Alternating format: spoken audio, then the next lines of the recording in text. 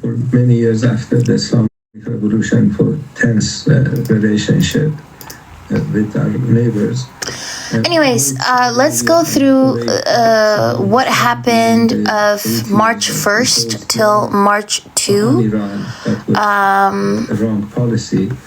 I think the leaders in these countries have realized that fighting Iran would be not in the interest of the... So, 3 American servicemen were killed in Kuwait as a result of Iranian drone strikes that bypassed a security zone off the base. Hizb entered the war after launching drone incursions into northern Israel. There's 500 updates, by the way, so there's a lot to get through because I didn't do it yesterday. Launched a drone incursion into northern Israel and potentially was responsible for the attack on the British base in Cyprus. Israeli responses have been swift and assassination strikes have been carried out. Trump has now stated that the war could last 4 to 5 weeks after it was previously planned that the operation would end within 4 days. American-Israeli operations relentlessly strike targets in Iran, including the Iranian state-sponsored broadcasting headquarters IRIB.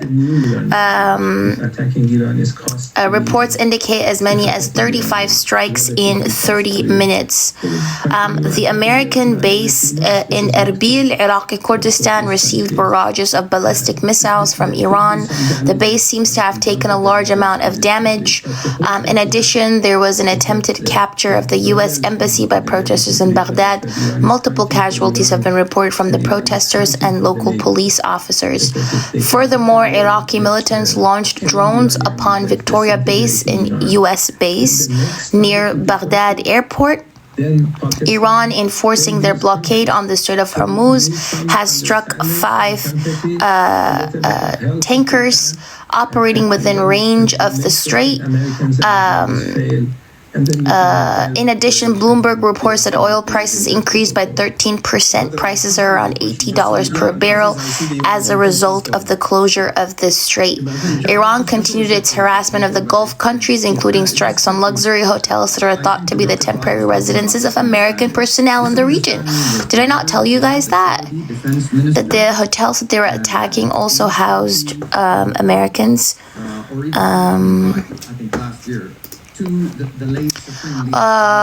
Iran has announced Ayatollah Ali Reza Arafi will be the interim supreme leader in the wake of Ali Khamenei's assassination yesterday. Volleys of Iranian missiles and drones were deployed over Israel, with the death count being 10 plus, with hundreds of injuries with ballistic missiles.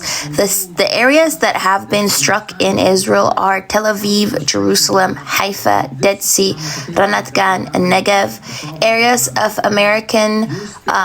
Areas that American and Israeli operations struck in Iran were Tehran, Kermanshah, Ahvaz, Bandar Abbas, Tabriz, Abadan, and Bushehr. In total, Iran has struck these nations' military bases or assets, so U.S. assets in these countries: United Arab Emirates, Kuwait, Qatar, Bahrain, Iraq, Saudi Arabia, Jordan, Oman, Syria, Cyprus, France, Italy has also had their bases struck. So that was from March 1 till March 2. Again, we're going through all the updates since yesterday. I wasn't able to do updates. If you're coming in, you're not able to gift because my gifting has been restricted for a whole week. And my live is also shadow banned and restricted for a whole week. So if you want to support me, the pay links are in the link tree in my bio, or you can also message me for my Cash App. So hi Shabia. No reports of incidents yet, and the alerts have faded. More explosions over Kuwait, presumably interceptions. No reports of impacts. Explosions reported in Karaj, west of Tehran. Reports of an ongoing drone attack targeting Erbil and Baghdad. Air defenses are reported to be active in Kuwait and Erbil. Israel is conducting artillery strikes targeting southern Lebanon. U.S. and or Israeli strikes against Tehran, Iran. U.S. and or Israeli strikes continued against Tehran, but now also Karaj on the outskirts of Tehran. U.S. and and or Israeli strikes against Sanandaj, western Iran.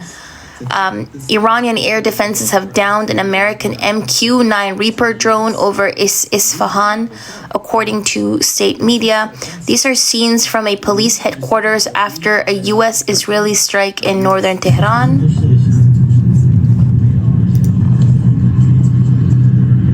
Holy shit. Oh my goodness, the whole thing is destroyed. What in the world?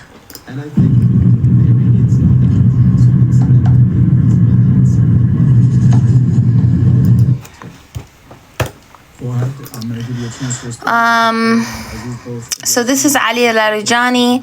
He said, and I quote, "We will not negotiate with the United States."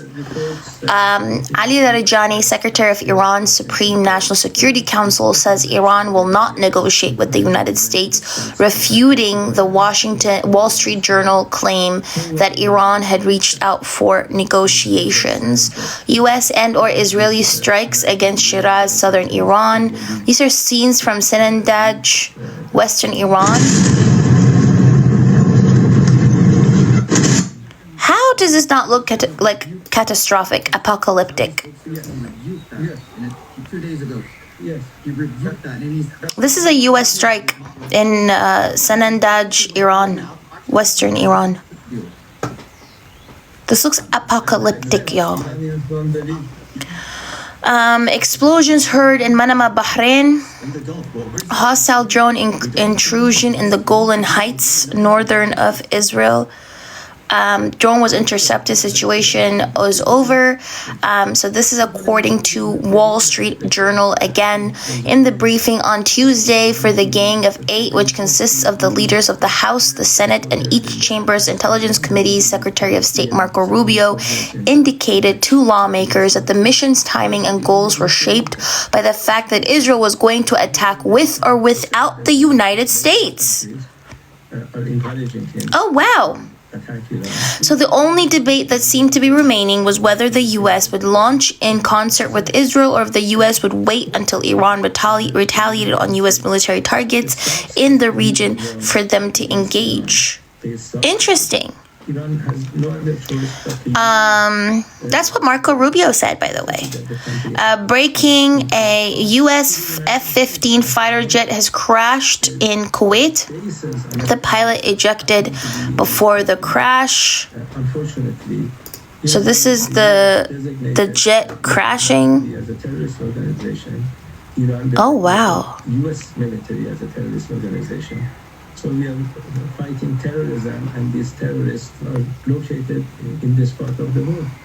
And the hope that everybody, our brothers in the Persian Gulf, the hope that we have. And this was the pilot after he ejected, the American pilot. I hope that they understand the cost. Interesting. Sirens activated in central Israel. Reports of explosions in Bahrain. Reports of impacts in Bahrain. There are ballistic missile alerts across Israel again. All alerts deactivated. No reports of impacts in Israel from drones or ballistic missiles. Israelis have been told to stay in shelter for the time being due to possible continued launches. This is visual confirmation of impacts in Bahrain. Oh my God. Will it be? Look at that. Trust the U.S. less after these actions. I think one of the grievances that Saudis and others have with the United States. Live is massively shadow banned, by the way. The restriction that I got from TikTok was, and I quote, "Your previous behaviors were not in line with their policies. Gifting is suspended for 7 days in your live. Learn more in live monetization guidelines. Additionally, your live is restricted in recommendations and search results for this period. Learn more in TikTok live section under community guidelines." So my live is massively restricted, so please do share it out. just like initiating a war on Israel. Just wanted to say that. Which is what the United States said. Explosions also reported in the UAE. Israeli retaliatory strikes have begun in southern Lebanon, presumably at the source of the drone attacks. Explosions also reported in Doha, Qatar, breaking smoke rising from the U.S. Embassy in Kuwait.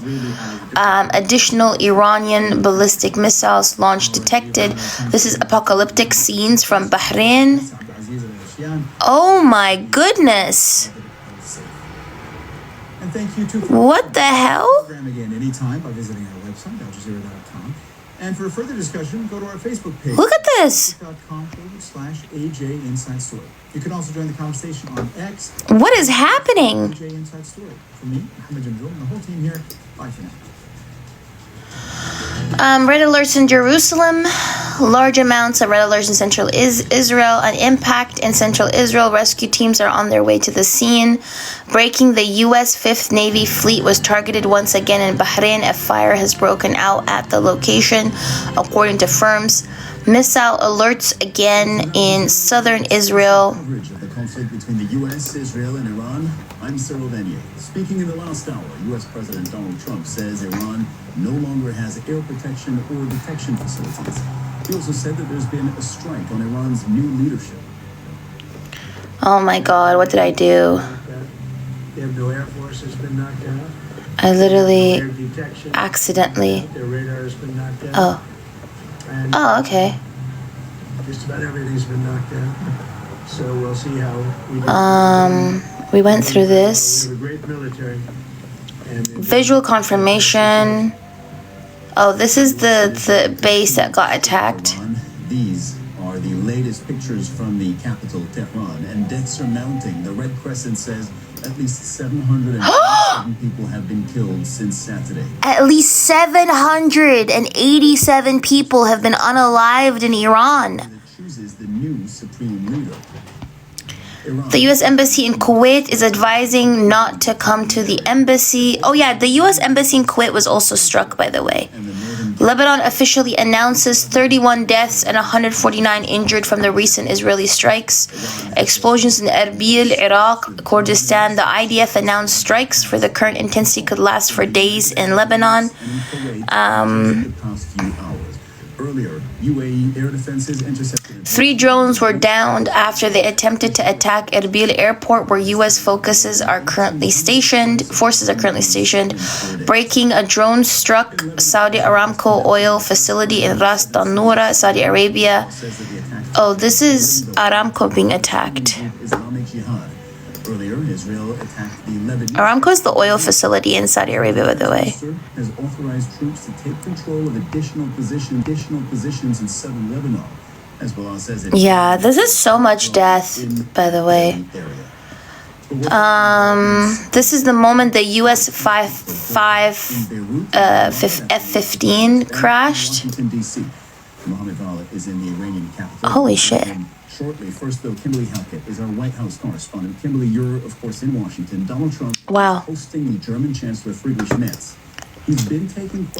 Imagery shows extensive damage at Iran's Konarak naval base, with 3 of its naval vessels sunk. Can you walk our viewers through So you can see the smoke and active fire here. Yeah, this was significant. Yeah, by the way, it's disgusting. The moment NSA Bahrain was hit by Iranian naval arrival. This is apocalyptic. I'm not gonna lie. The whole region is on fire, and the question is, was it worth it? Israel has attacked Iran. And Was it worth it? Girl, such a bitch. Yeah, make me shut up. forced the United States. Make me shut up. Israel rather forced the United States' hand. The reason this question is being asked is because Secretary of State Marco Rubio Can you block them, please, too? the U.S. took I don't want them to stay here and report it. to avoid Iran retaliation. Anticipated Israel was going to strike. Would you look at that? That's not what Donald Trump just said in the Oval Office. Look at this. Scenes from Bahrain. That the United States. What is this? Is this worth it? Month of a nuclear weapon. What even is the goal that is being attempted to be achieved? Believed they were he says the This is in Bahrain. attacked first, and he now says that they are being decimated. So this is going to have tremendous play in the United States because, again, the U.S. president does not have the power to declare war unless there is a threat to the United States. The U.S. president has not offered any evidence of that. Tel Aviv says they will continue to act in Lebanon, saying it was Hezbollah that chose the destruction of Lebanon, not Israel. The IRGC said, we advise residents of the occupied territories to stay away from military bases and security and government centers. Trump tells ABC News that all his potential candidates to lead Iran have been unalive. Oh. Kimberly, we'll get back to you. Oh. So he doesn't want to implement the Shah because he said all his potential candidates to lead Iran have been unalived.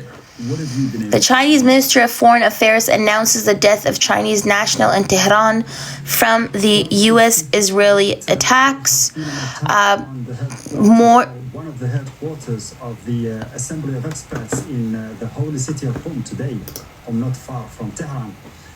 We have seen pictures of Ras Al Noura refinery in Saudi Arabia has temporarily seized all operations. This is Aramco in Saudi Arabia, the oil facility. Look at this.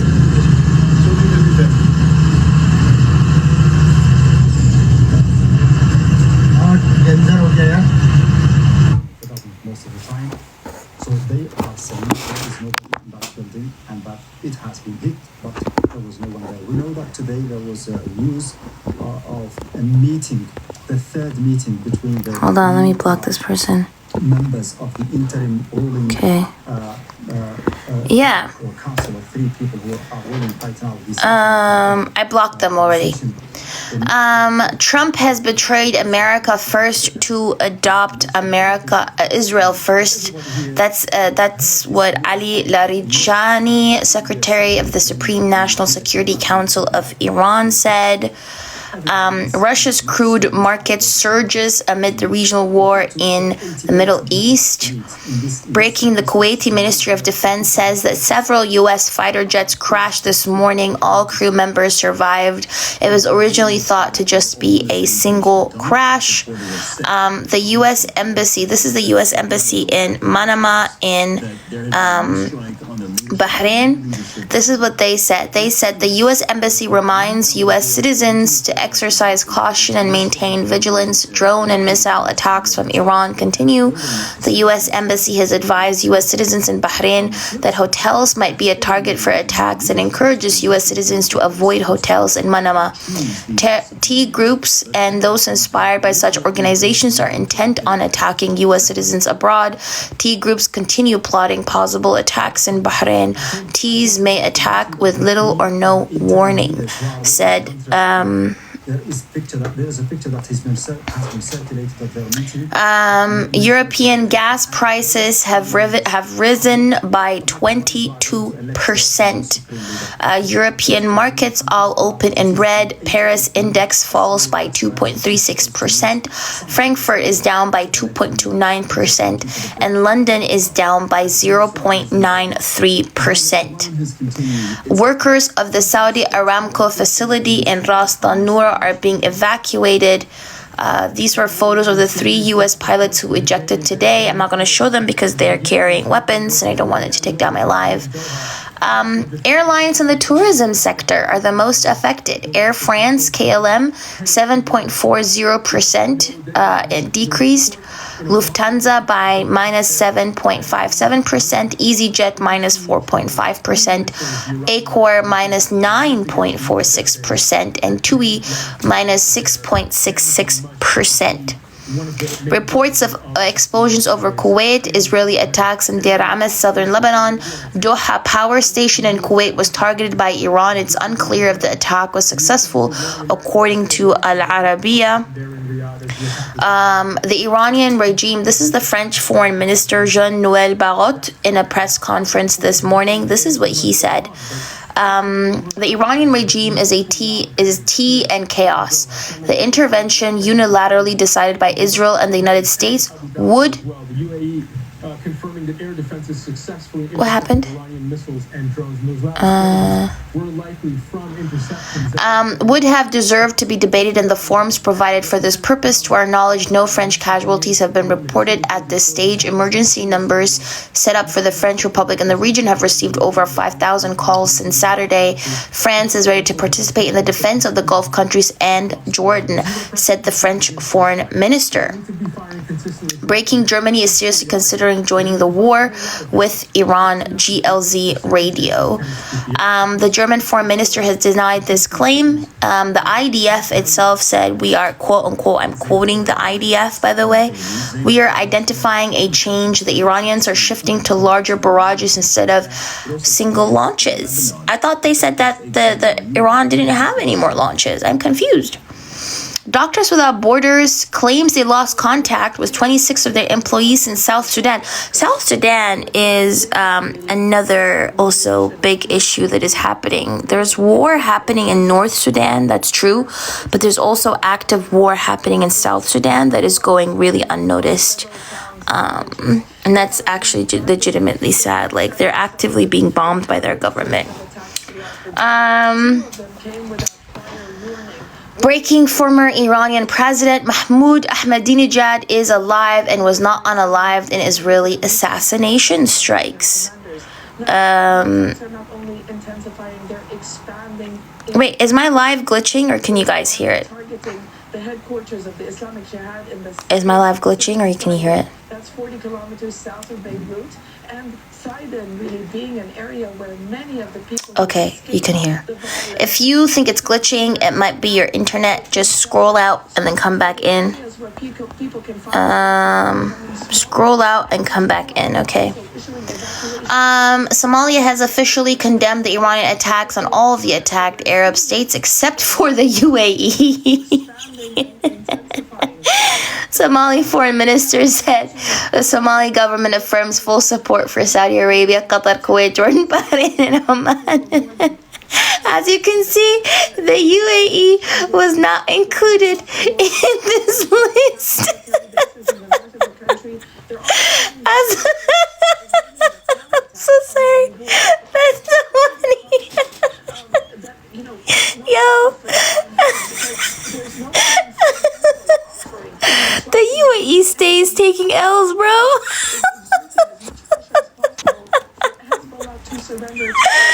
The way Somalia is, bro. That's not a meme. That's actually real. Yo, I can't. The way Somalia is so petty, bro. Anyways, don't go to Dubai, Habibi, yes. So let's see. The Washington Post, citing officials, indicates the mood inside the Pentagon is intense and... Zam, look at this. Somalia has officially condemned the Iranian attacks on all the attacked Arab states except for the UAE. Somali foreign minister said the Somali government affirms full support for Saudi Arabia, Qatar, Kuwait, Jordan, Bahrain, and Oman. As you can see, the UAE is not included in this list. I'm sorry, bro. Not the Somali government being petty, bro.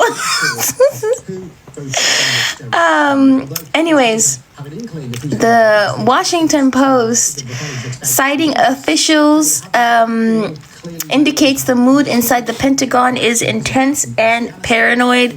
The vast number of retaliatory attacks and the array of sites being targeted, including non-military sites in Arab nations, is concerning after so much of the regime's top leadership was unalived. Officials are worried about the command and control of these weapons, unnamed officials to the Washington Post. The article claims there is anxiety among senior leaders that the fighting will extend for weeks, further stressing limited U.S. air defense stockpiles. I don't think people have fully observed yet, like, what that has done with stockpiles. It often takes 2 or 3 interceptors for a single missile. Further comments from the official source to Washington Post.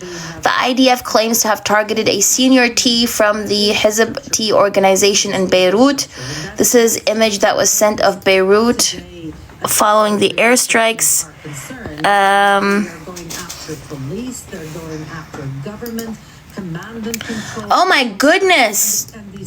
What the hell? To undermine, to shake the foundations. This is in Beirut, by the way, after an Israeli airstrike. Of encouraging people to take to the streets and to overthrow.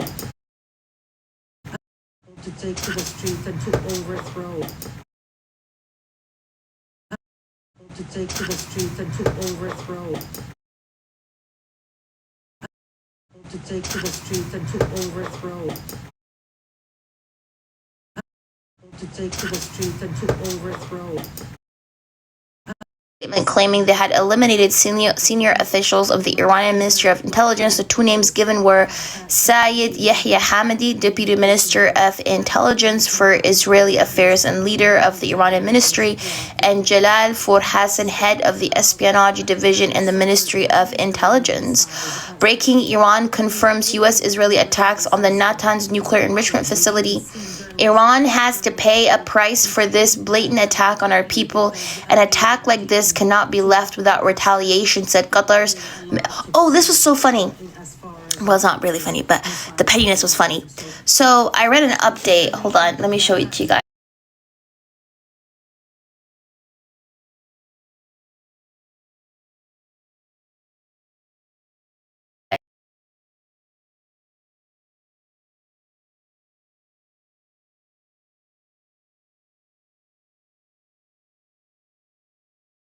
That despite all hold on, where is it? as many places as we can, you know, this is a regional war. This one. And we don't have it says here, and it is not at every time we the Qatari Foreign Ministry says Iran's attacks against it cannot be left without retaliation.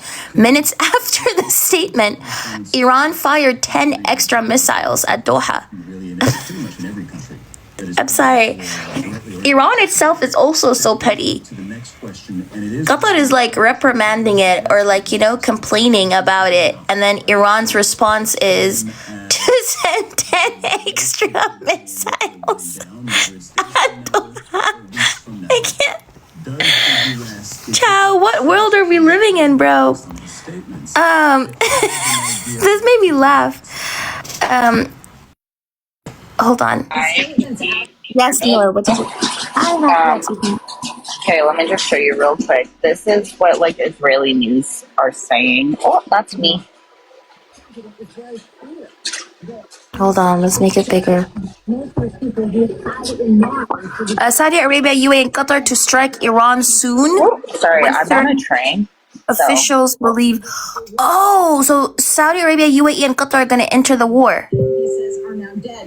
That's what they're claiming. I don't know very much about it. I am on the train, so I do apologize for how shaky it is. But No yeah, problem. I just sent you the headline to your Telegram. So I'll check it out. okay, Thank you. bye, Habibti. Thank you. Bye, Habibti. Love you. Wow. Saudi Arabia, UAE, and Qatar said that they're going to strike Iran. Multiple U.S.-Israeli arrivals in Kermanshah, western Iran, reports of a large number of IRGC casualties. I did see this before, by the way. Hold on, I did want to show it to you guys, which is it was very disturbing in my opinion. Look at this. This is a mass grave in Iran. They've had over 700 casualties. I think over 780 casualties. And this specific mass grave was to bury the over 180 girls that were unalived, by the way. So, yeah. and I don't know why people are not talking about it, you know? Like, I see people talking about like Islam, about this and that, about all these different topics, but they're not talking about the humanitarian cost. This is also a video that I saw before, hold on, of an Iranian woman in Tehran. This is an Iranian woman in Tehran. The subtitles are at the bottom, and she survived an airstrike. And this is what she had to say, by the way, after she survived an airstrike. داخل هتل بودین؟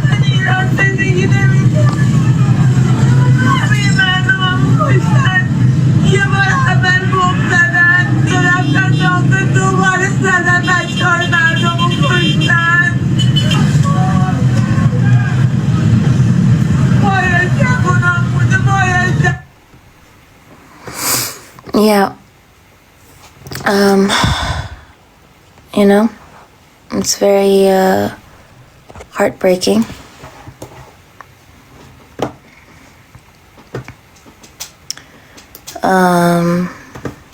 It's very heartbreaking, by the way. But what I did want to show, by the way, today, unfortunately, oh dear, is Pig Hexeth. Thank you for the swan raid, by the way. I appreciate you.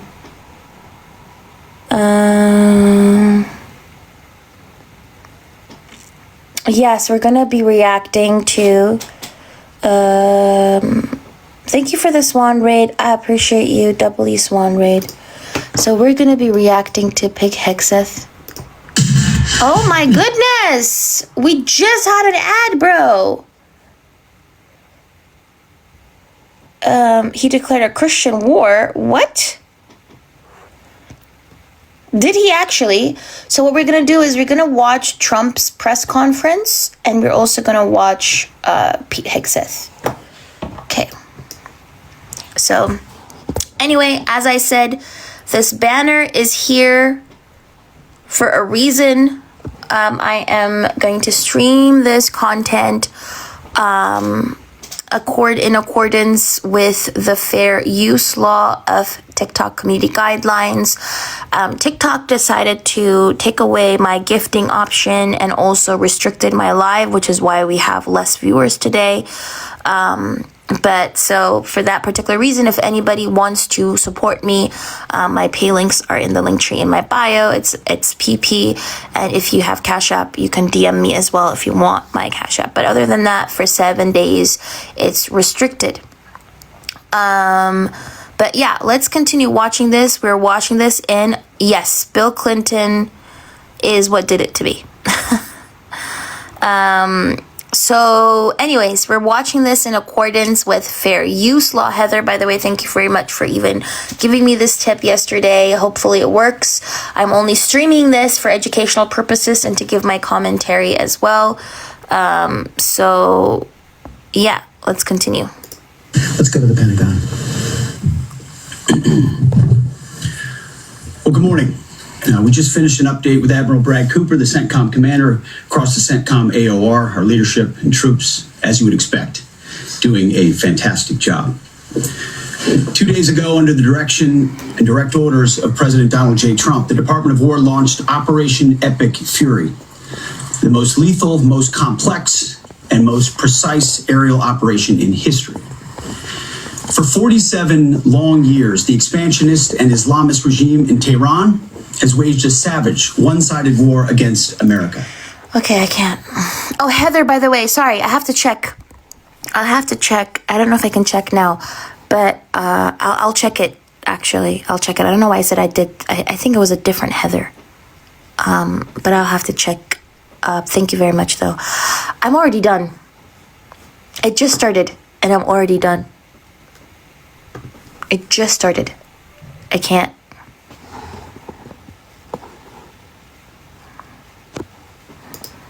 They didn't always declare it. For 47 long years, the expansionist and Islamist regime in Tehran has waged a savage, one-sided war against America. Oh my they God. didn't always declare it openly, except for their constant chants of death to America. They did it through the blood of our people. Car bombs in Beirut, rocket attacks on our ships, murders at our embassies, roadside bombs in Iraq and Afghanistan, funded and armed by Iranian Quds Force and IRGC killers. My generation of veterans carried the names of brothers who never came home. Oh my Brothers goodness. butchered by Iranian-backed roadside bombs and well-armed militias, thousands of our own. We didn't start this war, but under President Trump, Wait. Wait. He said we didn't start this war. roadside bombs and well-armed militias, thousands of our own. We didn't start this war, but under President Who started it then? Who started it? Trump, we are finishing it. Their war on Americans has become our retribution against their Ayatollah and his death cult. It took the 47th president, a fighter who always puts America first, Oh my God. to finally draw the line after 47 years of Iranian belligerence. He reminded the world, as he has time and time again, being an American means something unbreakable. If you kill Americans, if you threaten Americans anywhere on earth, we will hunt you down without apology and without hesitation, and we will kill you. President Trump has also been very consistent. Crazy regimes like Iran, hell-bent on prophetic Islamist delusions, cannot have nuclear weapons. It's common sense. Many have said it, but it takes guts to actually enforce it, and our president has guts. Oh my goodness. Iran's stubborn and self-evident nuclear pursuits, their targeting of global shipping lanes, and their swelling arsenal of ballistic missiles and killer drones are no longer tolerable risks. Iran was building powerful missiles and drones to create a conventional shield for their nuclear blackmail ambitions. Let me say that again. A conventional shield for their nuclear blackmail ambitions. Our bases, our people, our allies, all in their crosshairs. Iran had a conventional gun to our head as they tried to lie their way to a nuclear bomb. It almost worked under Obama and his terrible deal, but not under this president. Turns out the regime who chanted death to America and death to Israel was gifted death from America and death from Israel. This is not a so-called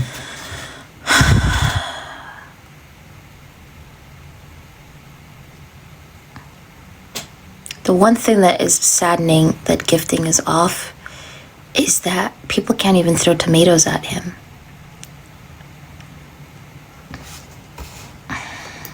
regime change war. But the regime sure did change. And the world is better off for it. Oh my God. Today, in their desperation, the enemy is unmasked. As Iranian missiles and drones rain down indiscriminately on the hotels, airports, apartments, and other civilian targets of their neighbors. Cowardly terrorist tactics from a regime that for decades has trafficked in cowardly terrorist tactics, lies, death, and destruction to this day. The Iranian leadership has built nothing except proxies and missiles and drones and deeply buried nuclear factories and facilities. Peaceful nuclear ambitions do not need to be buried underneath mountains. Oh my goodness. Last June, Operation Midnight Hammer obliterated their nuclear program to rubble. Afterward, we told them plainly, that's it, now make a deal. They arrogantly refused.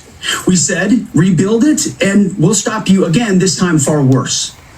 Well, President Trump, Secretary Rubio, Steve Witkoff, Jared Kushner, they bent over back. Oh my God. I'm literally zoning out. By the way, somebody in my Discord server, W Jimmy, made a very accurate meme of Pixeth. It's wanted to show that in the middle. So yes, Mr. Pigseth, which I think is very, very accurate. But anyways. Backwards for real diplomacy, offering pathway after pathway to peace. I watched it. I was there. They tried over and over and over again earnest attempts at peace. The former regime had every chance to make a peaceful and sensible deal. But Tehran was not negotiating. They were stalling, buying time to reload their missile stockpiles and restart their nuclear ambitions. Their goal, forces. Well, President Trump doesn't play those games. And as Secretary Rubio said after the Maduro raid, if you don't know, now you know. President Trump puts America and Americans first. Oh my God. He doesn't hesitate, and neither do our troops. The mission of Operation Epic Fury is laser focused. Destroy Iranian offensive missiles, destroy Iranian missile production. I'm so sorry. Tell me he doesn't sound like a 15-year-old kid and like playing Call of Duty, bro. Operation Epic Fury, laser focused. He sounds like those 15-year-old kids playing like, yeah, in the COD lobby, bro. Destroy their navy and other security infrastructure, and they will never have nuclear weapons. We're hitting them surgically, overwhelmingly, and unapologetically. With every passing day, our capabilities get stronger and Iran's get weaker.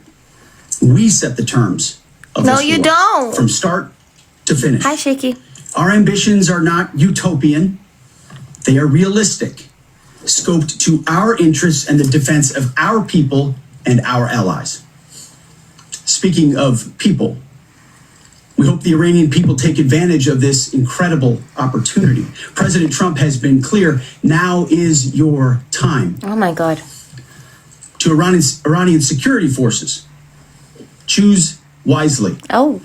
President Trump has also been clear about your fate in either direction. To the media outlets and political left screaming endless wars. Stop. Hi, Anne. Hi, sis. This is not Iraq. This is not endless. Oh. I was there for both. Oh my God. Wait, how is this not Iraq? How is this not Iraq? How is this not Iraq? Genuine question. He hasn't proven that yet. Your fate in either W direction. Swan for the raid. Thank you, Swan. To the media outlets and political left screaming endless wars. Stop. This is not Iraq. This is not endless. I was there for both. Our generation knows better, and so does this president. He called the last 20 years of nation-building wars dumb, and he's right. This is the opposite. This operation is a clear, devastating, decisive mission. Destroy the missile threat, destroy the Navy, no nukes. Israel has clear missions as well, for which we are grateful. Capable partners, as we've said since the beginning, capable partners. Wait, Israel, the country that is literally not only G-siding people, but also invading like 10 countries and massacring them and then turns around and pretends to be a victim, that country is a good partner to you? Are good partners. Unlike so many of our traditional allies who wring their hands and clutch their pearls, hemming and hawing about the use of force. Hi, Combo. Oh, shit. I didn't mean to invite anybody. I'm so sorry. Just decline the invite. Thank you. Thank you. Decline the invite. Combo, no, I didn't see the AI conflict. By the way, do you guys know what Trump said about starting war with Iran? Hold on. I had it somewhere here. Do you guys know what Trump said about starting war with Iran? Wait, where is it? I had it here somewhere. This is what Trump thinks about starting a war with Iran. Our president will start a war with Iran because he has absolutely no ability to negotiate. he's weak and he's ineffective. So the only way Why is there always a Trump tweet or a video that you can use against him, bro? our president will start a war with Iran because he has absolutely no ability to negotiate. He's weak and he's ineffective. So the only way he figures that he's going to get reelected, and as sure as you're sitting there, is to start a war with Iran. Now, I'm more militant and more militaristic than the president. I believe in strength. But to start a war in order to get elected, and I believe that's going to happen, would be an outrage. I just wanted to say, that's what just, yeah. America, regardless of what so-called international institutions say, is unleashing the most lethal and precise air power campaign in history. B-2s, fighters, drones, missiles, and of course, classified effects. All on our terms, with maximum authorities. No stupid rules of engagement, no nation-building quagmire, no democracy-building exercise, no politically correct wars. We fight to win, and we don't waste time or lives. As the president warned, an effort of this scope will include casualties. Oh my God. War is hell. Oh my God. Always will be. Oh my God. A grateful nation honors the 4 Americans we have lost thus far and those injured. The absolute best of America. May we prosecute the remainder of this operation in a manner that honors them.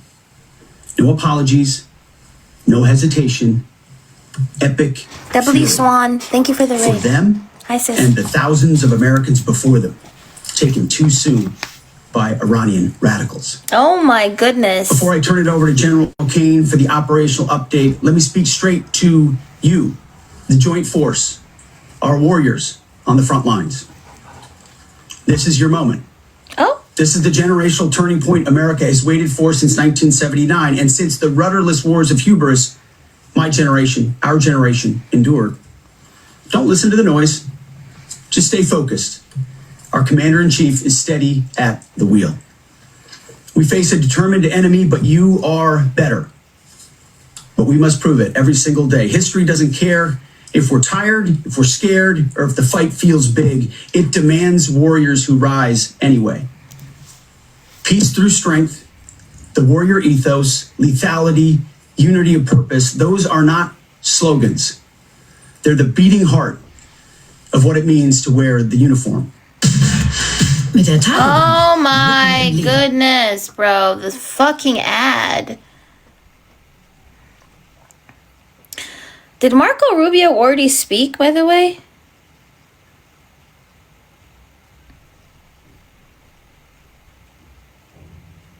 Does anyone know that?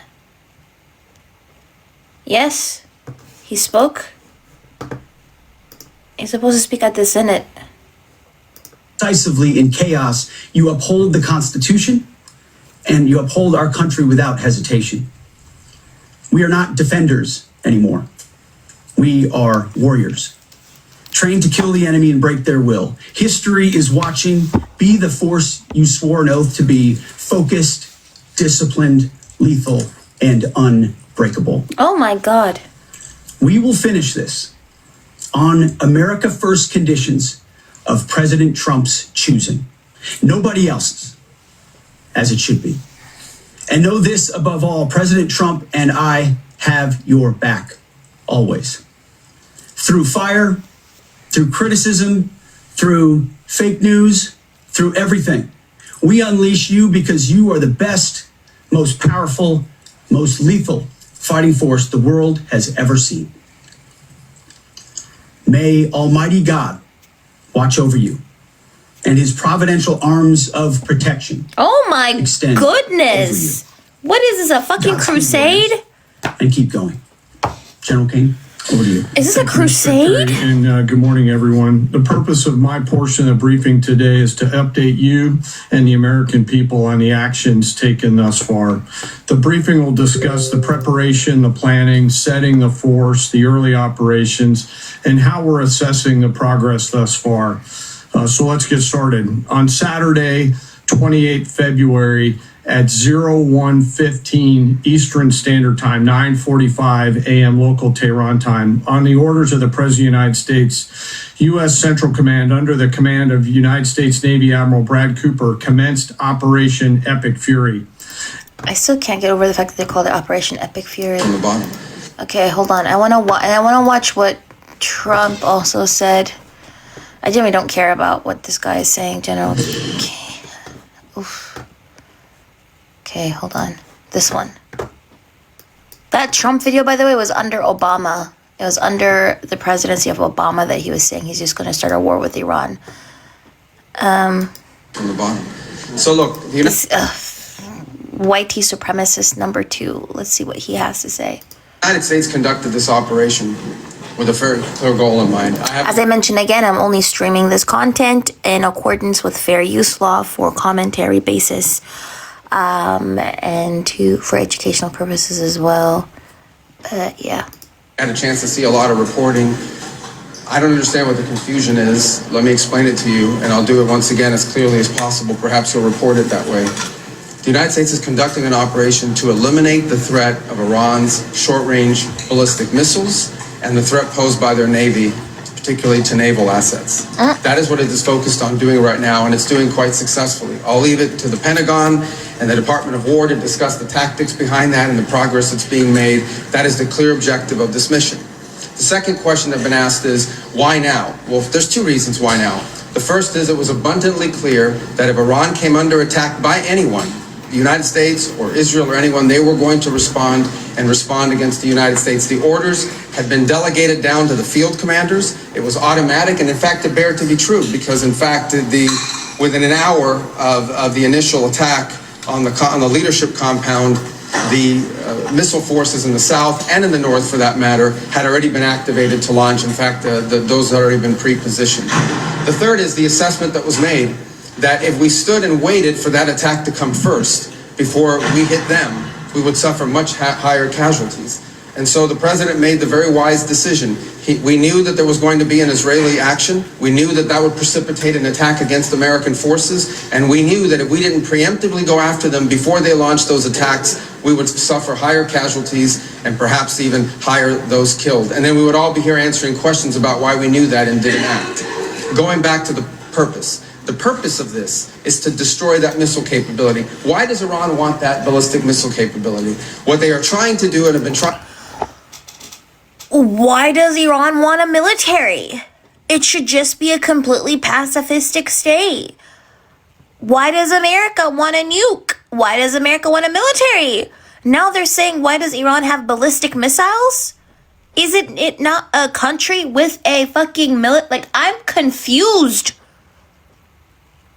Are they trying to claim now that a sovereign nation is not allowed to have its own military with own ballistic missiles?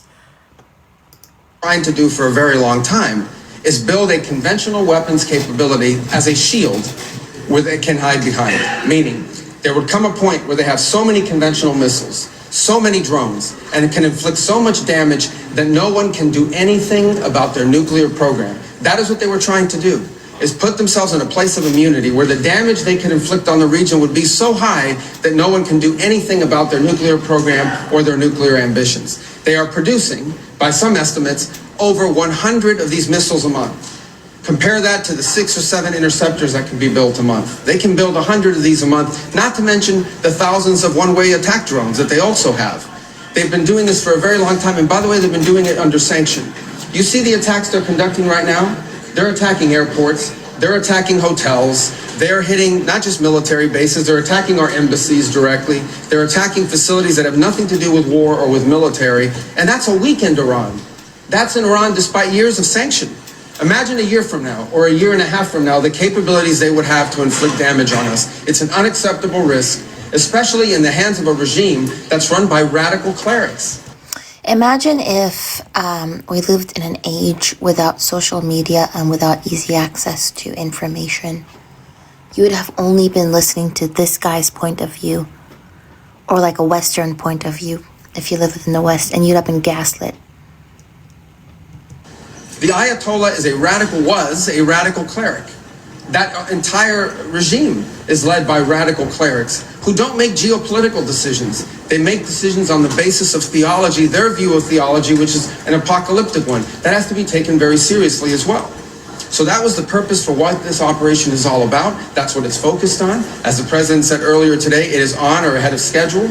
I will defer to the Department of War to discuss the progress being made at a tactical level, but it was the right decision and an important decision for the safety and security of the world.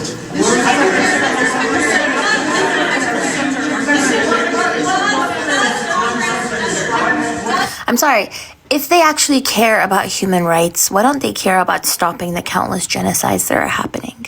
How are they going to say that they care about human rights, but 2 of America's allies are actively doing genocide right now? You got Israel that's doing G-side, and you also got the UAE that's doing G-side, okay? And then you got like America and its allies doing G-side in Congo, Rwanda too. 3 of America's allies are doing G-side right now, this second, in 2026. Israel is doing G-side in Palestine, the UAE is doing G-side in Sudan, and Rwanda is doing G-side in Congo. But you expect anyone to take you serious. Does Congress have to weigh in? Does Congress have to weigh in? Is the president declaring war, and does Congress have to weigh in? And was there an imminent threat? Did you tell lawmakers that there was an imminent threat? They make a lot of money. If you look into Raytheon, if you look into the military-industrial complex, they make a lot of money. War is very beneficial. Beneficial as in for corporations specifically, not for people, but for corporations, like war is very beneficial.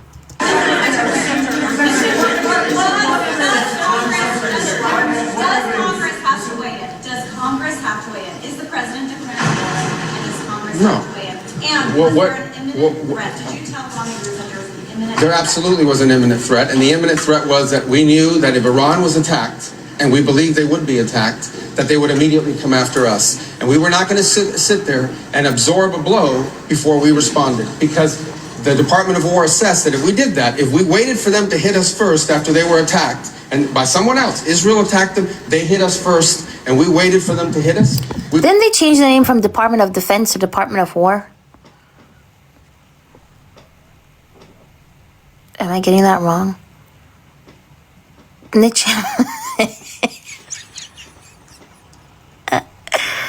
And they're saying that they don't like war, but they changed the whole department's name from Department of Defense to Department of War.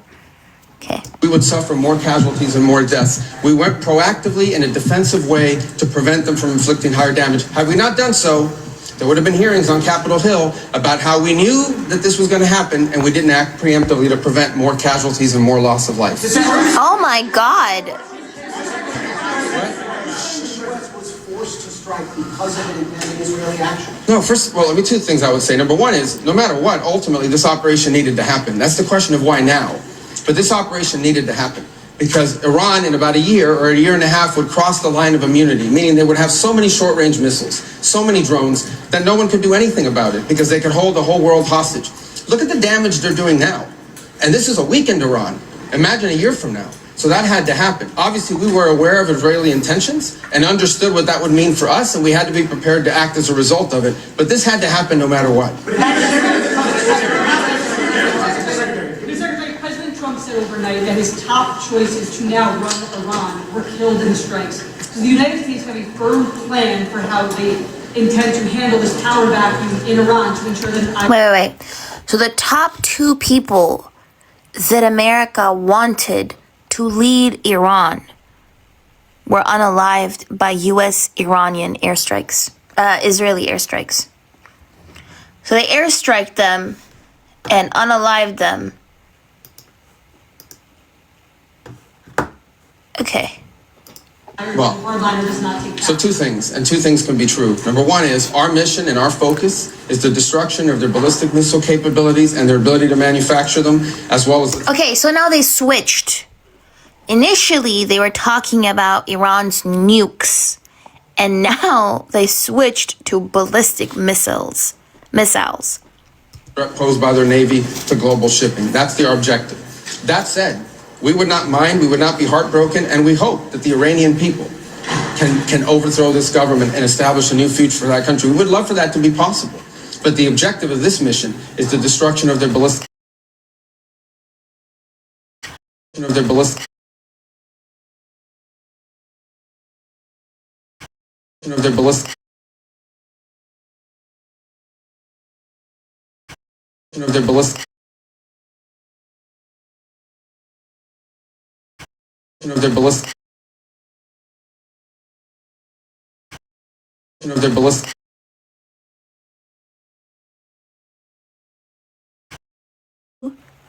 We care about, you know,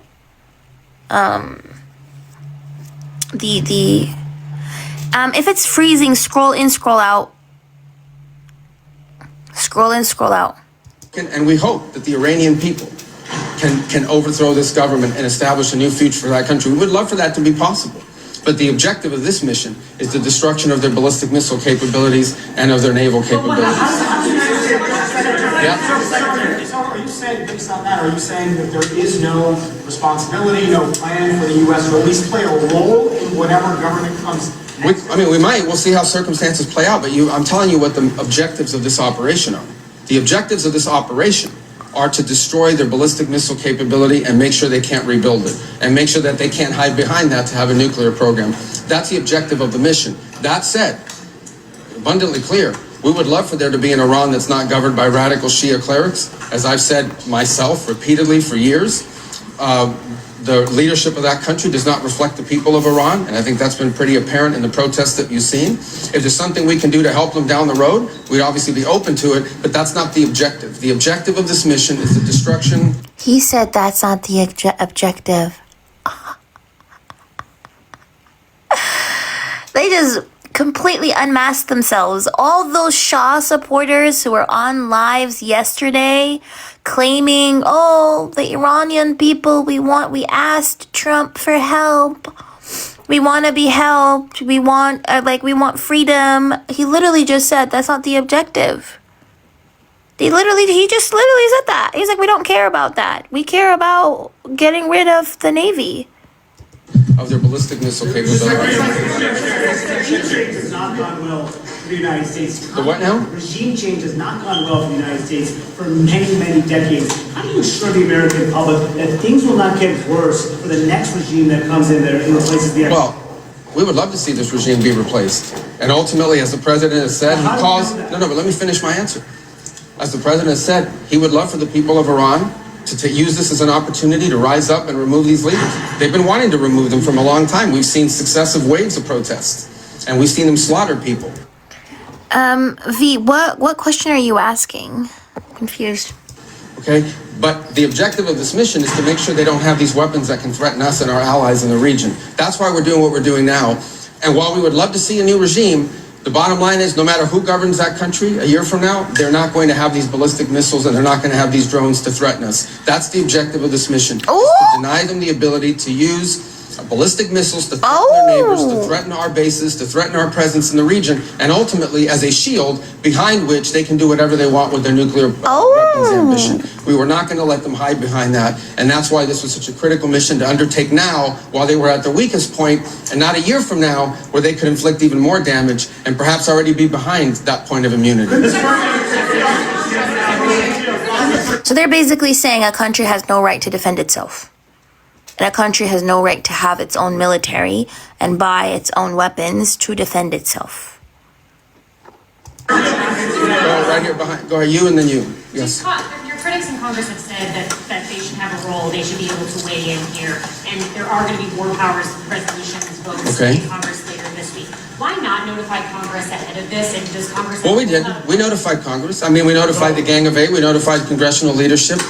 There's no law that requires us to do that. The law says we have to notify them 48 hours after beginning hostilities. We've done that. I think the notification went today, but we did notify members of Congress in advance. But we can't notify 535 members of Congress. Vote to authorize the war. Well, the Congress can vote on whatever they want, but there's no law that requires us to do that. And I want to say something because I see people on TV. Look, that's fine. If they want to take a war powers vote, they can do that. They've done that. They've done that a bunch of times.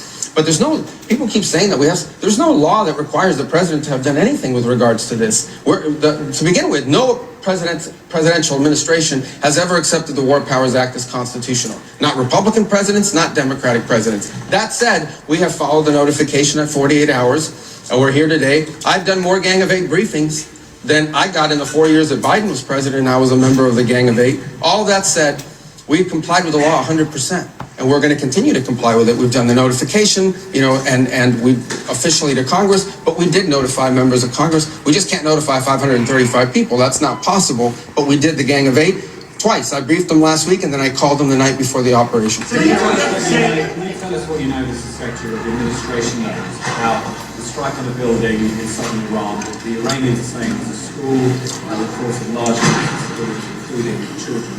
Yeah, I've seen those reports. I don't have. What's the are you talking about the newspaper Palestine Chronicle, or what are you talking about? Or you not because I'm not trying to answer your question, but I don't want to get it wrong. The Department of War would be investigating that if that was our strike, and I would refer your question to them, and I'll make sure they're aware that you have that question. But we'd like to know.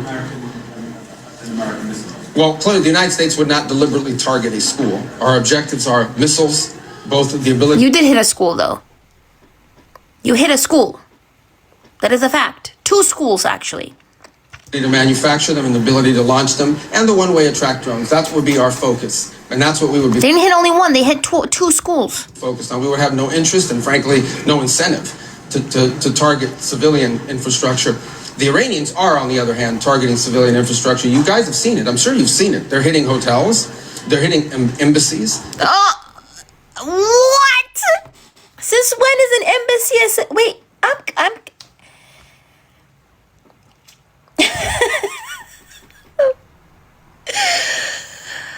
oh Lord. Holy shit. The hotels they targeted, by the way, had U.S. soldiers in them. They were housing U.S. soldiers. And they said they would attack all U.S. assets. U.S. soldiers are not civilians. Embassies are not civilian structures, like infrastructure. They're hitting airports. They're hitting oil infrastructure. Well, it'd be very tragic, but I can't speak to the details behind it because I just don't have it. It would be a tragic outcome if it's happened. I don't have the details as to what led to it. But what is clear that the United States would not deliberately target a school. They are, on the other hand, deliberately targeting civilians, as you've seen, because you know why? They are a terroristic regime. They sponsor terrorism and they participate in terrorism. What's your message to Americans who are concerned about rising energy prices given the spiking of oil prices today? Yes, and we knew that going in would be a factor, and so we have a program in place that will begin to be implemented by Secretary Wright, Secretary Bessent. We talked about it last night, again, about this program. We talked this morning, and starting tomorrow, you will see us rolling out those phases to try to mitigate against that. Obviously, markets are going to be reacting to news about what's happening. And again, a reminder, think about it, okay? This terroristic regime, led by radical clerics, has the ability, potentially, to shut off 20% of global energy. That's the kind of leverage they have because of their Navy. We're going to destroy their Navy. No! That's the leverage they have because of their geography. Geographically, they're placed there. How are you blaming them for being placed there geographically and being one of the countries that controls the Strait of Hormuz? Are you going to destroy them because they're... Well, actually, yes. I was going to ask the question. I was going to say, are you going to destroy them because of their strategic location? Yes, they will destroy them because of their strategic location. There is a plan in place. We anticipated this could be an issue, and Secretary Wright and Bessent will begin to roll out those steps starting tomorrow to mitigate against the impact that could have. I got to do this briefing, so I got a couple more. Yeah. Do you anticipate putting boots on the ground, and how long do you anticipate the conflict to last? Well, we don't. Let me say two things about it. Number one, the president always has the options to undertake whatever operations he decides to do as the commander-in-chief. That said, we believe the objective that we have set for this mission, which is the destruction of their ballistic missile capabilities, both launch capability and manufacturing, can be achieved without ground forces. Right now, we're not postured for ground forces, but obviously the president has those options. He's never going to rule out anything. But right now, our focus is on the destruction of their ballistic missile launchers, their ballistic missile stockpiles, and their ballistic missile manufacturing capability, as well as their one-way. So now their manufacturing capability is also added to that. You think you're going to destroy a country's whole manufacturing capability, their arsenal, their navy in 4 weeks? Track drones and their navy because of the threat it poses to global shipping. How long is this? All right, I can only do one more right there in the middle. Yes, sir. Is there a diplomatic exchange going on right now between the U.S. and Iran? Any exchanges whatsoever outside of No, not at this time. I mean, look, we always have people that reach out from inside of governments. You don't know if they're authorized to reach out or not. They're suffering a tremendous amount of damage. Honestly, again, I'm not going to give away the details of our tactical efforts, but the hardest hits are yet to come from the U.S. military. The next phase will be even more punishing on Iran than it is right now. Someone was screaming, how long will it take? I don't know how long it'll take. We have objectives. We will do this as long as it takes to achieve those objectives, and we will achieve. Oh, there it is. There it is. He just said it. He just said it. He said, we'll as long as it takes. How long it'll take. We have objectives. We will do this as long as it takes to achieve those objectives, and we will achieve those objectives. The world will be a safer place when we're done with this operation. All right? Thank you, guys. As long as it takes, is what he said. Now, next, I do want to go to this, by the way. It's more important than this. Let me provide a brief being here, and please feel free to sit.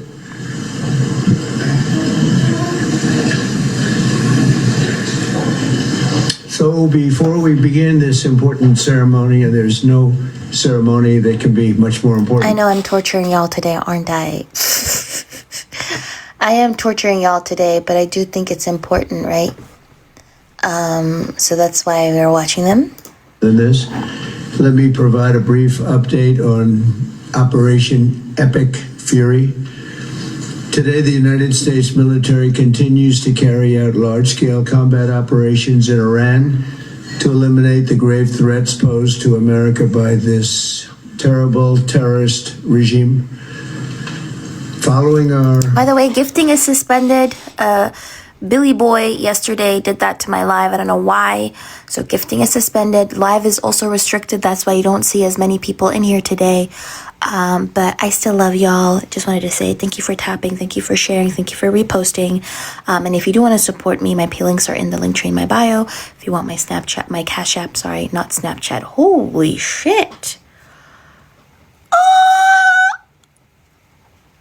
Back up. I don't know why I said that. I meant my pay links. If you want my pay links, and the link tree is in. Not my Snapchat, okay?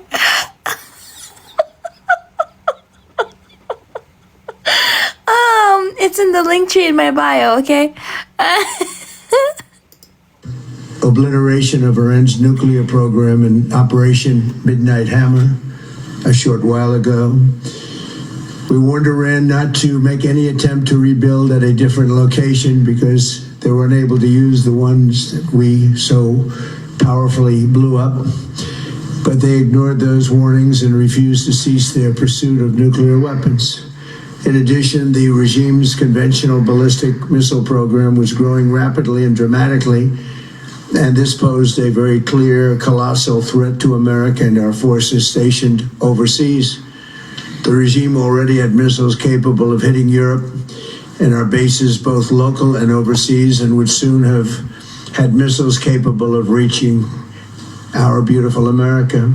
Oh, God. The purpose of this fast-growing missile program was to shield their nuclear weapon development and make it extraordinarily difficult for anyone to stop them from making these highly forbidden by us nuclear weapons. We were the ones that were complaining. We were the ones that wanted it stopped. But everybody was behind us. They just didn't have the courage to say so.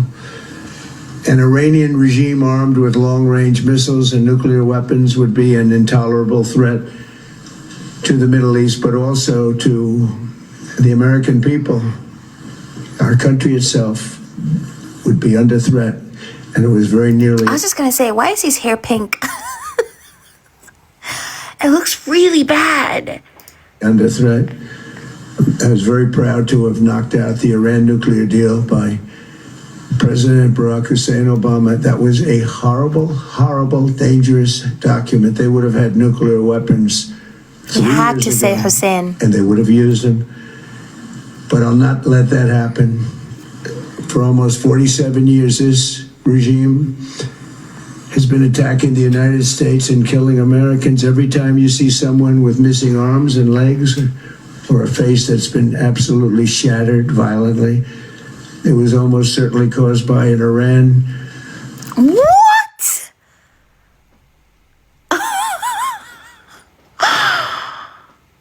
He said every time you see an American soldier who's injured, it was caused by Iran. Roadside bomb. They were put there by General Soleimani, who was the father of the roadside bomb. Very proudly, he thought, but I terminated him in my first term. This was our last best chance to strike what we're doing right now and eliminate the intolerable threats posed by this sick and sinister regime. And they are indeed sick and sinister. Our objectives are clear. First, we're destroying Iran's missile capabilities, and you see that happening on an hourly basis, and their capacity to produce brand new ones, and pretty good ones they make. Second, we're annihilating their navy. We've knocked out already 10 ships. They're at the bottom of the sea. Third, we're ensuring that the world's #1 sponsor of terror can never obtain a nuclear weapon. Never going to have. Yes, Iran is the world's #1 sponsor of tea, not the country that has used a nuke before, not the country that has 800 military bases across 80 countries, not the country that is actively funding, aiding, and abetting multiple genocides in Palestine, Sudan, and Congo, not the country that actively destabilized Libya, so much so now that there are active slave markets in Libya enslaving Black African people, not the country that has destroyed a lot of Latin American countries and created banana republics, right? Not the country that has gone and invaded and had like about 700, I think, 700 something military interventions. 20% of those since 2000 alone. Not the country that just did a coup in Haiti last week. That country. Okay, not that country. That's not the world's #1 tea country. But Iran is. Okay.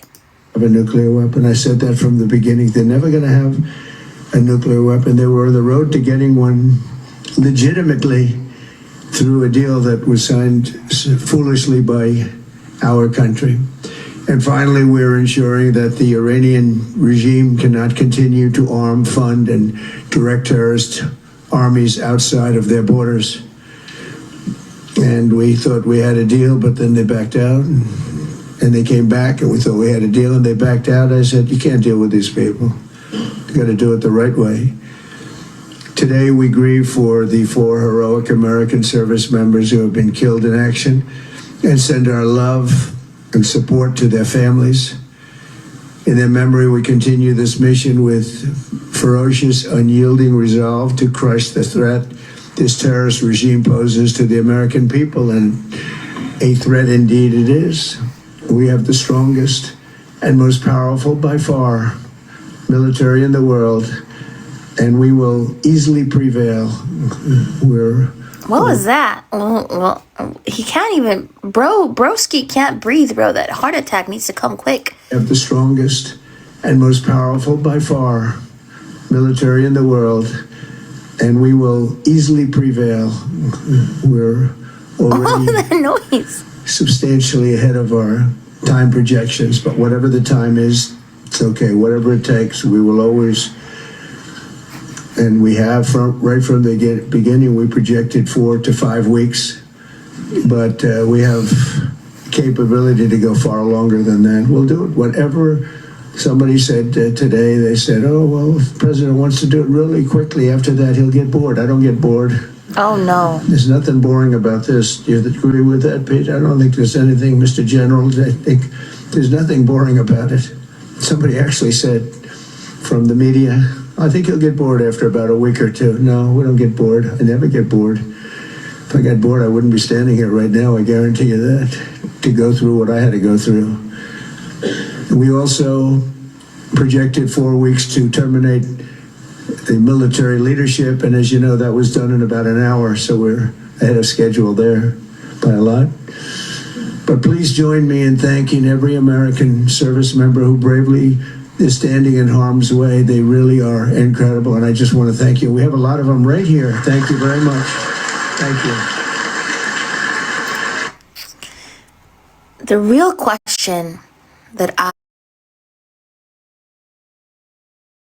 have, by the way, a very, very, very genuine, very important question, okay? Unbelievably important question. We really need to get to the root cause of this, okay? And that question is, why is his ear a different color? It's a genuine question. Why is that ear a different color than his face? Like, does he not blend the tan? Genuine question. I get he tans, but does he not blend the tan? Like, it's like his hairline is white. His ear is white. And then his face is orange. Like, even though that little part in his neck, that also, there is no tan there. It's just like a white dot, bro. Who tans for him? Why is it so pasty, blotchy? Like, not a good job. What he needs to do is he should have exfoliated, you know, before he did a tan. I did. If anybody's wondering that I actually paused for this question, yes, I did. Because that's what I am here for, y'all. Athena is here, exactly as one of the comments said. Athena is here to ask the hard-hitting questions. The hard-hitting questions that everybody is probably asking themselves, okay?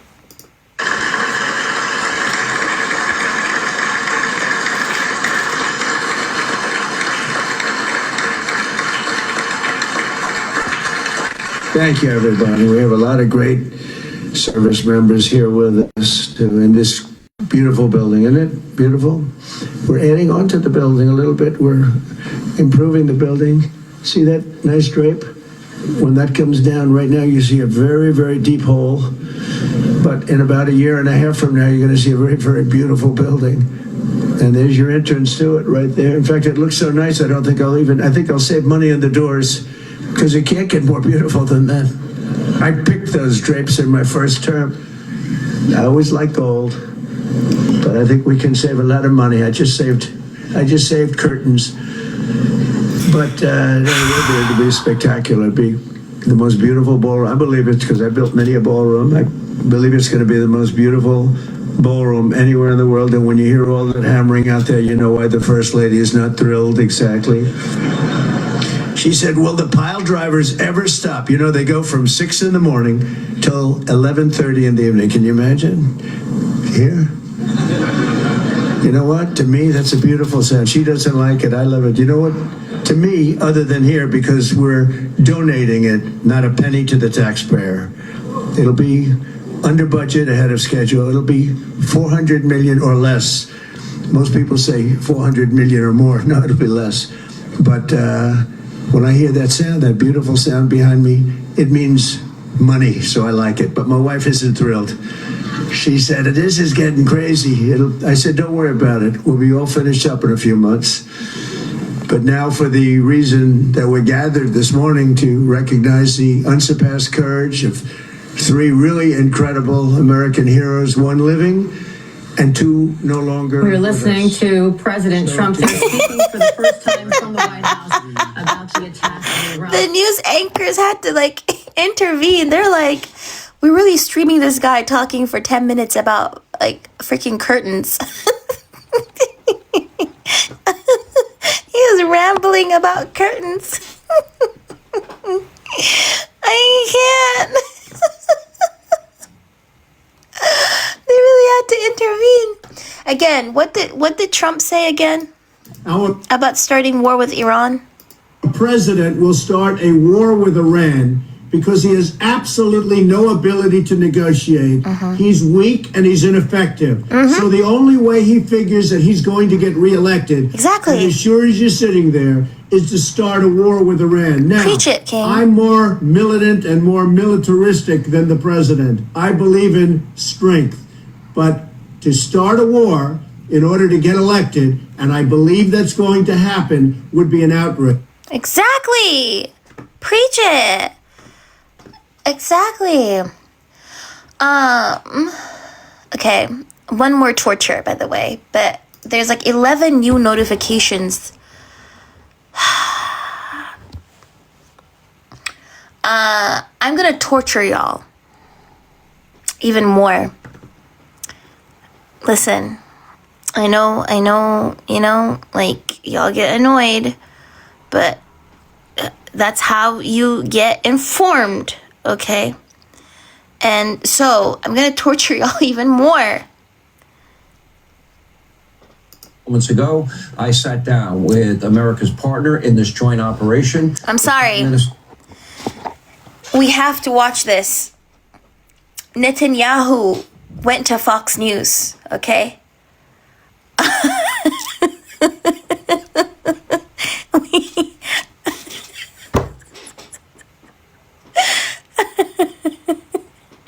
And I want to see what he has to say. Because this was, you know, him breaking his silence. This is the first time he spoke. This is the first time this man spoke. Oh my God. Spoke. After, the strikes. Okay? So he's yes, back from his vacation. He ran away to Greece as per usual, you know. Anytime this guy starts a war, he runs away because he's very brave. So Minister of Israel, Benjamin Netanyahu. Take a look. Joining us now is the Israeli Prime Minister, Benjamin Netanyahu. He looks like a crypt keeper. I'm not gonna lie. He looks like a crypt keeper. Mr. Prime Minister, thank you for being here. I know you probably have gotten very little sleep in the last number of days. Why now? What precipitated this moment at this time? I know you have talked about it. We've known each other 30, 35, maybe more years. And why at this point was this necessary? Sean Hannity and Netanyahu. Oh my God. Well, the first thing to understand is why it's necessary at any time. Iran, for 47 years, has been chanting death to America, death to Israel too. But you're the big Satan, we're the small Satan. Death to America. They've murdered and maimed thousands of Americans in Iraq and Afghanistan with their IEDs. These are roadside bombs. They bombed your embassies. They tried to assassinate Donald Trump, the president of the United States, twice. They've murdered their own people. They massacred so many. And they spread a worldwide web of terror. So this is a regime committed to destroying the United States of America. It's the only. By the way, the reason as to why I show this is because sometimes a lot of mainstream media outlets might misrepresent things. They might take things out of context. They might not tell you the full story. You know how they were even addressing the e-files. They weren't saying the full story. You saw Trump saying I was exonerated, all those different things. But if you watch everything yourself, you break through everything, you break it down, nobody will be able to lie to you. You will immediately catch on to it. Nobody will be able to spin you a narrative. Nobody will lie to you, okay? So that's precisely why it's very important to hear the words of the people who are actively causing these wars and these G-sides, to know what they're saying, because you have to know and study your enemy to know what's coming at you. Only country on the planet that says so openly and works tirelessly to achieve that goal. The reason that we had to act now is because they were, after we hit their nuclear sites and their ballistic missiles program, you'd think they learned a lesson, but they didn't, because they're unreformable. They're totally fanatic about this, about the goal of destroying America. So they started building new sites, new places, underground bunkers that would make their ballistic missile program and their atomic bomb programs immune within months. If no action was taken now, no action could be taken in the future. And then they could target America, they could blackmail America. Oh my God. They could threaten us and threaten everyone in between. So action had to be taken, and you needed a resolute president like Donald J. Trump to take that action. And we are his very strong and able partners, and our alliance today is so strong. We had to take the action now, and we did. Otherwise, the Iranian mass murder regime would have immunity from future action. Steve Witkoff made this statement, the Middle Eastern envoy, and he made it last week, that they absolutely are clinging to their ability to build out a nuclear weapons program. And the president, as he said, he wanted a peace deal, gave them every opportunity for peace, like they did before Operation Midnight Hammer. And they steadfastly refused. In the first 30 seconds, I've never seen anything like this in my life. The supreme leader, the Ayatollah Ali Khamenei, and his top 40 leaders were wiped out, Ahmadinejad among them. That is incredible. Why do they all look orange? Genuine question. Is this like some kind of like orange alien that has just infected everybody? That just goes around saying, Muslims, blacks, Arabs. Is that what it is? Is it like, why are they all orange? Intelligence and wow, I'm sure this will be studied for centuries to come, not decades. Well, you know, when America, the indispensable ally for Israel and the greatest power in the world, and Israel, America's model ally, is the National Security Council. National Security Council. National Security Council. National Security Council. National Security Council.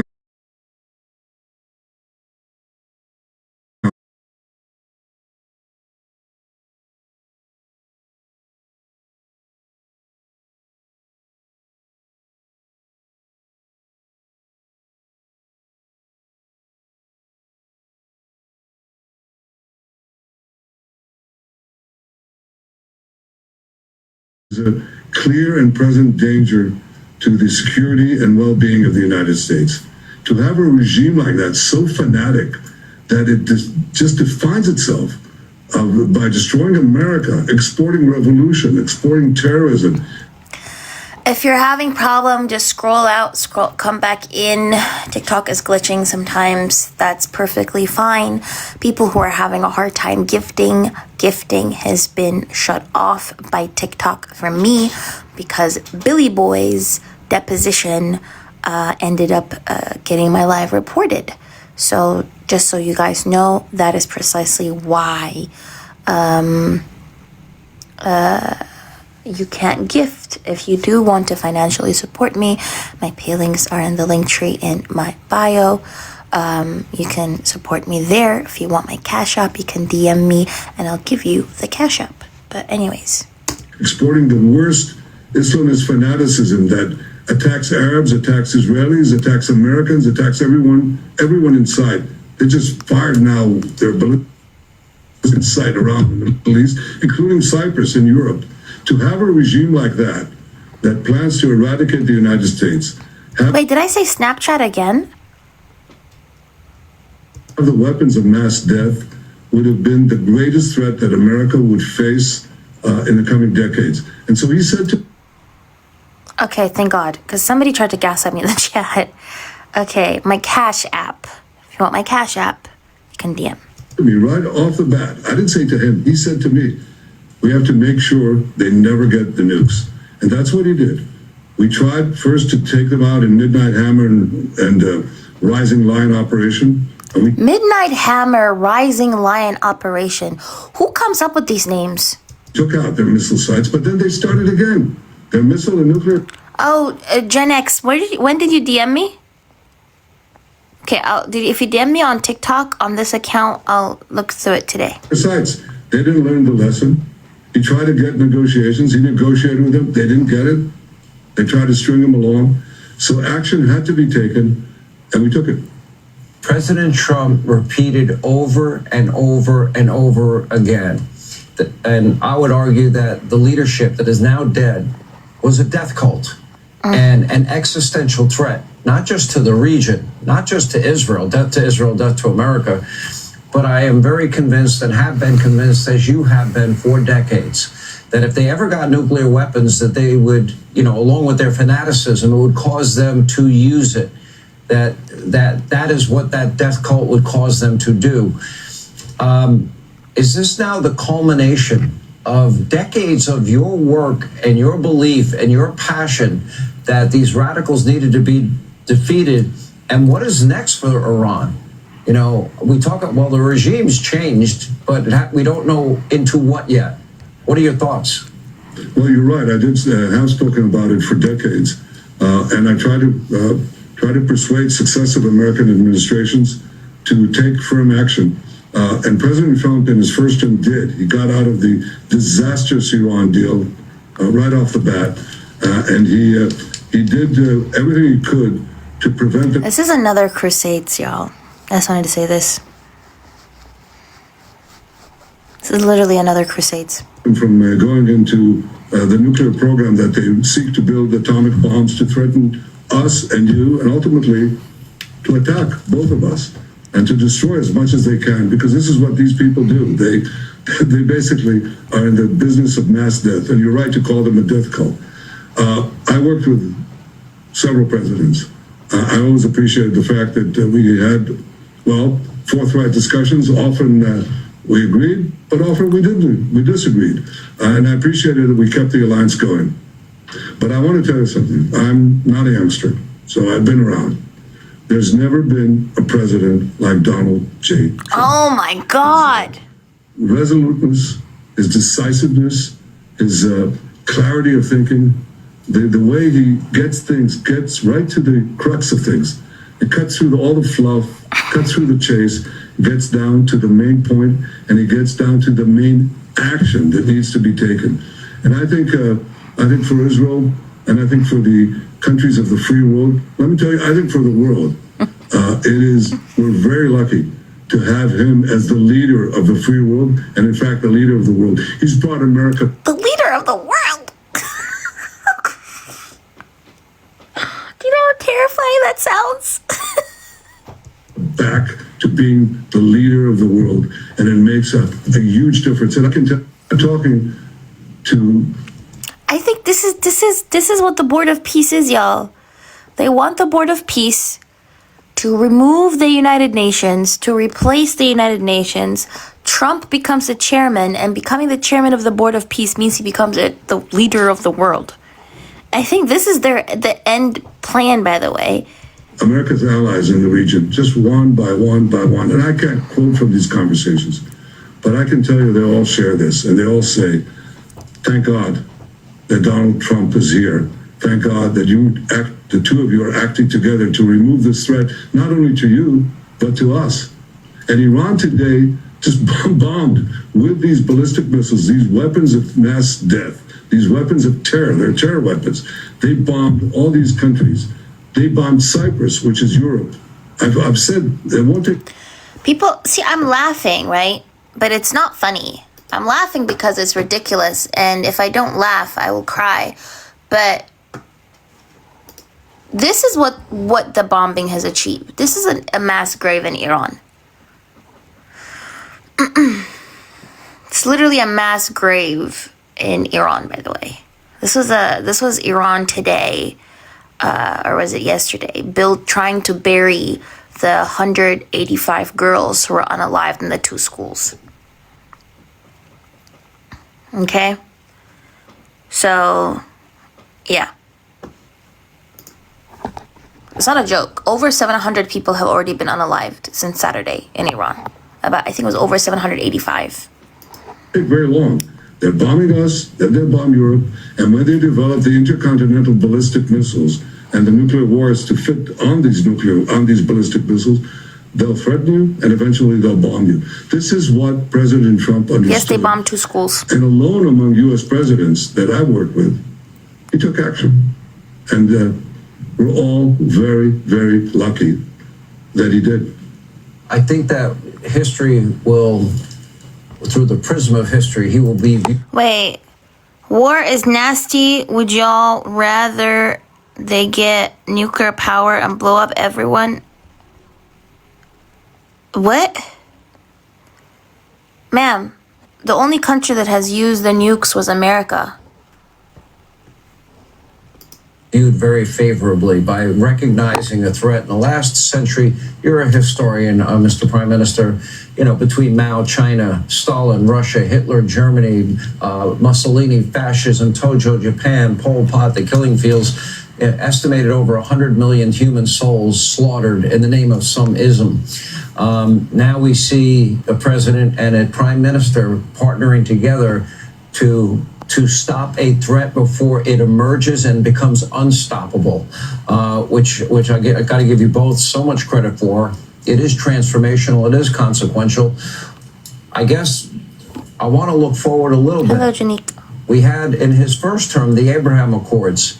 I know that there are countries in your region of the world that have been looking for a window of opportunity. I'm talking about the likes of Saudi Arabia and the UAE and Dubai and Egypt and Jordan. Dubai is in the UAE.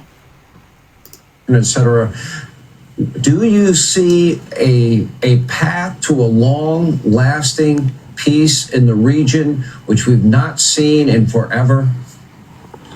Yes, I do. In fact, I hear the people are saying we're going to have an endless war here. You're not going to have an endless war. Yes, you are. Because we are point with that we've been, and Iran, this terror regime in Iran is the weakest point that it's been here since it hijacked Iran from the brave Iranian people 47 years ago.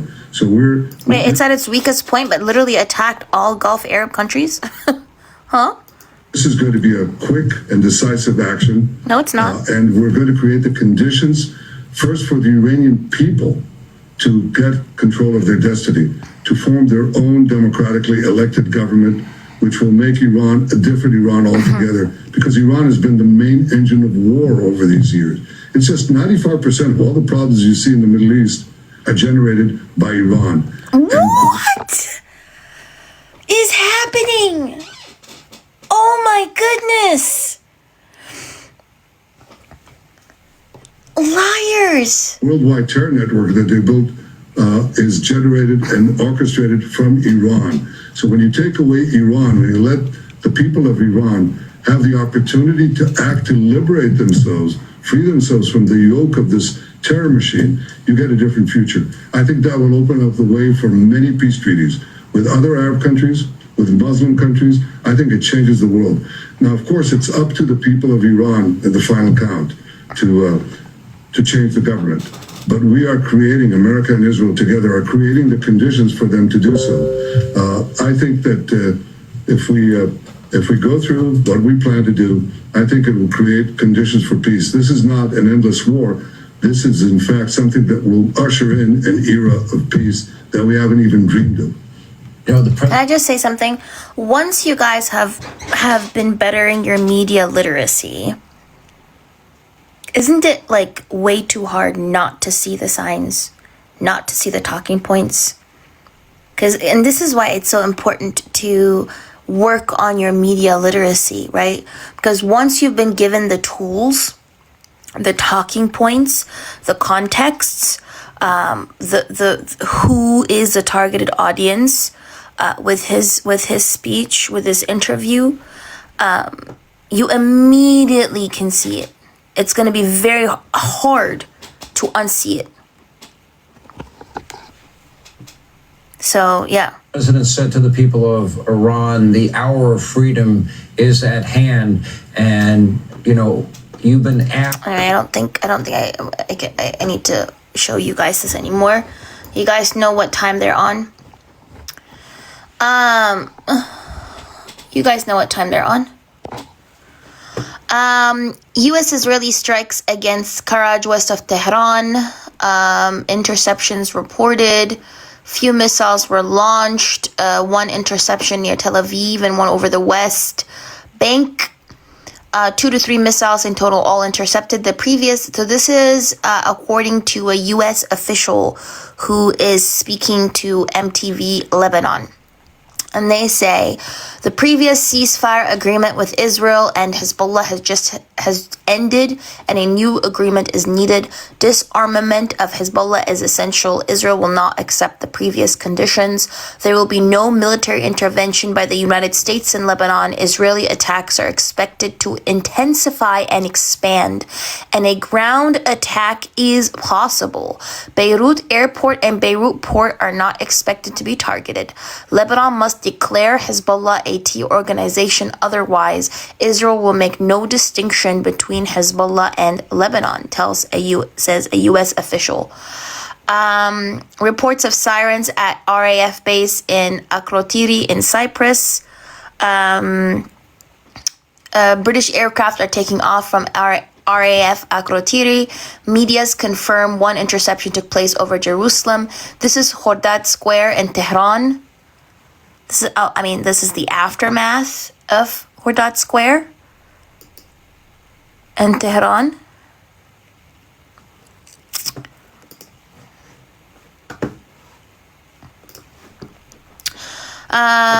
Breaking U.S. airstrikes against Khorramabad missile launch site, western Iran, minutes after Iran launched ballistics.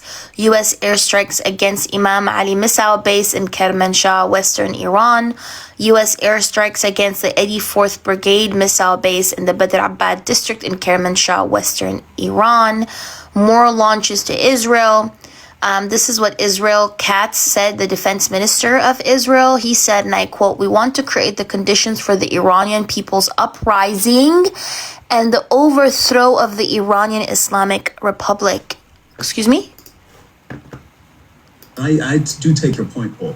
But isn't there also the other scenario? Why are you creating the conditions instead of it being organic? Which is they can go to Americans during this campaign. Interceptions attempted. Alarms have not sounded in Tel Aviv. This is a U.S.-Israeli airstrike on the General Directorate of the Police of Sanandaj, Western.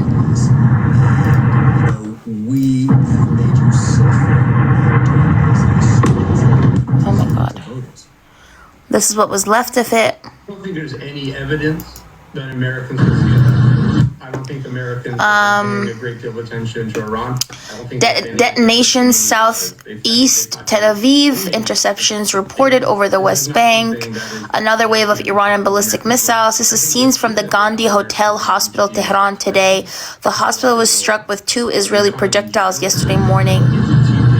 Oh my goodness. This is the hospital from which the parents and the nurses we don't know what happens in November, but this certainly adds. This is the hospital and the nurses and parents were evacuating those children in incubators from.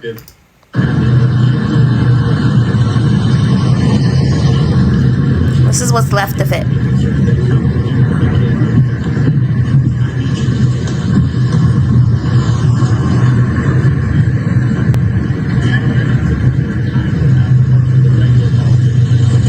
is a hospital.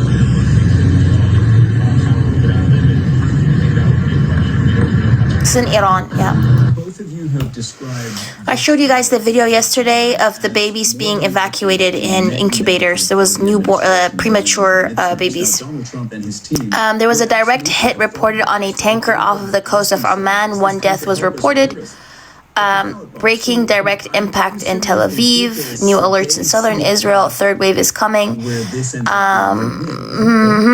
Northern Israel. This is visual confirmation of a direct impact in southern Israel. Where he said that a successful campaign would look like Venezuela. Insane footage of Iranian missiles striking southern Israel. So this is an Iranian missile. Hold on. How different that was.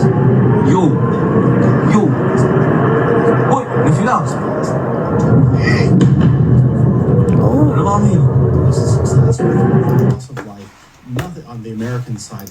Quick, easy campaign. Here?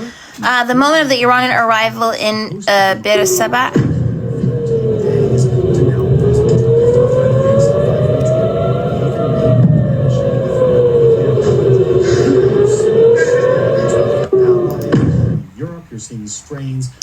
Multiple explosions reported in Kuwait.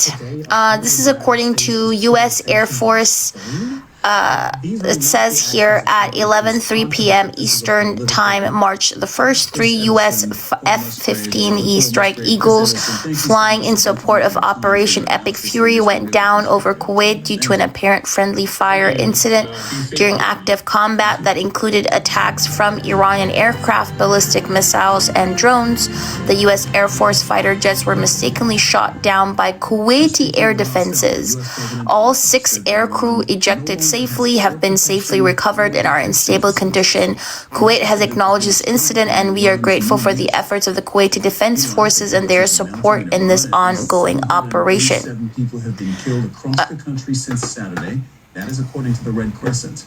Multiple buildings have been targeted, including one in Qom, which hosts meetings of the there are sirens over Bahrain. There's violent U.S. airstrikes on Tehran, multiple attacks across the city. This is Tehran right now, by the way. There have also been Iranian missile strikes in central Israel and the northern Galilee. No, Iran is not fighting off indiscriminately. Iran is specifically attacking any U.S. asset, which means any hotel that houses U.S. soldiers are being targeted, any army base is being targeted, any tankers that are trying to cross, or any vessels that are trying to cross the Strait of Hormuz are being targeted because it said that it blockaded the Strait of Hormuz. It is attacking every U.S. asset, including embassies. And on top of that, it's also targeting airports so that people don't leave. It's targeting oil platforms and facilities so that it can crash probably the economy of these countries. So it's not attacking indiscriminately. This is Tehran right now. And since we're finding this out, let's stick to the Gulf for now. 3 B-1B bombers carried out attacks on Iran overnight. Insane security camera footage of the moment an Iranian missile struck Israel. Hold on. So this is in Israel when Iran struck it.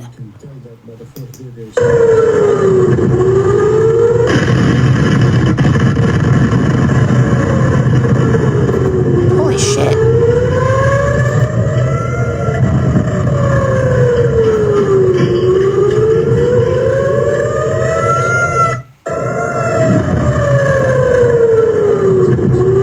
Let's watch that again. So this is in Bir Saba. This is scenes from Tehran. This looks apocalyptic, I'm not gonna lie.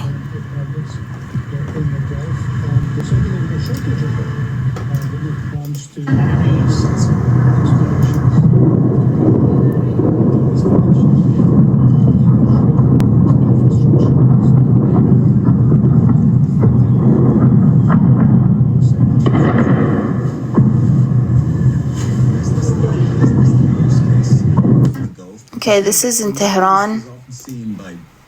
people who don't live in this part of the world. An Iranian ballistic launch from Hamdan, Iran, malfunctions and strikes its own territory, geolocated to Route 40 west of Hamadan city near Yakinabad. Lebanon will implement a ban on Hezbollah's military activities, effectively asking Hezbollah to give up their weapons to the Lebanese state. Sorry, y'all, if my screen is glitching, if my likes are glitching, if my gifts are glitching, this is all Billy Bob's doing because he tried to watch his deposition yesterday and somebody felt salty and I got reported. So for the next week, my gifting is suspended and my live is restricted. That's why there aren't as many people in here as well as usual. Yeah, unfortunately. I've already contacted TikTok. So yeah. If you do want to support me though, my pay links are in my bio. Billy Bob, yes, Bill Clinton. That's what I'm talking about. Billy Bob is Bill Clinton. There are no missiles that are going to reach. Yes, it's restricted. It's not being pushed out. Following Saudi Arabia, Qatar's defense minister confirms Iran struck its vital energy facilities in Ras Laffan. Majid Ibn Raza has been appointed as the acting defense minister of Iran. Russia's Putin held a phone call with UAE's Mohammed bin Zayed to discuss the regional war. The Wall Street Journal reports that Israeli Prime Minister Netanyahu teamed up with senior Republican legislators over the past few months in order to convince President Trump to strike Iran. What? Greece is sending 2 warships and 2 fighter jets to protect Cyprus following the drone attack on the RAF Akrotiri base. In an interview to The Telegraph, Donald Trump criticizes Keir Starmer, saying he was very disappointed for taking too long to authorize the use of Diego Garcia Air Base for strikes on Iran. Holy...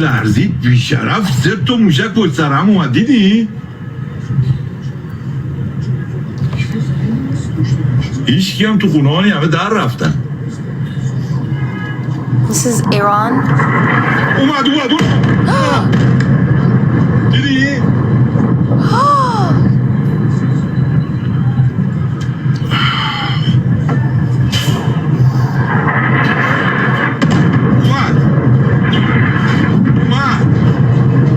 Oh my goodness.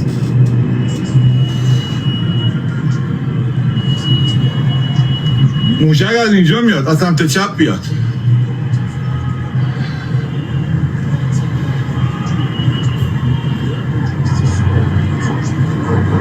اومد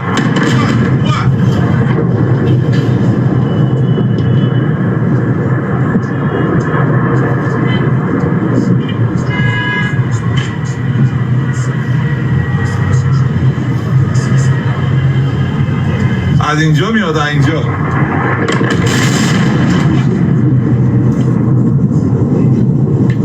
برو بریم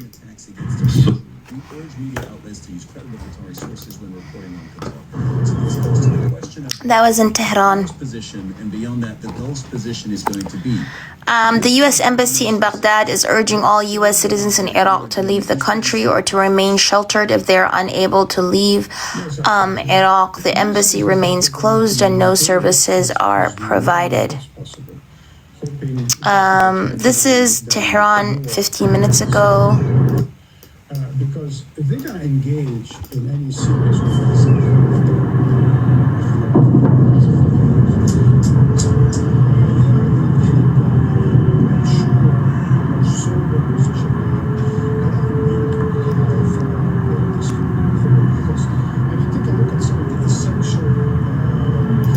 facing a country like Qatar. It's not Cyprus government announces 2 drones were shot down this morning during an attack on the Akrotiri RAF base. As a precaution, all RAF assets on Cyprus have been placed on high alert and partial evacuations of other bases are reported. Qatar Energy is suspending all liquefied natural gas production following this morning's attack on Ras Laffan. They are the world's largest LNG producer with nearly 20% of global production. Oh. Saudi Arabian officials say a planned attack of Iran on Saudi oil facilities can justify a military retaliation. Israel issues an evacuation notice on numerous buildings in southern Beirut. Paphos Airport in Cyprus and surrounding civilian locations have been evacuated as well. European gas prices increased by up to 30 to 45%. CENTCOM says that a 4th service member has been killed during combat. 8 commercial passenger flights have been able to take off from Abu Dhabi since 2 p.m. local time. Saudi Arabia raises its military alert levels. Iran, unlike the United States, has prepared itself for a long war. Ali Larijani, Secretary of the Supreme National Security Council of Iran, said. Cyprus asks for British guarantees that its bases will be used only for humanitarian purposes. Of course not. U.S.-Israeli airstrikes on Tehran, Iran. All U.S. military bases across the world have been placed on heightened alert under FPCON Bravo. Imagine. Again, this is why I'm telling you, the 12-day war between Israel and Iran was a test to see if Israel would be able to handle Iran. I am convinced of that. I am convinced of that. The 12-day war last year was a test from Israel to see if it could handle Iran single-handedly. And the war showed that it could not, in fact, handle Iran single-handedly. And I think the Venezuelan invasion this year was also a test run. I think America was trying to test its capabilities and how quick it would be able to take down a leader, so it invaded Venezuela, and then now they're both doing it together. And the problem is, though, they're figuring out they can't do it together alone, so now they're asking other countries, like the Brits, like the French, the Gulf Arab countries, to also intervene. They basically want to destroy the country, and that's why they're they're asking and urging all these different countries to intervene, by the way.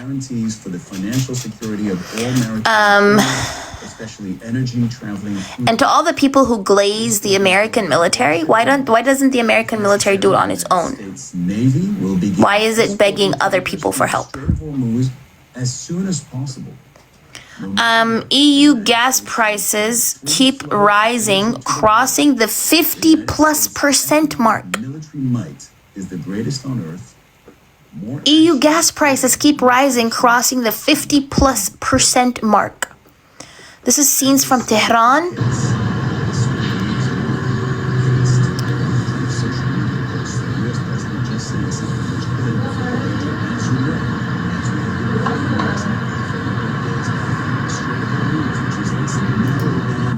And this is why Tehran, Iran is closing the Strait of Hormuz. This is why it's attacking all these oil rigs, because it's saying, if I go down, I'm taking you all with me, because they know it's existential for them.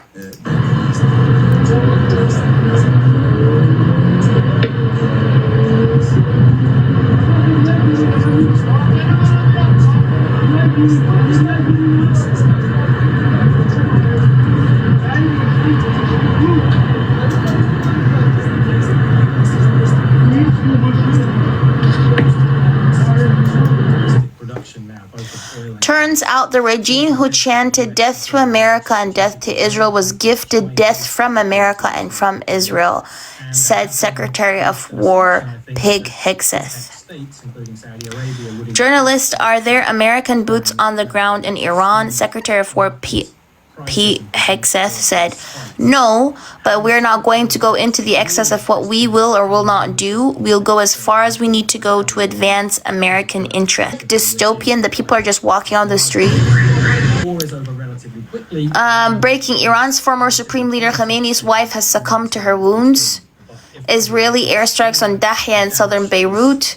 These are scenes from across Tehran.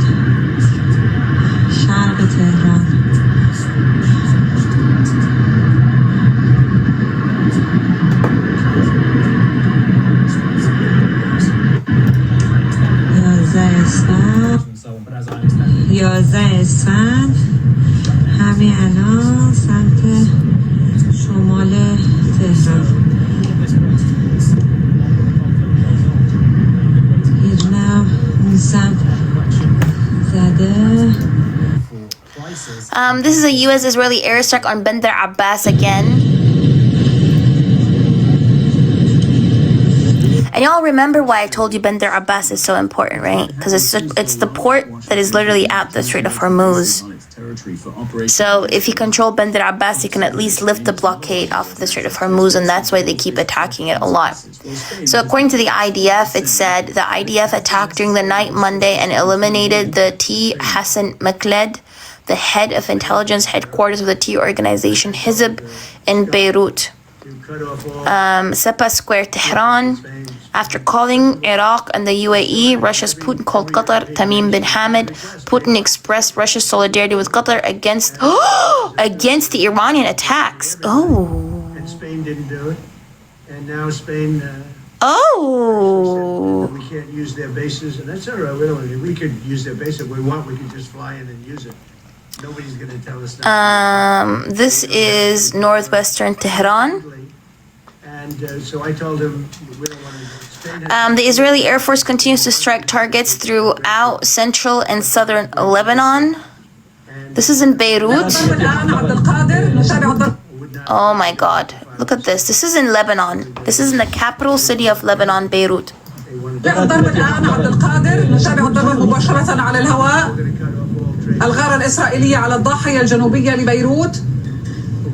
She's saying that the airstrike Dahya, which is southern Lebanon, southern Beirut. Yeah, I can repeat it. الغارة الإسرائيلية على الضاحية الجنوبية لبيروت حيث إسرائيل تنفذ غارة جوية الآن على الضاحية الجنوبية لبيروت كما نرى. Hi, Nurse by Half Day.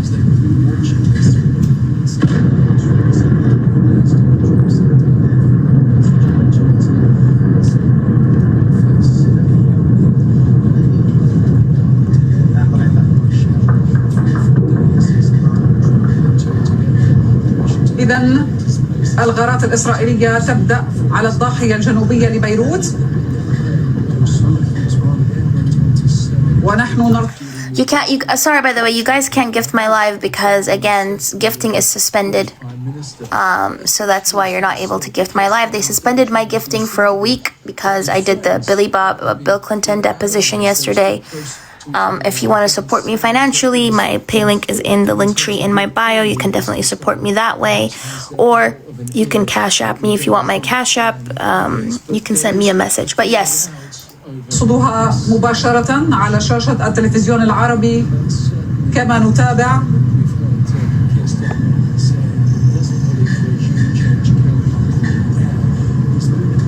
وآثار الدخان الناجم. Yes, this is Beirut. This is Beirut. This is specifically Dahya in southern Beirut, the Dahya neighborhood. عن هذه الغارات التي واضح بأنها غارة قوية من حجم الدخان المتصاعد.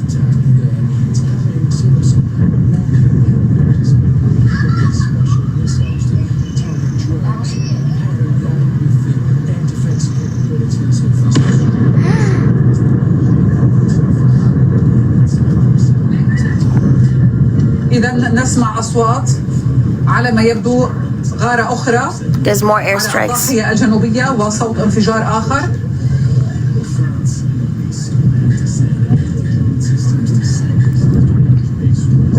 Oh, I didn't mean to send an invite. My bad. Sorry, chaotic.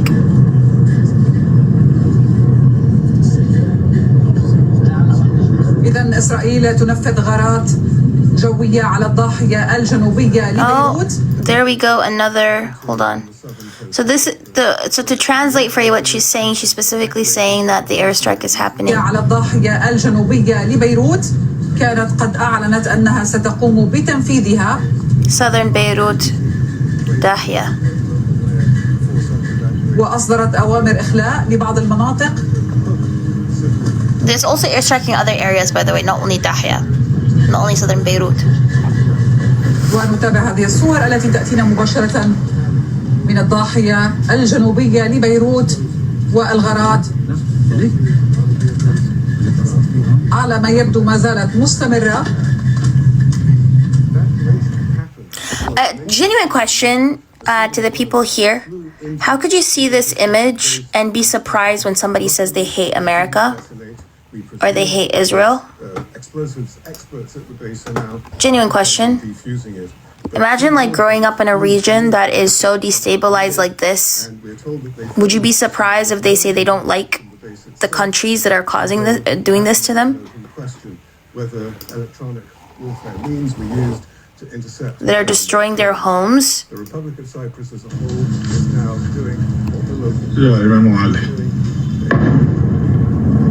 This is in Lebanon, by the way.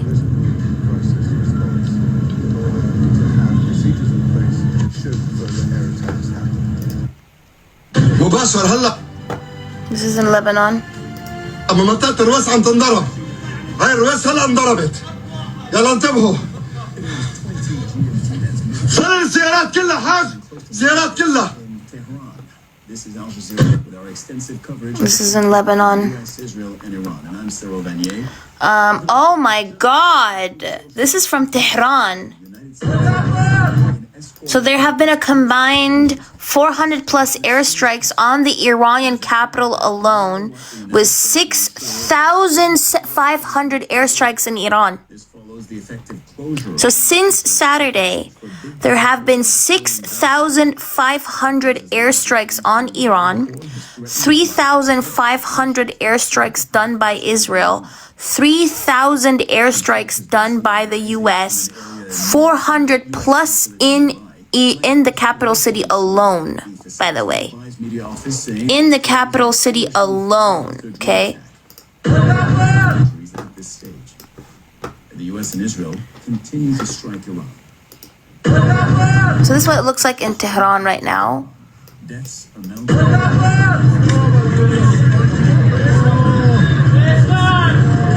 Oh my God, okay.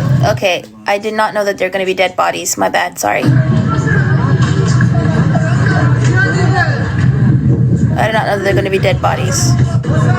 But it looks very apocalyptic. Earlier, Israel attacked the Lebanese capital, Beirut. Israel's defense minister has authorized troops to take control of additional... This is a Tehran skyline. Hezbollah says that it downed an Israeli drone in that area. And French President Emmanuel Macron has been speaking. He has ordered a nuclear-powered aircraft carrier to move from the Baltic Sea to the Mediterranean to help protect Allied allies. This is CENTCOM releases footage showing U.S. airstrikes on Iranian ballistic. War has once again engulfed the Middle East, triggered by strikes launched by the United States and Israel against Iran. It is now spreading throughout the region and having grave consequences for peace and security for all. The Islamic Republic of Iran bears primary... So this is a video footage by a family that records who are frightened after U.S. struck Kermanshah multiple times earlier this afternoon, local time.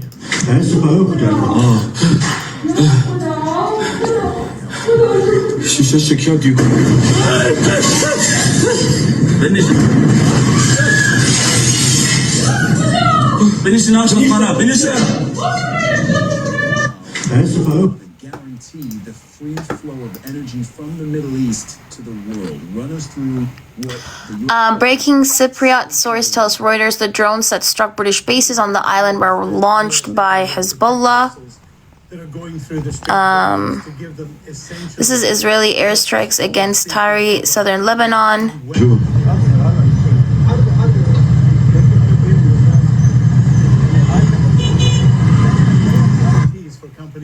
Emmanuel Macron, president of France, has announced France will increase their number of nuclear weapons and will no longer disclose how many it has.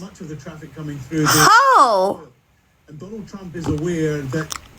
Why is France increasing its arsenal of nuclear weapons? Is it because they don't want to be next? Is that why? And of course, one of his big things politically at home is that Israel, this is southern Lebanon. Oh my God, this is Lebanon again, by the way.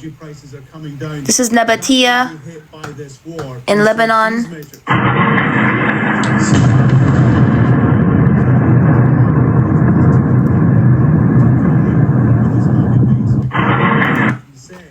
He was the preferred president in his first term that didn't start see a lot of US money being spent.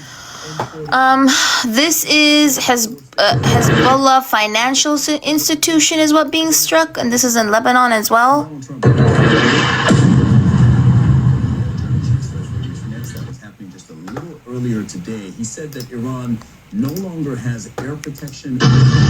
This is Lebanon, Beirut. Not, yeah.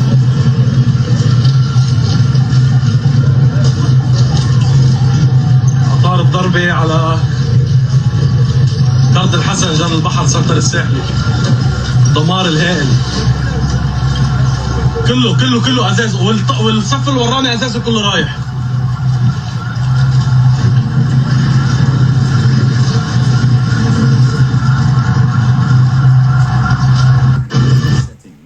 Questions are fired at him. What can you brief us on? What are the main things that? Initial reports of large strikes near Isfahan nuclear facility. We haven't even started hitting them. Iran hard. The big wave hasn't even happened. It will come soon, said Trump. CNN reports that 18 service members were also seriously injured during its attacks from Iran. Israeli media N12 reports these strikes were conducted by the U.S. military. Hold on, Sir Drones. Reports of an explosion in East Jordan near a U.S. military base. This is Qatari Ministry of Defense reports they successfully shot down 2 Iranian aircrafts. Opens up a whole different question about U.S. foreign policy being dictated. 3 unalived and 68 injured in the UAE since the start of the Iranian attacks. Friedrich Merz, who is the Chancellor of Germany, will travel to Washington, D.C. and meet with President Trump on Tuesday, presumably to discuss the war and possibly Germany's entry. This is interception debris from Iranian rockets landing in Israel. UAE is talking about defense, you know? The same UAE that's G-siding Sudanese people. President Trump told the New York Post this morning that he isn't ruling out boots on the ground in Iran. I don't have the yips with respect to boots on the ground. Like every president says, there will be no boots on the ground. I don't say it. The U.S. consulate in Erbil, Iraq, was attacked by 3 Iranian drones. All were intercepted. The IDF recently carried out a targeted attack on another senior T in Beirut. This is according to the IDF, by the way. I'm quoting them. This is not my words. Do y'all know why I hate the UAE, by the way? Do you want to see why I hate the UAE? I'll show you why I hate the UAE. I'll show you what the UAE supports. If you guys are wondering, the hypocrisy. By the way, this is a mass grave in Iran. This is a mass grave in Iran of the schoolgirls who were unalived. Okay? But I'll show you guys why I don't like the UAE. I'll show you guys what the UAE is enabling. Hold on. Where is it? Give me a second. Here. So this is Nathaniel Raymond, at Yale Yale Public Health, and he has been monitoring the issue in Sudan since the beginning, right? And this is him talking about how the RSF tends to unalive people. The RSF is basically a UAE proxy. We got ground photos from El Junaynah pretty early on in the killing that we had not made public. And that became very important. By the way, trigger warning, of course, this is about unaliving, violence, 100%. But I do think it's important for you guys to understand why I have this hatred for the UAE. We got ground photos from El Junaynah pretty early on in the killing that we had not made public. And that became very important because we were using them to measure the bodies because there were so many body piles of Masalit men and boys. They basically caught this one neighborhood and blocked it off. And they raped the women and the girls, but the women and the girls would gather the bodies and put them in basically a mausoleum they created out of a schoolhouse. And so we could navigate and follow the RSF killing from space using the body piles as navigation points. They were killing so many. And so we got very good measurement that the average dead Masalit boy was 1.3 meters and dead Masalit man was 2 meters in 30 centimeter very high resolution satellite imagery. And so we then detect through NASA sensors thermal plumes exploding to the north and a little bit to the south, but mostly the northwest. The village of Serba goes up. We watch that from space as they attack like hyenas. They come in on one side to lead the people in one direction, and they attack from the other direction very closely. And so what I'm saying is we assessed at that point for the U.S. government that the RSF was using the fighting the capital to finish the Darfur genocide, beginning with the Masalit. And we sent a very important secret warning saying that Al-Fashir would likely be under attack by the end of the 2023-2024 dry season. So we sent a message to the U.S. government that, up to the National Security Council, National Intelligence Council, that Al-Fashir was going to be under attack probably at earliest November 23 into the beginning of 24. And we briefed the UN Security Council in private session in July 2023 is when he briefed the American government and the United Nations Security Council. And the massacre happened in October of 2025. And up till October 2025, from July 2023, they did nothing. They didn't heed the warning at all. They allowed the UAE to continue funding this genocidal group. They prioritized that. They continued sending weapons to the UAE and did absolutely nothing. July 2023. So we were 2.5 years from the massacre in Al-Fashir that would happen on October 26th until now. And so we had 2.5 years of warning. And we could see from how they were moving the forces. DJT, I talked about the Clintons yesterday, literally. The reason as to why my live is restricted right now, the reason as to why people can't even gift me, and the live is restricted, it's not being recommended, is because I was talking about the Clintons yesterday, and I was trying to show the deposition.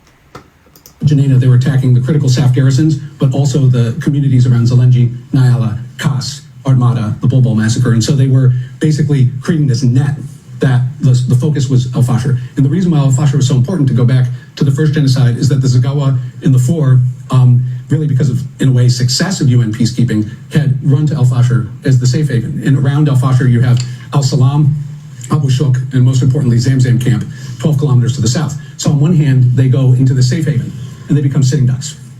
And so we could see, by the time we get to the spring of 2024, so we sat the siege watching from space for 18 months. The siege lasted 18 months. I want to put this in perspective. Al-Fashir was under siege for 3.5 times Stalingrad, and 3/4 the siege of Leningrad during World War II. Gaza was under IPC-5 for I think a month to 2 months, correct me if I'm wrong. We were under IPC-5 in Al-Fashir, integrated phase classification level 5, highest level of famine, for 15 months. Okay, 15 months. And now that the massacre has happened, the city has fallen to the RSF. The aid workers that we talked to, and this is a good lead-in to my friend, that those who have arrived in Tooele, which Nick mentioned, which is the last safe haven out of El Fasher, those very few that have arrived have one of the highest rates of malnutrition we have ever recorded in my knowledge as a humanitarian. And who arrived out of the massacre? It was women and unaccompanied minor children. Why? Because they were killing the men and boys at a berm. They built a wall around El Fasher by the fall of this past year that we were the first to catch it. It was 9 feet high, and they had bulldozers working around the clock in backhoes, 37 kilometers long. They created a kill box, and they walled in the remaining 4 in the Zagawa in the city, and basically the last major battle to date of the Darfur genocide. And when it fell, we could see the street filled overnight with 1.3 meter to 2 meter objects, and they were in C shape, J shape, or L shape. That's because when you shoot someone and you look at them from space when they get shot, they'll fall in the fetal position or on their knees. And so we saw trucks with 50 cal machine guns, and we would see half-meter red discoloration on the ground, and that was blood. And we think we got a call. This is where I'll end. We had a ground network. We think they're all dead now. Our ground guys call us on Monday after the fall, and in the morning they say 1,200 of our family members and friends are dead. By that evening, they say 10,000. By Tuesday, we never got them on the phone again. 60,000 people were unalived in 3 weeks, by the way. 60,000 in 3 weeks. What does it say here? Our low estimate is 60,000 people have been killed there in the last 3 weeks. As many as 150,000 residents remain unaccounted for since the city fell to the RSF.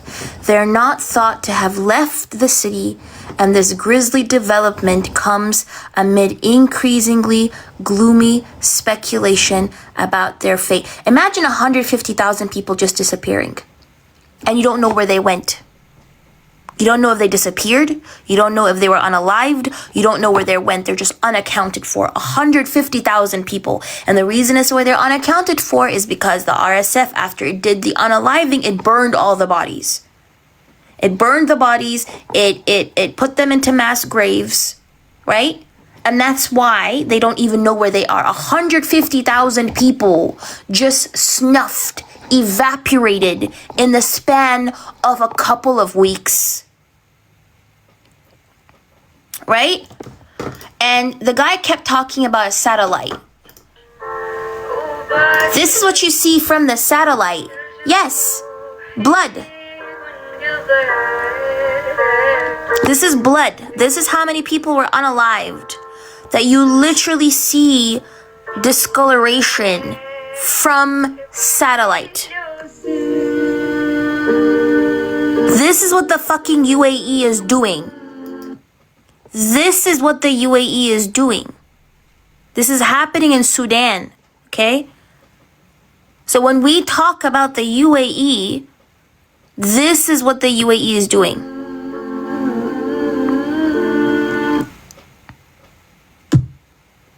You heard him talk about satellite discoloration and all that stuff. Literally, this is what's happening, right? And if you guys wonder, why am I why am I saying good that the UAE is getting hit and yada, yada, yada? This is another thing as well. This is one more thing. Inaya Abdullah fled Al Fasher after it fell under RSF control. She says she escaped with her pregnant sister, leaving her husband behind, but the RSF stopped them on the outskirts of the city as her sister went into labor. They asked my sister if she gave birth to a girl or a boy. She said it was a girl. They held the baby and said it's a boy. Then they went and brought wood, lit it, and boiled water and put the baby inside. The baby died. My sister died shortly after out of heartache. And my husband... You heard that right. They put the baby in boiling water. ...has been missing ever since. He didn't come with us. We don't... They put the baby in boiling water. Yes. They bought wood, they boiled water, and they put a baby in boiling water. And brought wood, lit it, and boiled water and put the baby inside. The baby died. My sister died shortly after out of heartache. And my husband has been missing ever since. So the RSF, Rapid Support Forces, which is practically a UAE proxy and militia. The Rapid Support Forces is receiving cargo weapons from the UAE to do what they're doing, to literally get gold and Arabic gum from Sudan, and also destabilize Sudan and have access to the Red Sea. So yeah, fuck the UAE, okay? The UAE is literally shit. And this is why it's so diabolical to me that Trump is pretending as if he's here to liberate Sudanese people, Iranian people, but his allies are literally Israel, a country that is genociding Palestinian people, UAE, a country that is G-siding Sudanese people, Rwanda, a country that is G-siding Congolese people. Right? And it keeps arming them too. So here it says, complete air superiority over Western Iran. And people who like are wondering about the Epstein files, and Qatar is not a part of the UAE. Qatar is a separate country. The UAE is a federation of 7 monarchies. They're called the Emirates. And that's why it's called the United Arab Emirates, because it's a confederation of these 7 emirates, 7 monarchies who have their own leaders, but the leader usually comes from Abu Dhabi, which is one of the monarchies. So that's what the UAE is. Hold on. Not the fuel tanker that Iran hit getting called Athena Nova. Why do they have to pick Athena? Why did they have to pick Athena, bro?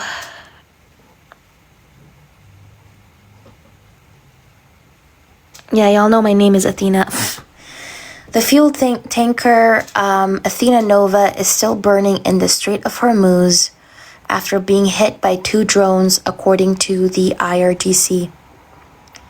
Moments of a U.S. arrival in Tehran earlier today. An explosion was heard at Al-Bakr Air Base in the Salah al-Din province, Iraq. Possible Iranian attacks. The Israeli War Cabinet has been briefed that the war may last several weeks. Several weeks. Hold on, let me check the server.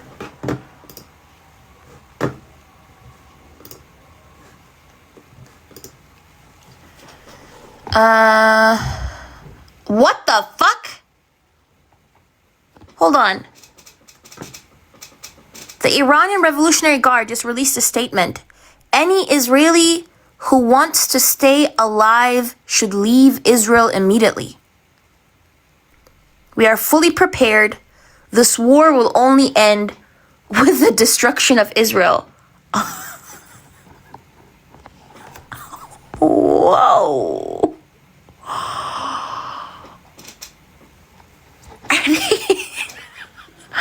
Are they saying evacuate the whole country?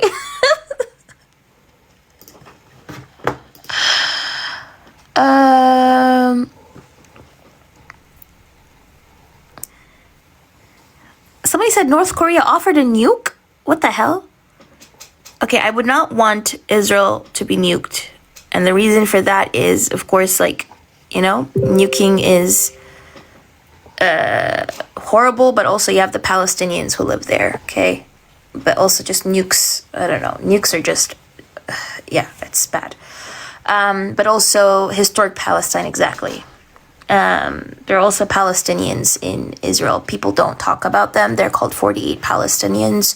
And they also live under an apartheid state, by the way. Even though they have Israeli citizenship, you know, the Israelis, when they come here and they say, we have 2 million Arabs in Israel. You know, when they say that, they mean like, I know they mean the Druze and stuff like that, but they mean also Palestinians, the 48 Palestinians. But anyways, yes, no nukes. Nukes is just a catastrophe.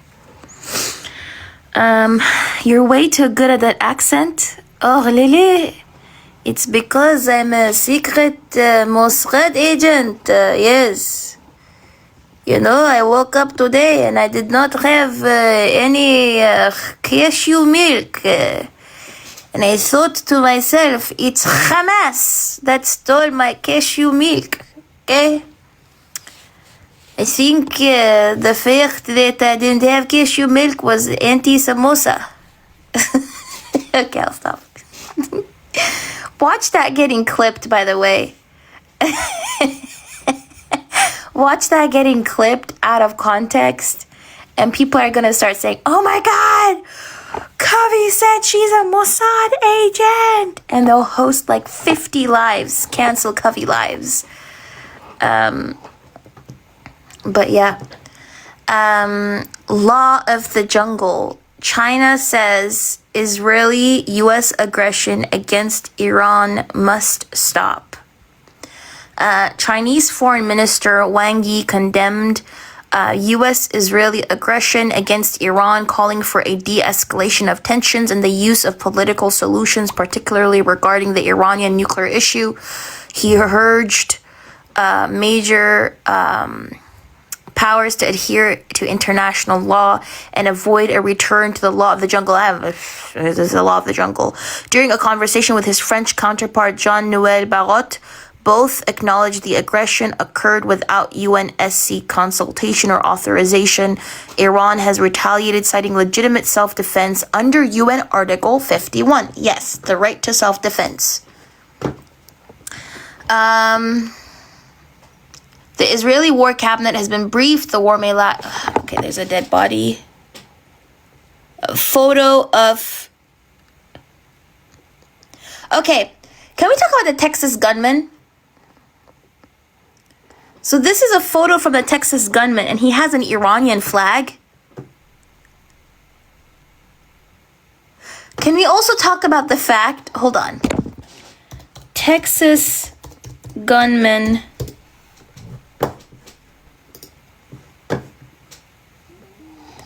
Can we talk about the fact that this man had the word property of Allah? Listen, I'm not Muslim, okay? But what Muslim person goes around with a hoodie called property of Allah? Yo! Genuine question, what Muslim does that, bro? To any of the Muslims here in my life, okay, I'm not Muslim, right? But in my life, is it normal for a Muslim to go around with a hoodie saying property of Allah?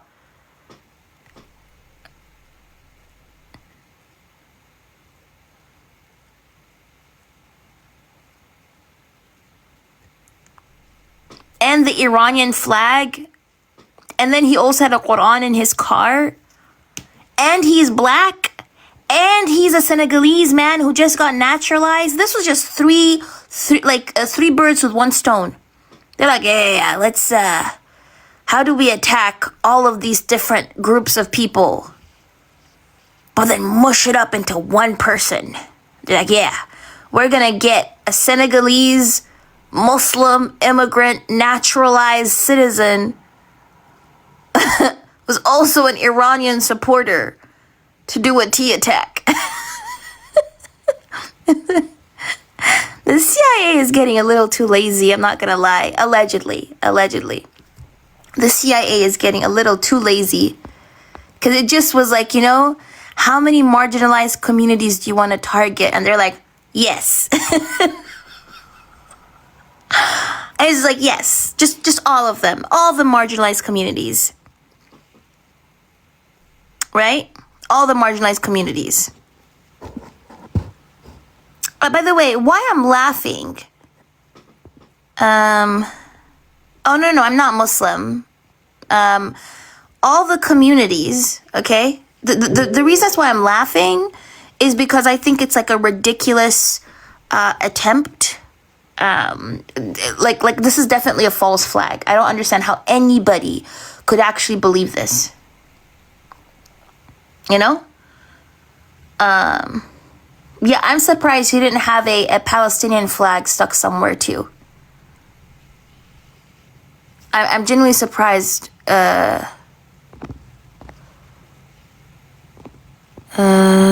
You've been laughing hard for days. It's sick. Oh, Lord. Okay. Anyways, I'm genuinely surprised that he didn't have a Palestinian flag somewhere there. And he had an Iranian one. Somebody said Marco Rubio is speaking. Hold on.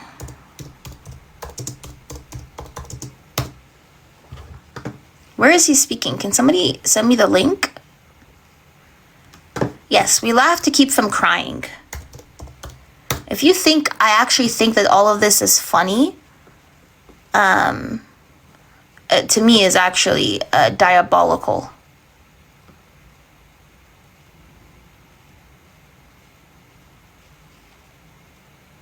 Wait, there's nothing wrong with being Muslim. What the hell?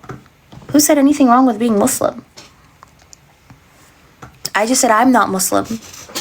I think it's ridiculous though that this guy was a what? A Senegalese immigrant, naturalized citizen who's Muslim and has an Iranian flag and has property of Allah on his hoodie and actively has a Quran in his car, just happened to do the attack. It's just targeting all these marginalized groups of people in one person. Definitely a false flag. Yeah, definitely staged. Definitely staged. Anybody who doesn't see that it's staged, I don't understand. It's like the CIA has gotten very sloppy. Hold on. Where is Rubio talking? Live? Where can I see it?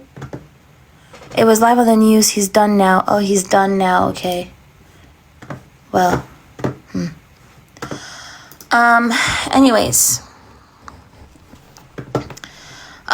This is an Iranian Shaheed drone impact in Bahrain.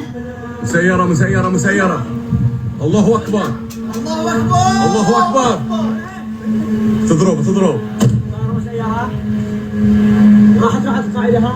يا علي يا علي يا علي يا علي احكيها يا علي يا علي يا علي يا علي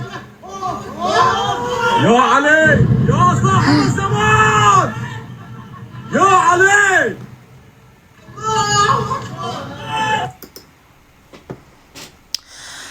Israeli strike on the Iranian consulate building in Beirut, Lebanon. Israel allegedly attempted to assassinate as... By the way, did y'all hear... I read... Hold on, where is it? I saw this yesterday, okay? And this surprised... Well, didn't actually surprise me. Okay, let me continue. Have heard from an Iranian friend, says Tariq Ali on Twitter, that her partner in Tehran has sent her a message. He is a leftist and is telling her that the US and Israelis are targeting a number of known leftist homes in Tehran and elsewhere in an attempt to make sure there's no opposition to their favorite candidate once they destroy the regime. What this reveals is the degree of... Did you guys hear that? Did you guys hear that? They're targeting leftist Iranis. Like Iranians...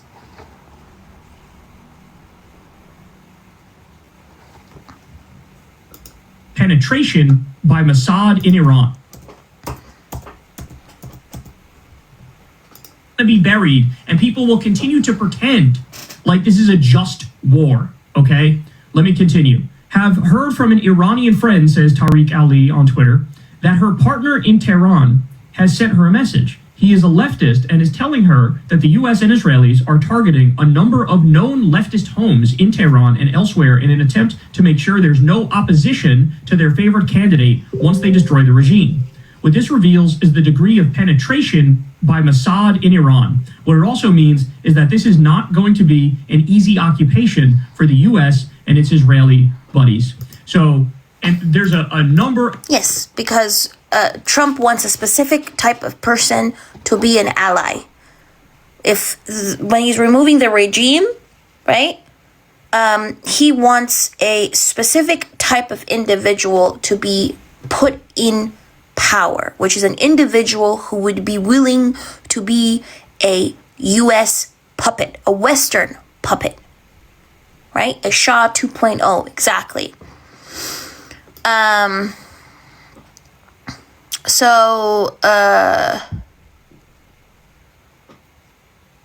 Wait, when I say leftist, the Democrats are not leftist. Don't be mistaken. The Democrats are not leftist. Okay? Liberalism is not leftism. As long as you believe in capitalism, you're not a leftist. Let me clarify. Of course, both parties are going to be Zionists because both parties actively believe in capitalism, and the last phase of capitalism is imperialism. It's imperialism. The highest form of capitalism is imperialism. Okay? And I'm not attacking anybody. I'm just telling you guys, as long as you believe in capitalism, there will never be liberation. Because capitalism necessitates genocide. You cannot have an ultra-rich society without genocide. You cannot have an ultra-rich class without genocide. You cannot have capitalism without genocide and exploitation and all these other oppression. Okay? It can't exist. It cannot exist. Capitalism cannot exist without exploitation. Capitalism cannot exist without genocide. Somebody needs to get genocided. That's what capitalism necessitates. In order for capitalism to function, somebody needs to be genocided. That's just how it is. We're sitting here in a capitalist society. We're consuming, we're wearing clothes that were most likely somehow produced by sweatshops in the global south. You're sitting on a phone, electronics, or an iPad that was made using resources, minerals that were mined by Congolese people. Okay? Every single thing, by virtue of us existing within the West, we actively, directly, indirectly cause harm in the global South. So if you are actually for liberation of people, okay, you cannot be pro-capitalism. Because capitalism is dependent on somebody being exploited. Somebody needs to be exploited. There has to be an exploited class. The question is, who is that exploited class? And that's why capitalism is also racialized. Okay? It's racialized because racism literally is the foundation of capitalism. So it's only specific types of people who are then open up to be genocided.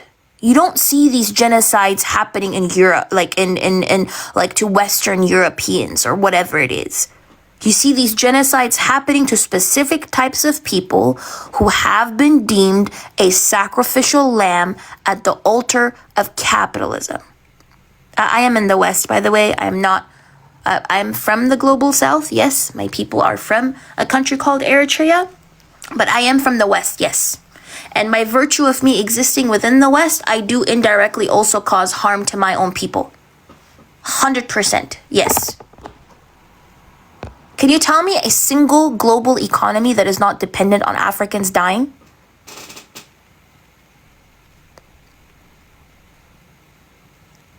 I don't drink iced coffee. Jojo Bizarre. Can you tell me a single economy that is not dependent on Africans dying?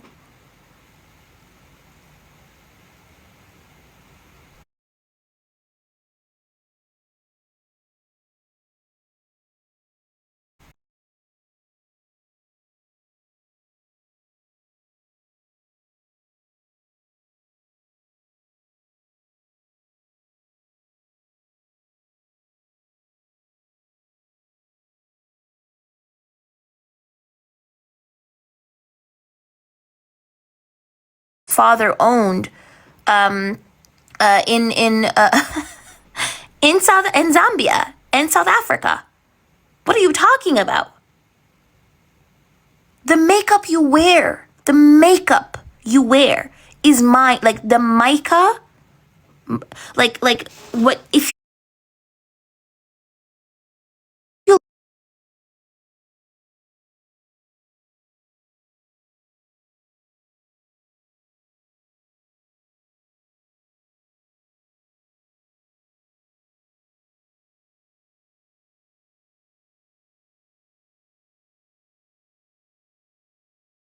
glitter and makeup comes from like a mineral called mica. Mica itself is mined by predominantly children. There's nothing. You like Huda Beauty? You like your, I don't know, your powder? Huda Beauty, her headquarters is currently in Dubai.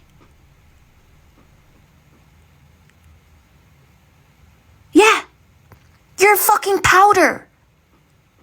You listen to Spotify? You listen to podcasts on Spotify? The CEO of Spotify literally invested in a European drone company. You know, the drones that are actively used in war and genocide? The CEO of Spotify decided to invest in drone company. So yes, there's nothing. There's literally everything is implicated. Everything is implicated. Yeah, Uber is involved, by the way. Uber did like a whole plan, like a deal with the UAE. Disney did a deal with the UAE because now they're building a park in the UAE. There's a whole list of companies that are involved in the UAE. Vaccines. Where do you think vaccines are tested? RFK Jr. got into a lot of trouble because his foundation was testing literally vaccines on newborns, black newborns in Guinea. Okay? So everything is literally dependent on Black death. You like anti-aging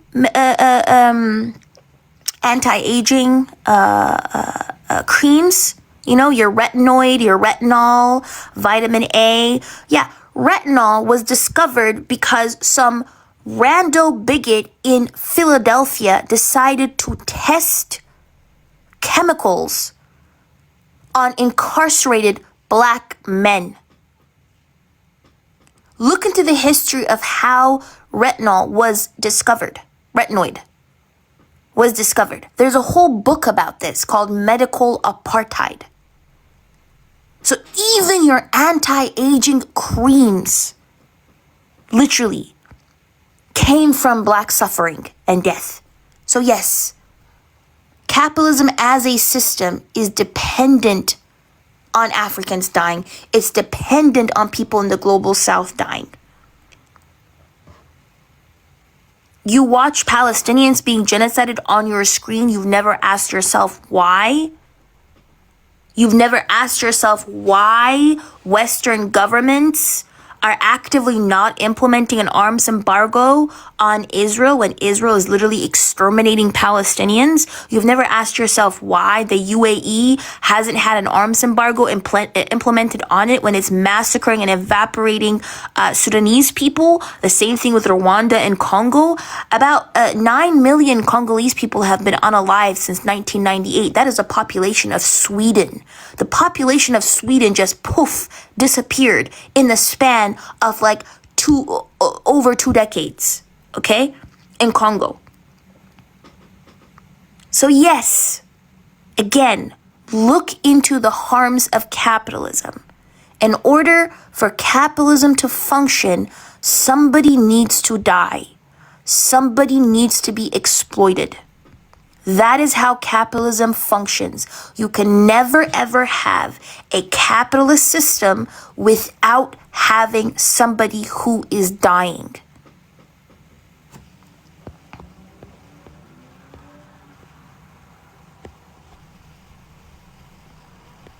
Okay? So, yes. So, that is what a leftist is.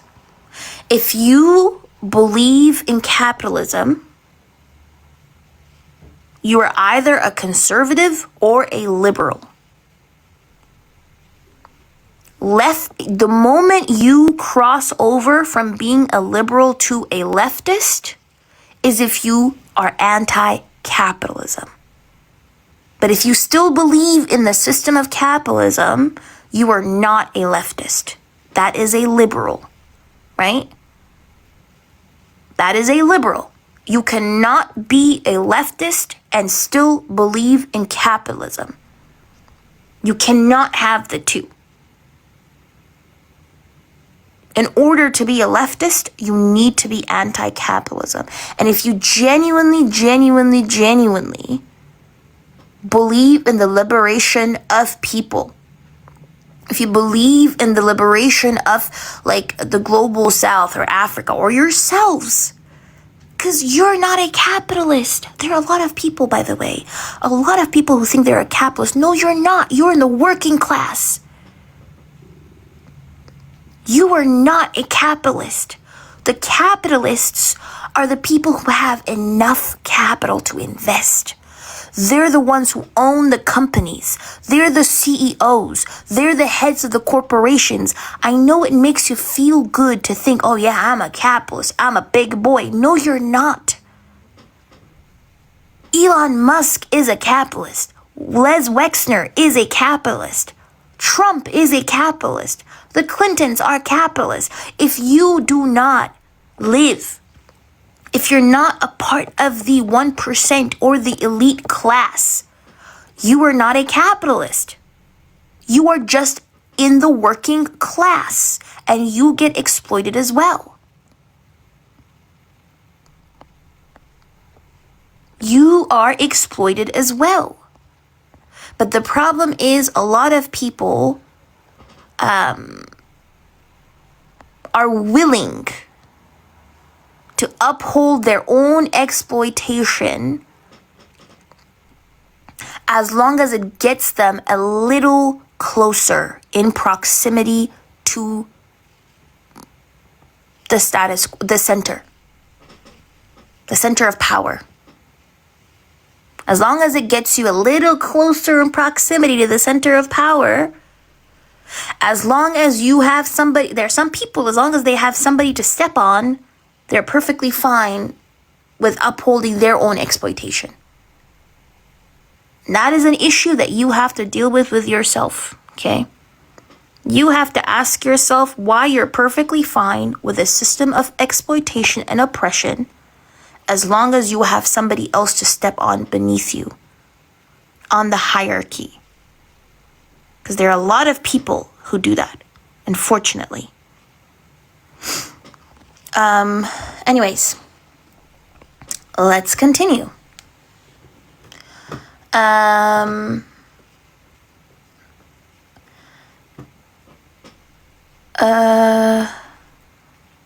am I finding Ethiopian and liberal allegations at the same time? No, for real. That's for real.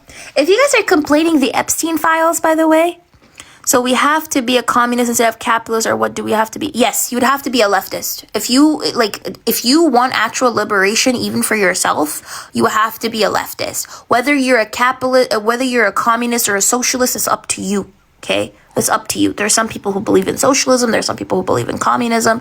That's fine. That's up to you. But you would have to be anti-capitalism if you want to actually not uphold or not what's it called. Not if you're anti-oppression.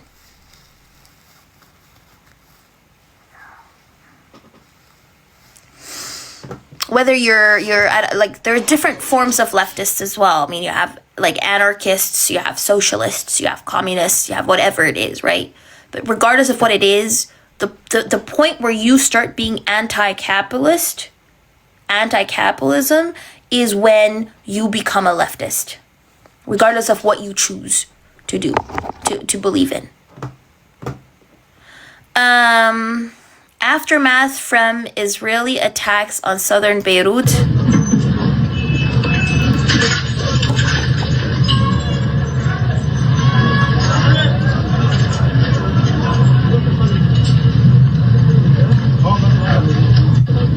By the way, this is why it's very important, right?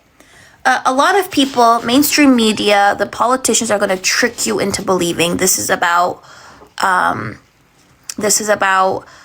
what's it called? This is about religion.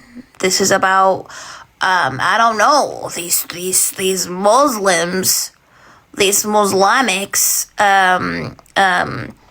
or this and that. Oh, these Jews or this and that. Oh, these Christians or this and that. Oh, it's about religion. Oh, it's about freedom of speech. Oh, it's about liberating people from oppressive regimes. Oh, it's about theism. Oh, it's about this and that. It's about weapons of mass destruction. They have ballistic missiles. They have nukes. No. It is all about money. Money, power, land. That's what it's about.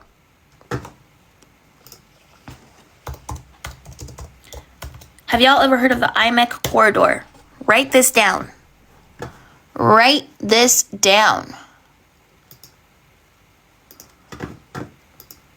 Damn.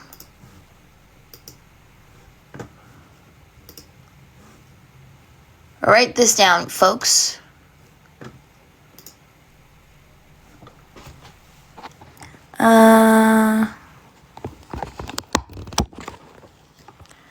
They're trying to turn us all into a bunch of serfs. Yes, that's true. This is the India, Middle East, Europe economic corridor, okay? This is the corridor that a lot of its, the West and its allies, you know what? I understand a lot of people, listen, a lot of people are not able to like, a lot of people are not able to repost, a lot of people are not even able to gift, and that's because, again, it's so restricted, by the way. So my live has been restricted for 7 days. I already got the message. I've already reached out to TikTok. That's why. But anyways, this is the IMEC corridor, IMEC corridor, okay? Write this down, IMEC corridor, India, Middle East, Europe economic corridor. Now, it's supposed to start in India, and it goes through, what is this? Do y'all know what this is? Does anybody know what this is right here?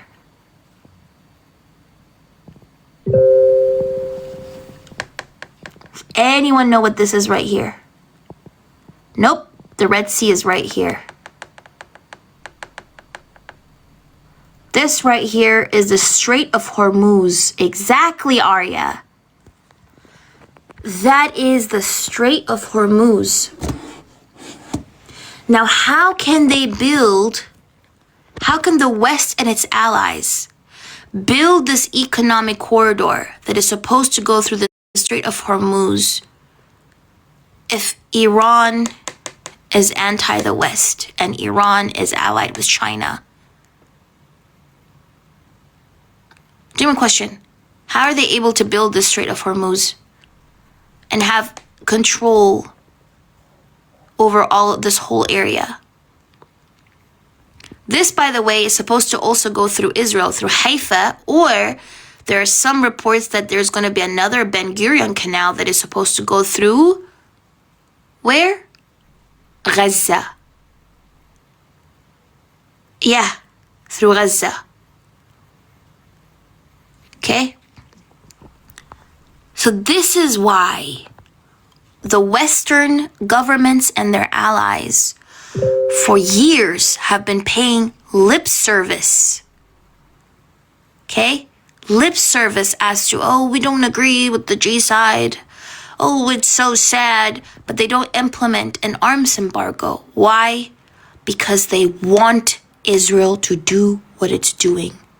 They want it to do what it's doing. They agree with what it's doing. Israel is basically the attack dog of the West. Okay? Israel is the attack dog that does the quote-unquote dirty work of the West. It G-sides people. It removes them from their land and then opens up that land for economic expansion. Right? That's why. If you've been shocked, you've been like wondering why is this happening? That's why. It's an attack dog. And the West wants this economic corridor built.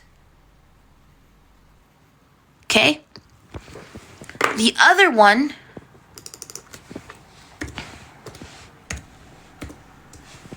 is the Belt and Road Initiative. Now, this is China's initiative. China and its allies. This is supposed to be a Silk Road 2.0, okay? Now, this one has an overland route and a maritime route. The overland route, goes through all of this to Europe. The maritime route, though, goes through the Strait of Hormuz as well and the Red Sea. Now, what are these countries in the Red Sea? You got Ethiopia, that's not at the Red Sea, but you got Eritrea, completely isolated. You got Somalia, actively the UAE was involved in destabilizing it. You got Sudan, the UAE is also involved in destabilizing it. You got Egypt, Saudi Arabia and the UAE are inside there. Do you notice a pattern? Yeah. The other attack dog is the UAE. See, Israel is an attack dog. Israel is responsible for the Levant, right? Mostly. Also for other countries, to be fair, because Israel is literally everywhere, okay? But UAE is another attack dog that's present all over this area. What's their task? Destabilize this whole area, right? To maybe prevent China from building this road. I don't know, but the UAE is more of an Western ally. The Red Sea, there we go. This is the Red Sea. This is the Strait of Hormuz. It's literally an economic war between the East and the West. And this whole region is stuck in the middle. This whole region is stuck in the middle. I was seeing this guy, Hayam Taib. Okay? This guy, who, by the way, co-founded an institute called Israel Africa Institute, who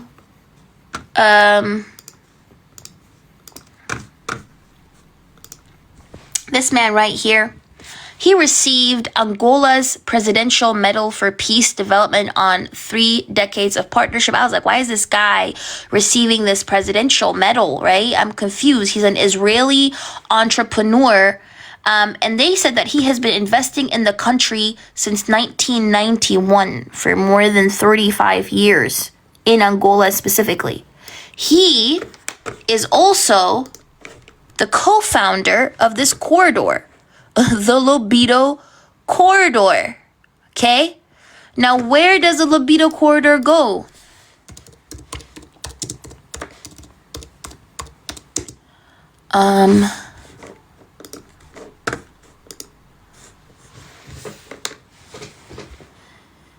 It literally starts in Congo. Or is it Zambia? So it goes through Zambia, Congo, and then through Angola and Libido. They're making it easier. They're building a railway to make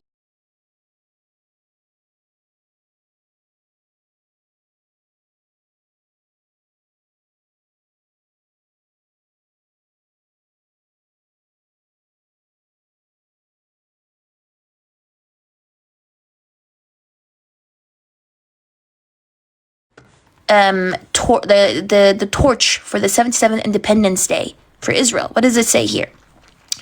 Haim Taib, an expert in strengthening and in developing nations, will light a torch on Israel's 77th Independence Day in recognition of his work in promoting national initiatives in education, welfare, leadership, and strengthening Israel's social and geographic periphery. What does this guy think about Africa? He said, and I quote, "Africa is not just another market, it is a global growth engine of the 21st century." He thinks Africa is a growth engine that can be used by different countries. So what does he say here? He says, by 2050, 1 in every 4 people in the world will be African, and nearly every second child worldwide will live in Africa. This is not just demography, it is economics, it is consumption, and it is the future. Then he says that making the continent a strategic destination that must be placed firmly on the agenda of Israeli decision makers, investors, and entrepreneurs. Then he says here that he wants to expand the Abraham Accords framework into Africa, and if Saudi Arabia joins, it could open the door to normalization with additional African countries. So he's saying if Saudi Arabia joins, then it could also drag more African nations to join the Abraham Accords. And the problem is, you saw those two corridors I told you about, the Belt and Road Initiative and the IMEC. Yeah, Saudi Arabia and the UAE are signed to both of them. Saudi Arabia and the UAE are signed to both of those corridors, those plans, those initiatives. So as I said again, all of these wars that you are seeing, all of these genocides that you are seeing, and they're kind of shoving down all these different excuses down your throat. Oh, this has to do with religion. This has to do with theism. This has to do with, oh, these people hate us. They're trying to unalive us. These people are this and that. No, none of that is true. It is an economic war between the East and the West, and that whole region is stuck in between. That is the actual issue. An economic war between the East and the West, and the whole region is stuck in between. So, follow the money. Who is profiting off of these genocides? Who is profiting off of these conflicts? The average person is not the one that's profiting, right? You heard the speech from Marco Rubio yesterday. He said the West needs to continue expanding.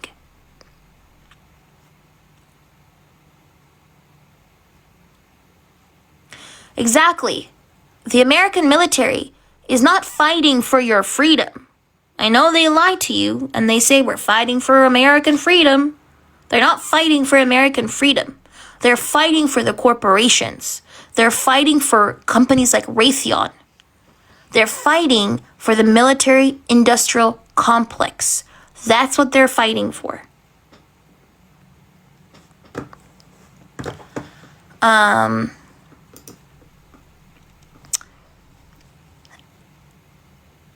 I'll clip the whole live and I'll upload it, by the way. Witchery.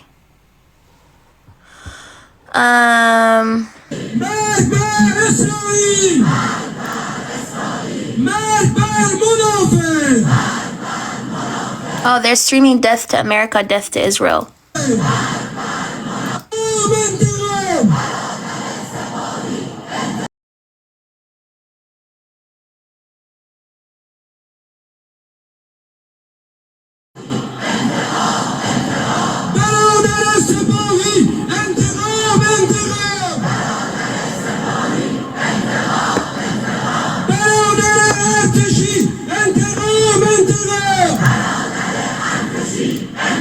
Yeah, so this is massive pro-Iran protests in Tehran.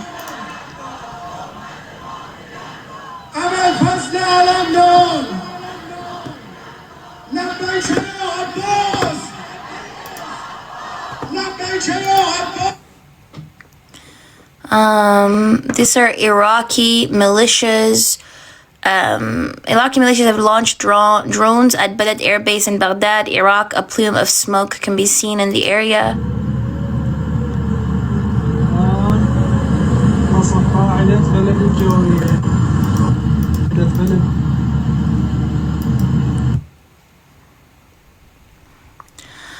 The United Arab Emirates is expected to run out of interceptors within 1 week and Qatar within 4 days. Both countries are urgently seeking additional military support from the United States, according to Bloomberg. You have to understand, okay? A lot of people, right, even if they're anti their government, like the Iranian government, because they have legitimate grievances against that government, they're most likely not going to be pro-Western intervention because they do not want to be ruled over. Like, if they don't want to be ruled over by their own government, why would they want to be ruled over by a foreign entity?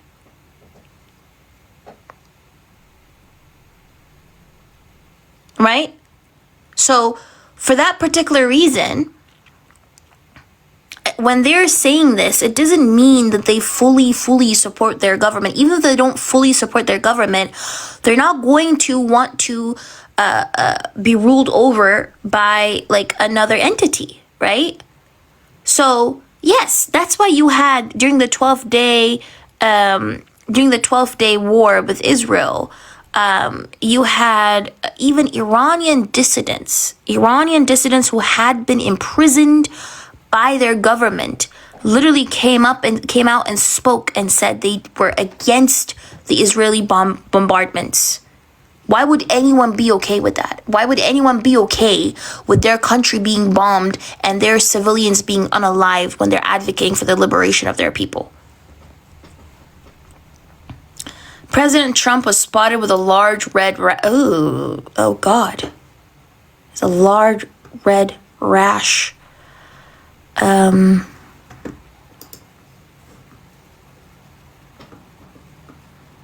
It's just remembering it in our exactly, Ra.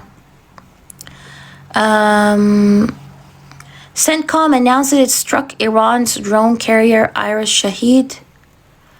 Footage shows an Israeli jet evading Iranian interceptors over the skies of Tehran.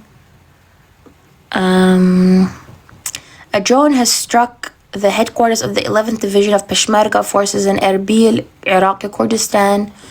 The Iraqi militia Saraya Awliya al-Dam has released another video showing drone strikes on U.S. bases.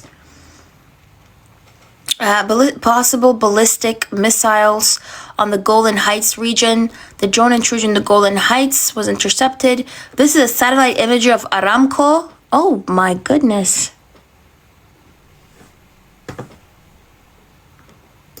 Yeah, Aramco got destroyed.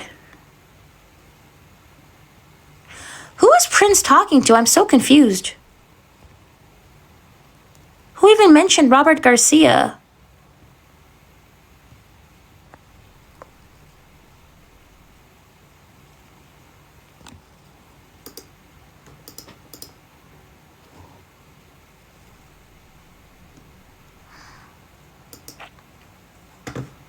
This is the Bandar Abbas Naval Base, by the way.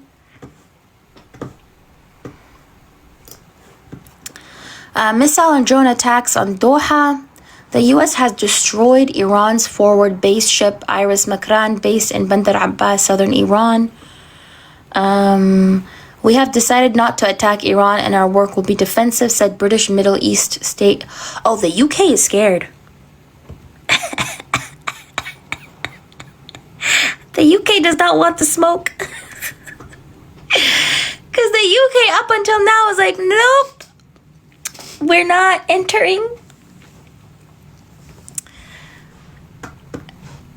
They're like, nope. You heard Keir Starmer yesterday. He's like, nope. We will support y'all with thoughts and prayers. But nope. I don't think Iran missile can probably reach England, but they don't want their bases in the area probably attacked. They might have talked shit, yeah, but they clearly said they don't want to get involved.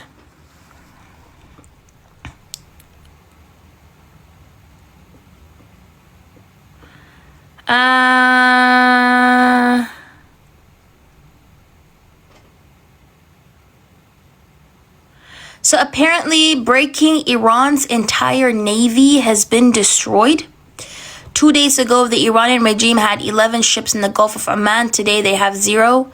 The Iranian regime has harassed and attacked international shipping in the Gulf of Oman for decades. Those days are over, said CENTCOM. So they destroyed Iran's entire navy. They sunk them. Sirens in Manama and Bahrain.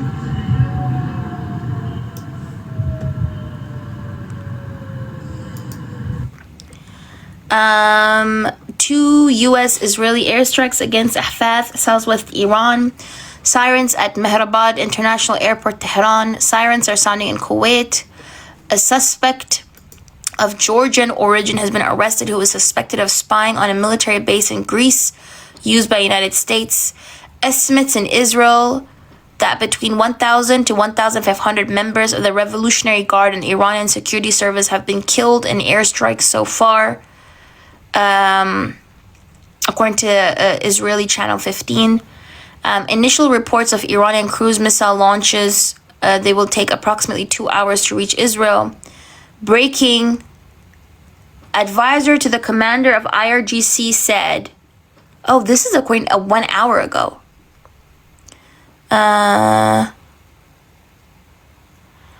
We have closed the Strait of Hormuz. Any ship that tries to cross will be burned, advisor to the commander of the IRGC said.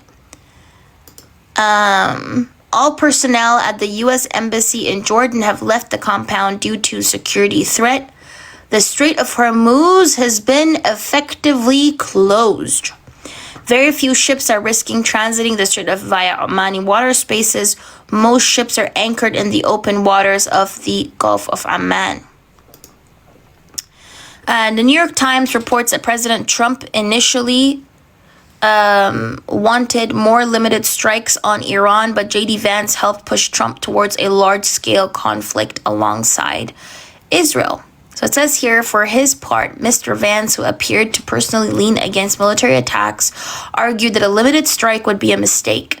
If the United States was going to hit Iran, he told the group it should go big and go fast. A spokesman from Mr. Vance declined to comment. Before the meeting, Mr. Trump appeared to have been leaning towards a strategy of a smaller strike, followed by a bigger one if Iran did not give up its nuclear enrichment. But Mr. Vance's arguments seemed to resonate, and in the coming days, more officials moved toward the idea that the United States and Israel should jointly take aim not just at the Iranian missile and nuclear programs, but also at the leadership itself. CNN reports that the U.S. Embassy in Kuwait was attacked twice on Sunday and Monday. No Iranian launches towards Israel. The IDF has begun concentrating troops along the Lebanon-Israel border. 2 to 3 Iraqi drones were intercepted over Jordanian airspace. 2 more U.S. service members have been killed in Iranian attacks, raising the number of U.S. deaths to 6. CENTCOM said as of 4 p.m. Eastern Time, March 2, 6 U.S. service members have been killed in action. U.S. forces recently recovered the remains of 2 previously unaccounted for service members from a facility that was struck during Iran's initial attacks in the region. Major combat operations continue. The identities of the fallen are being withheld until 24 hours after next kin of notification. The hardest hits are yet to come from the U.S. military. The next phase will be even more punishing, said Secretary of State Marco Rubio. U.S. airstrikes against the Arab media headquarters in Mashhad, northeast Iran. U.S. airstrikes on Karaj, just western of Tehran. The IDF issues evacuation orders for the Avian district of Tehran. The old parliament building in Tehran was struck by U.S.-Israeli airstrikes, according to Iranian state media. The current parliament building hasn't been hit. Image shows U.S. airstrikes against District 7, Tehran, which is home to the unused and old Iranian Majlis.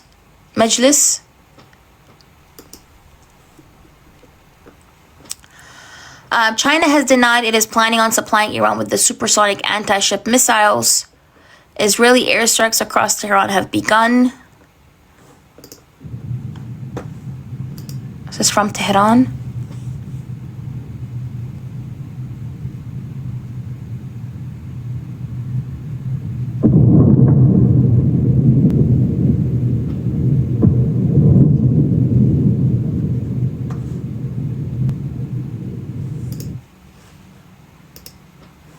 Hi, Crash Out Kermie. 2 Israeli arrivals in Parashin, Tehran, West Tehran. Okay, we can barely see that. Israeli airstrikes in... Hi, twin. Arab in Tehran has not yet been hit directly so far. Everything around the building has been struck. Breaking after threatening to bomb Arab media center in Tehran. Israel's now issuing evacuation orders for Al-Manar headquarters in Beirut. This is Jordan. This is in Jordan.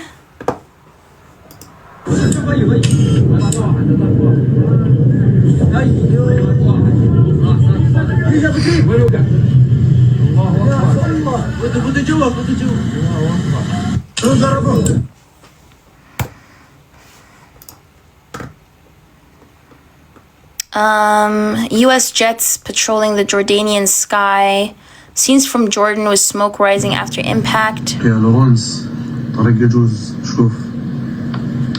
شوف الدخلة ممكن تفسير للموضوع يا لورانس. This is the impact in Jordan.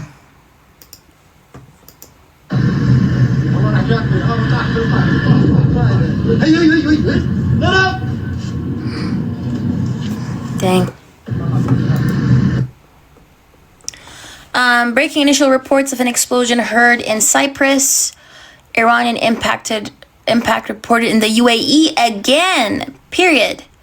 The S&P closes with a gain of 0.6% on the first trading day since the start of the Iran war.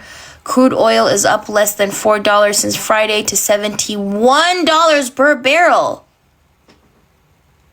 Now below its price at market open. Explosions in Iraqi Kurdistan near Erbil International Airport, where a U.S. base is located. This is from yesterday up until today. So much happened. Yeah, you need to continue filling up your cars. At least 7 rockets launched by Hezbollah. 30 explosions heard in northern Israel. This is in Israel. This is Iranian, I think. الله يبارك الرب يبارك يا صلاة قلب الشهر ما شاء الله ما شاء الله. الله يبارك.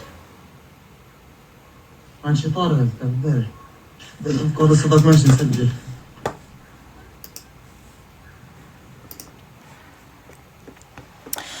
The UAE's Ministry of Defense confirms its air defenses are dealing with a barrage of Iranian ballistic missiles. This is Tehran.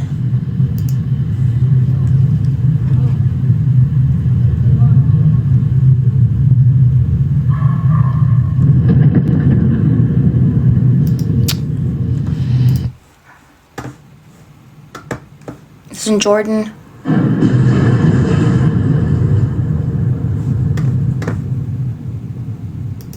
Imagine all these countries getting bombed because America and Israel decided to start a war. My gifting suspended because I tried to stream Bill Clinton's deposition yesterday and TikTok was not happy with that, so they took away my gifting options for 7 days, they said, and also restricted my live. That's why there aren't as many people in here as per usual. Yeah, so if you want to support me, you can definitely support me via my PayPal in the link tree, and Cash App. If you want Cash App, you can DM me. I can give you my Cash App, and my pay links are also in my bio.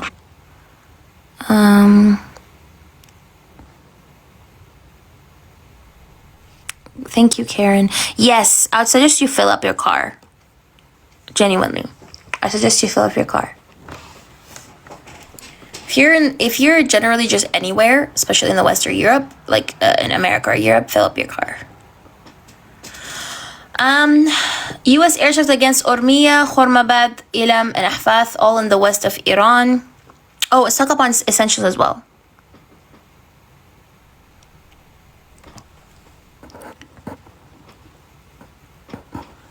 Stock up on essentials as well. Have some dry food and all that shit. That's a good idea, actually. Explosions heard in Riyadh, Saudi Arabia. Explosions over Doha, Qatar. Alerts in Haifa, northern Israel. Sirens and explosions heard in Kuwait. There's visual confirmation of Iranian cluster munitions over northern Israel.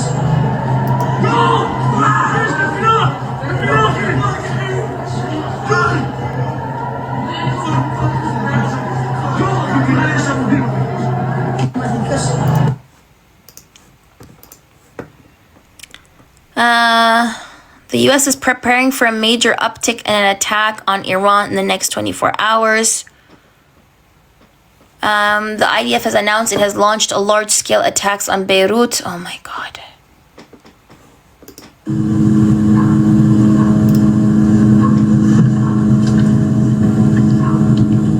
President Trump announced, whoa, what's that? What's that? We just heard an explosion. We just saw a flash. Hold on. Look, there's a explosion. Oh my God, did you guys see that? Hold on, look at this. Look, there's an explosion. We just saw an airstrike right now. Breaking news. Breaking news, just saw an airstrike right on the camera. Wow. Explosion right there. We just saw it in Beirut, Lebanon. We heard it and we saw it. You want me to play it again? Okay, hold on.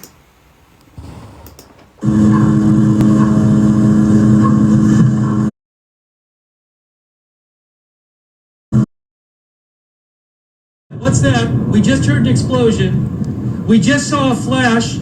Hold on. Look, there's an explosion. There it we is. just saw an air. Let me repeat it again. There's an explosion. We just saw an. Hold on. Look, there's an explosion. We just saw an airstrike right now. Breaking news. Breaking news. Just. Yeah. This was the strike, by the way, in Lebanon. Israeli media reports that attacks are targeting 50 Hezbollah weapons storage facilities across Lebanon. This is southern Lebanon. This is Iranian impact in Abu Dhabi.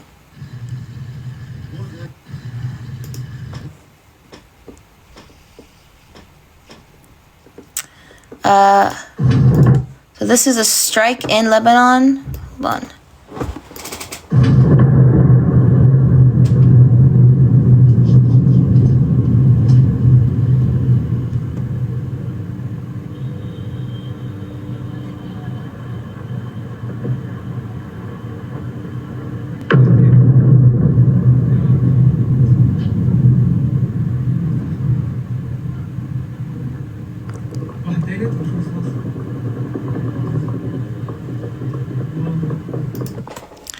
Wow. This is breaking news. Peninsula Shield forces have been seen in the streets of Bahrain after entering through the Saudi border amid fears of riots or an uprising by the Shia majority population. The last time Gulf Cooperation Council troops were deployed in Bahrain was during the Arab Spring. Large blasts and clouds of smoke in the diplomatic district in Riyadh, Saudi Arabia.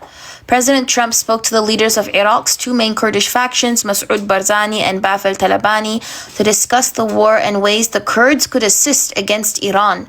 The calls follow months of lobbying by Israeli Prime Minister who thinks the Kurds will play a significant role in the war. This is going to be ugly. Breaking, a fire has been reported at the U.S. Embassy in Riyadh, Saudi Arabia, following large explosions, according to Reuters. This is scenes from the U.S. Embassy in Riyadh.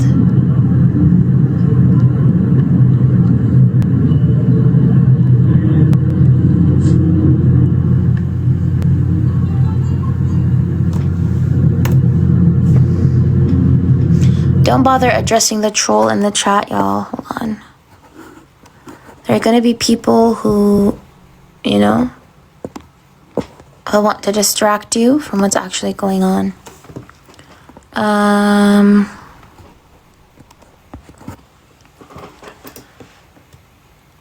Oh, there we go. So this is in Bahrain. As I told you again, Khamenei is not only a political leader, he is the Pope for Shia Muslims. So now they're pissed. Shia Muslims in general, across the Middle East, across West Asia, are pissed off that their religious leader was targeted. Okay? So now these are in Bahrain,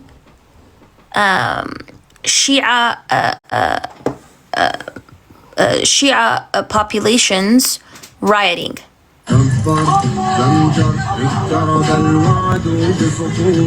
They're not rioting because they're pissed, you know?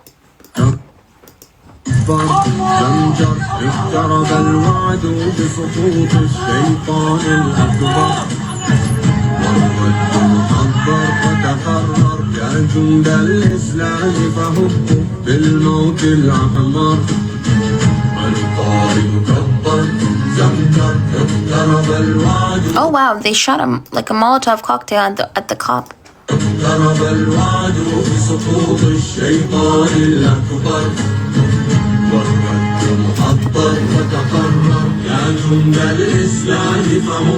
This is in Bahrain, by the way.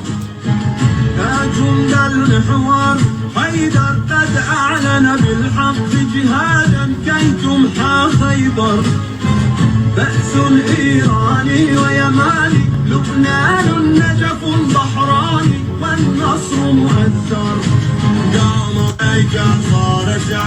So it would be like, imagine if China invaded the Vatican and unalived the Pope. That's what it'd be like. Imagine if China had invaded the Vatican and unalived the Pope. That's the equivalent.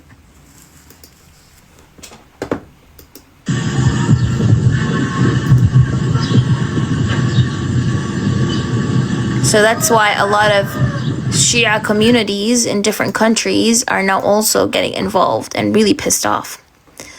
Iraqi militia Saraya Awliya al-Dam carried out a drone strike on a hotel in Erbil, Iraqi Kurdistan. The group claims the hotel was housing U.S. soldiers. The U.S. Embassy in Riyadh was struck by 2 drones, resulting in a small fire and minor damage, according to the Saudi Ministry of Defense. A 3rd drone is en route to the embassy. Reuters confirms that the Islamic Resistance in Iraq said it carried out a drone swarm attack on a hotel housing U.S. troops in Erbil. Breaking, this is Kelly Meyer, said, I just spoke to President Trump. He said you will find soon what the retaliation will be for the attack on the U.S. Embassy in Riyadh and for the U.S. service members that were unalived. He also told me he doesn't think boots on the ground will be necessary. 2 new blasts heard in the diplomatic quarter of Riyadh, according to Reuters. This is a drone strike impacted the King Fahd Causeway, the bridge that connects Saudi Arabia and Bahrain. 3 more explosions in Manama, Bahrain. This is just a lot. The whole region is on fire. The whole region is on fire. Reuters reports that U.S. Marines fired at protesters when they stormed the U.S. consulate in Karachi, Pakistan on Sunday, and they unalived over 31 Pakistanis by then. Those are also Shia Pakistanis who were pissed off. We discussed with them 10 years of no enrichment whatsoever, and we would pay for the fuel, and it was flatly rejected, said a special envoy, Steve Witkoff, to Fox News on Iran negotiations. Just prior to Operation Epic Fury, CENTCOM Commander Admiral Brad Cooper sent this letter to the roughly 50,000 troops directly involved in the what the hell? He says, to America's extraordinary sons and daughters deployed around the Middle East, by order of the President of the United States, we are embarking on a mission of profound consequence. The time for preparation is over. The time for action has arrived. As we move from deterrence into active combat, I write to tell you how honored I am to serve with you, the most exceptional soldiers, sailors, Marines, airmen, guardians, and Coast Guardsmen on this earth. Some of you are stationed in the Middle East. Many of you have deployed overseas on short notice. Others have been extended on deployment for this critical mission. You represent the strongest, most lethal war-fighting force the world has ever known. You all selflessly serve our great country and make us... Since 1979, the Iranian regime has killed and wounded thousands of Americans, and they continue to threaten Americans and our friends. Today, by our courage and grit, you will change the course of human history. My guidance for you is simple. Be relentlessly lethal in the heat of conflict. Remember who you are. Let your conduct be as professional as your aim is precise. Take care of your teammates, the men and women on your flanks, in front of you, and those your guardian angels. Steady your resolve. Combat is inherently chaotic. The hours, days, and perhaps weeks ahead will challenge you. There will be noise and confusion. Fall back on your training. It is the best in the world. You are the shield of the free world, and today you are its sharpest sword. As the eyes of the world fixed upon you. I feel sick reading that. I feel so sick reading that, bro.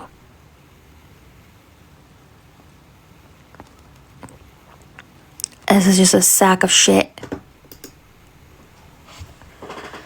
The United States is considering relocating its THAAD and Patriot systems that are currently stationed in South Korea to the Middle East amid concerns that interceptor stockpiles are running low, according to South Korean outlet the Chosun Daily. 2 more suspected Iranian drones struck at or near the U.S. Embassy in Riyadh, according to CNN. The IDF has issued an evacuation order in and around 50 municipalities in Lebanon. Explosions near Shiraz, southern Iran, likely U.S.-Israeli airstrike. This is what Beirut looked like.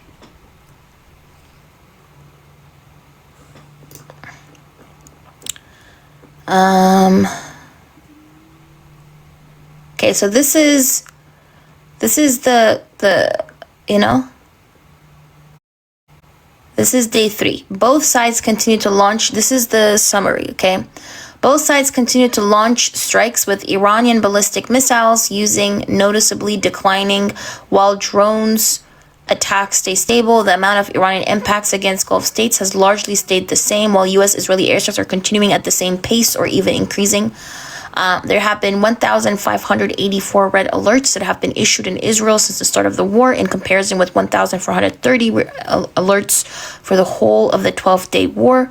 Kuwait obtained the first air kill of the war, downing 3 friendly American F-15Es in a friendly fire incident, with all pilots surviving. Iran has continued its campaign to block the Strait of Hormuz, attacking its 6th ship and virtually halting traffic in the region. Qatar announced the downing of 2 Iranian Su-24 tactical bombers, marking the first offensive move against Iran outside of Israel or the United States. President Trump and Secretary of Defense Pete Hegseth have both stated they won't rule out boots on the ground in Iran if needed, and will go as far as we need to go to advance American interests. 4 Iranian drones struck the U.S. Embassy in Riyadh, Saudi Arabia, 2 strikes on the U.S. Embassy in Kuwait, and a strike on the U.S. Embassy in Jordan. Riots in Bahrain, Shia majority population with the Sunni royal family. GCC has deployed troops to Bahrain to assist with containing them. Israel conducted attacks in southern Lebanon and bombed the IRA building in Iran. U.S. death toll count rises to 6 with 20 plus seriously injured. Trump vows revenge for the killing of the American soldiers. Marco Rubio says the United States launched a preemptive strike because it knew Israel would strike Iran. U.S. Central Command announces entire Iranian Navy has been destroyed. Iraqi militias target U.S. base and hotel where they say U.S. soldiers are staying in Erbil, Iraqi Kurdistan. Ali Larjini, Secretary of Iran's Supreme National Security Council, says Iran will not negotiate with the United States. And the Ras Tanura refinery in Saudi Arabia has temporarily ceased all operations due to Iranian drone attacks. In total, Iran has struck these nations' military bases or assets: U.S., Israel, UAE, Kuwait, Qatar, Bahrain, Iraq, Saudi Arabia, Jordan, and Cyprus. Wow. Let's go to the other recap. Then I think that recap is really good, not gonna lie. Let's go to the recap. Hold on, what was it called? Because they just recapped everything. That's really good, actually. War in Iran.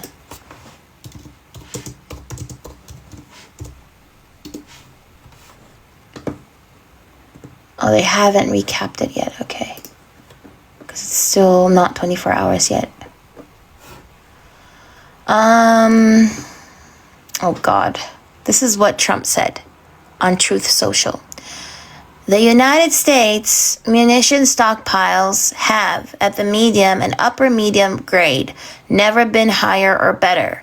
As was stated to me today, we have virtually unlimited supply of these weapons. Wars can be fought forever and very successfully. Oh my God. Wars can be fought forever? Bro, what?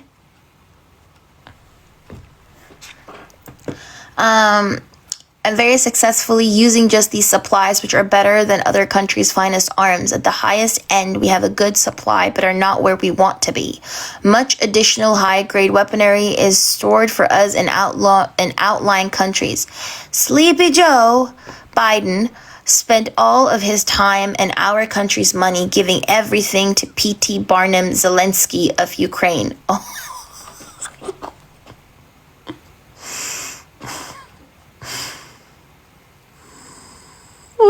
He called him P.T. Barnum of Ukraine. Services, the cloud computing arm of Amazon, reported on Monday that drones directly struck 2 of its data centers in the UAE, while 1 facility in Bahrain was damaged due to a nearby drone impact, disrupting cloud services in the region. India is rationing natural gas supplies to its industries after Qatar halts all production. Iranian drone... What the fuck is this, bro?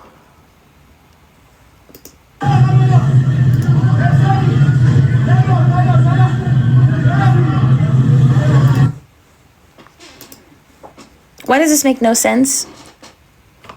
What is this person saying? MRFF?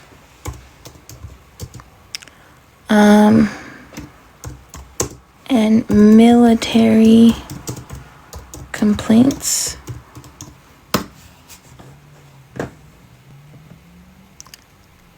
What the fuck?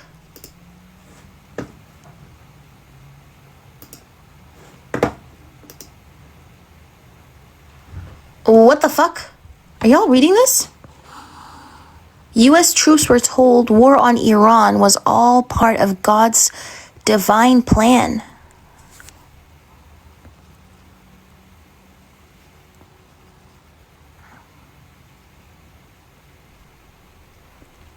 Religious freedom groups say 200 troops sent complaints of superiors using extreme America. Did I not tell y'all that America is batshit crazy itself? Did I not tell y'all? Child. Theodor Herzl himself, literally, Theodor Herzl himself in his writings, if you read his writings, he says that the Israel that they want to create is going to be a European outpost. He said it himself.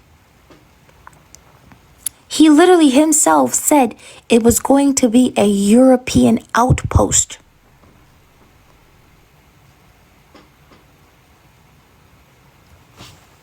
Just wanted to say.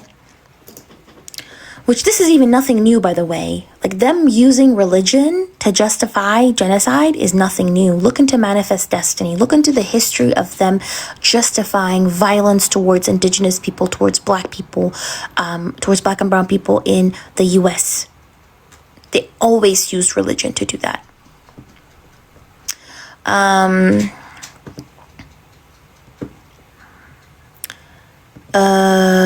This is The Guardian, which I don't like. The Guardian can be kind of questionable sometimes, but I'm reading an article about the complaints that MRFF, which is a watchdog, received from troops. It says here, he urged us to tell our troops that this was all part of God's divine plan, and he specifically referenced numerous citations out of the book of Revelation, referring to Armageddon and the imminent return of Jesus Christ. He said that President Trump has been anointed by Jesus. Oh my goodness. Has been anointed by Jesus to light the signal fire in Iran, to cause Armageddon and mark his return to earth. Leave Jesus out of this, please. I'll leave Jesus out of this. I'll leave God out of this, bro. Somebody said, is that the rash? Yes. Is that why he has a rash? Because he was anointed? Y'all need to leave Jesus out of this. This is so disrespectful. And during Lent, you guys are doing this during Lent too? This is Quds, Western Tehran. Vardavad, Western Tehran. This is U.S. Navy attacks on Kish Island, Persian Gulf this morning.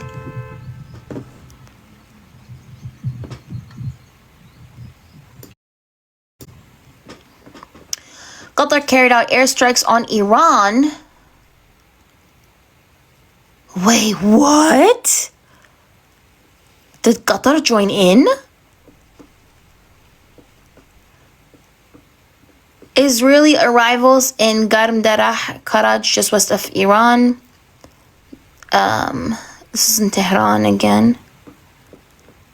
A queue of vessels anchored in the middle of the waters of the Gulf of Oman and the Persian Gulf as Iran maintains its closure of the Strait of Hormuz.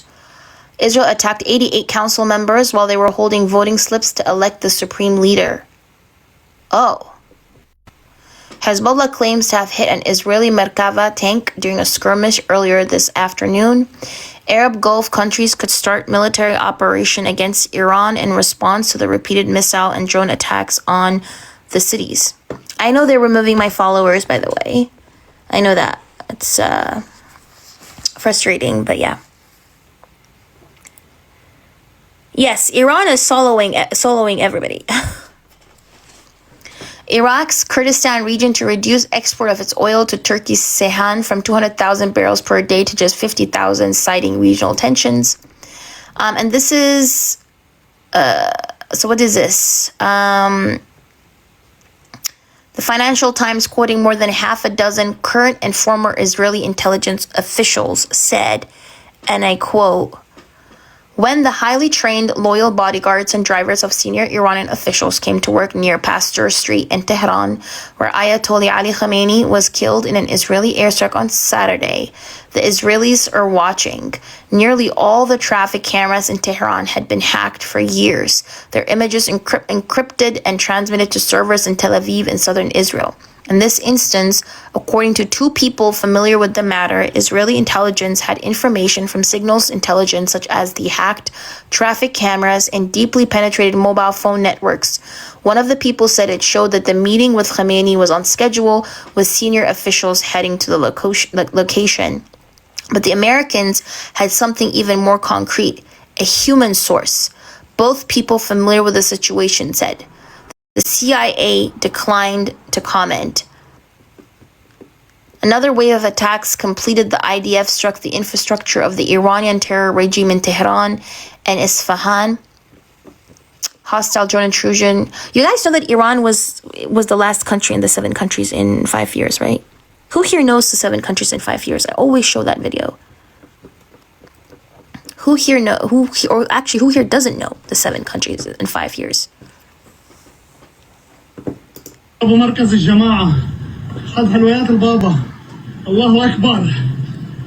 This is in Lebanon. الجماعة خذ حلويات البابا الله أكبر. Okay. So many people don't. I'll show it. President Trump is open to supporting groups in Iran willing to take up arms to dislodge the regime, U.S. officials said, an idea that could turn Iranian factions into ground forces, at least rhetorically backed by Washington.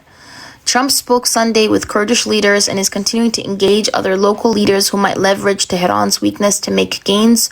The Kurds have a sizable force along the Iraq-Iran border, and Israel has bombed positions in western Iran, leading to speculation that it is paving a path for Kurdish advance.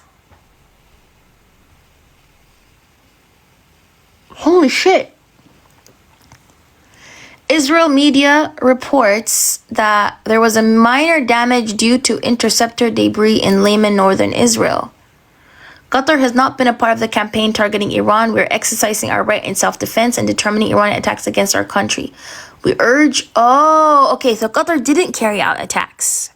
Because Qatar... We urge media outlets to use credible Qatari sources when reporting on Qatar. Okay, so they were like, we're actually not a part of it. They don't want any issues. Okay, the Qatar Ministry of Foreign Affairs decided to respond to those media claims. The UK is fully committed to the security of Cyprus and British military personnel based there. We're continuing our defensive operations, and I've just spoken with the president of Cyprus to let him know that we're sending helicopters with counter-drone capabilities, and HMS Dragon is to be deployed to the region. We will always act in the interest of the UK and our allies, said Keir Starmer. This is Trump with the... Thank you very much, everybody. This is with Trump with the Friedrich Merz, who is the Chancellor of Germany. Thank you very much, everybody. We have a meeting with a man who's become a friend of mine, and we've known each other for a little while in some very interesting times, and we get along. Our countries get along very well. We have a great affinity for each other, and the Chancellor has been very well received in Germany. He's very successful man, became the Chancellor of Germany, which is a big deal, and he's doing a very good job. In my opinion, a great job, very popular. And the relationship that we have in trade and everything else has been very strong. We've been able to do our deals, and it's been very strong. We'll obviously be talking a little bit about Iran today, and he's been helping us out. We've been very nice, actually. And that is coming along, as you see, very well. They have no Navy, it's been knocked out. They have no Air Force, it's been knocked out. They have no air detection, that's been knocked out. Their radar has been knocked out. And just about everything's been knocked out. So we'll see how we do, but we're doing very well. We have a great military, and they're doing a fantastic job. So we'll be talking about that. And we're talking about some very big trade deals. And those I know will work out too. So I just want to say it's a great honor to have you at the Oval Office. The beautiful Oval Office, beautiful White House. It's a special place, even from your standpoint. And you have some very special places too. And I look forward to being with you. Thank you so much. Thank you. Thank you very much. Why does he describe every leader he likes in the same way? I think they're doing a good job. I think they're popular. They're doing very well. It's the same thing for every single person that he likes. The United Arab Emirates is considering taking military action to stop Iranian missiles and drone strikes on the country, said Axios, quoting two sources with knowledge on the matter. Red alerts in the Gaza envelope. Iraq downed a drone targeting the U.S. consulate in Erbil. Following the alert that was activated a short time ago on Route 10, it was a false identification, said the IDF. Israel announces the death of the commander of the Lebanon Corps on behalf of the Quds Force, Daoud al-Alizad. 3 rockets were launched by Hezbollah, 2 were intercepted, 1 fell in an open area. Poland announced plans to acquire nuclear weaponry. Oh, now everybody wants nukes because they're all terrified. We are investing heavily in future nuclear power plants, and Poland will not want to be passive when it comes to nuclear security in a military context. We will cooperate with our allies as our capabilities increase. We will try to prepare Poland for autonomous action in this matter, said the Polish Prime Minister Donald Tusk. The Assembly of Experts is currently engaging in the final vote to elect a new supreme leader for Iran following the killing of Khamenei, according to Fars news agency. Former Supreme Leader Ali Khamenei will be buried in Mashhad, northeast Iran. Why would they say that? Why would they say where he's going to be buried? That would just make his burial site a target. The Trump administration is considering providing military protection for oil and gas tankers traversing the Strait of Hormuz. Drone alerts in northern Galilee. Emmanuel Macron is giving a national address to the French nation regarding the Middle East. Macron announced the strengthening of French bases and embassies in the region. 400,000 French nationals are in the region right now. Repatriation starts tonight for the vulnerable citizens. Oh, France is repatriating their citizens.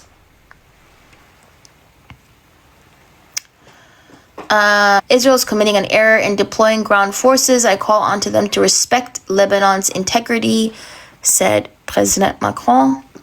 Regarding the Strait of Hormuz's closure, France is organizing a response with its allies to reopen the strait.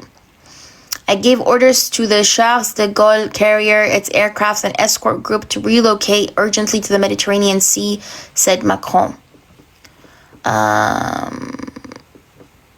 Iranian drones impacts Dubai again. Oh my God, this is footage out of Dubai. Not gonna lie, the UAE is getting cooked. I love to see it. But yeah.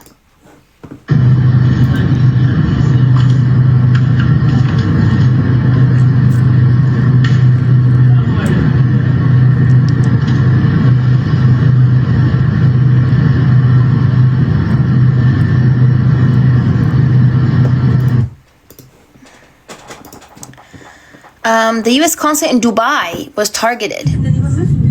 This is a U.S. consulate in Dubai.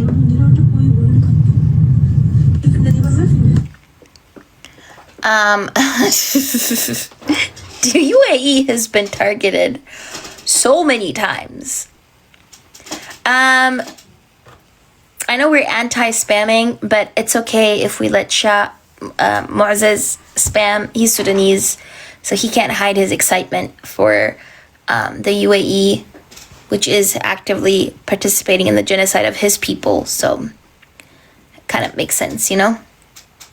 Effective immediate. This is what Trump says on Truth Social. Oh God, another Trump statement. Oh, because I showed the Bill Clinton deposition yesterday. That's why.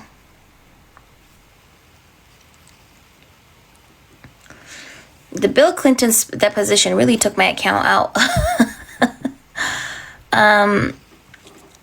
Anyways, effective immediately, I have ordered the United States Development Finance Corporation to provide at a very reasonable price political risk insurance and guarantees for the financial security of all maritime trade, especially energy traveling through the Gulf.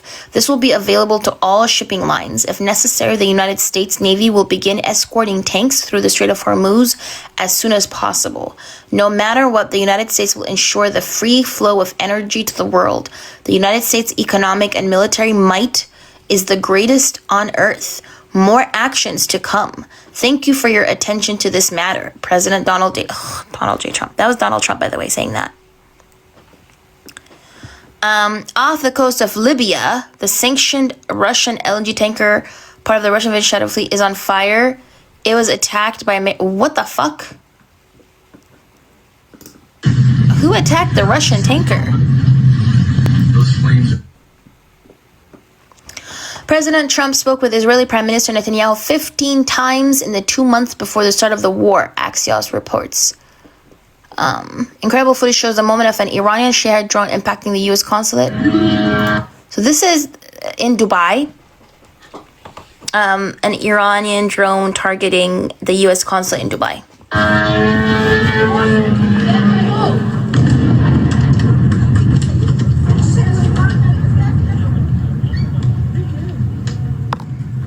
Shit.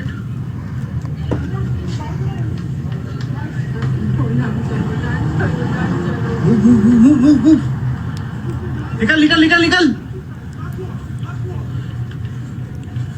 Another drone. Go, leave from there.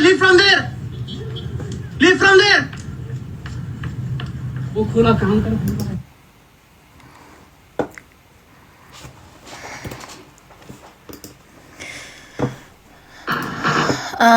Sirens in Manama, Bahrain. Death toll rises to 787. Iran's Minister of Health reports. This is Rafael. Syria has begun amassing troops along the Syrian-Lebanese border amid the crisis in Lebanon. Initial reports of clashes between Hezbollah and the IDF on the northern Israeli border. Secretary of State Marco Rubio says a drone struck a parking lot adjacent to the U.S. consulate and all that personnel are accounted for.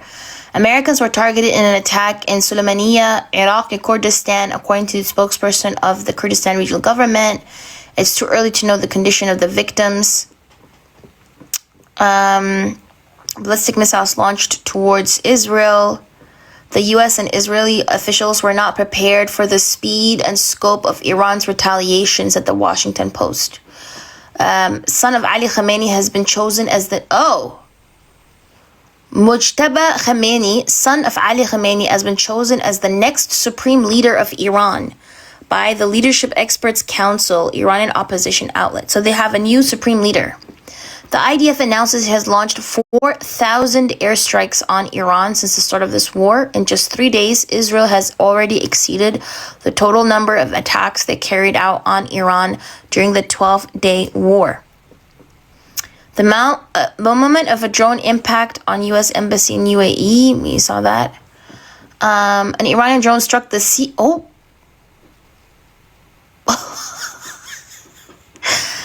An Iranian drone has struck the CIA station in Saudi Arabia.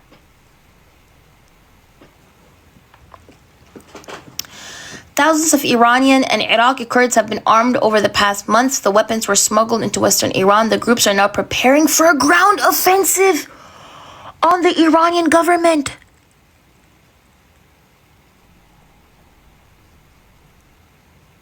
Holy shit. Is this true? Iranian and Iraqi Kurds have been armed and are going to do a ground offensive?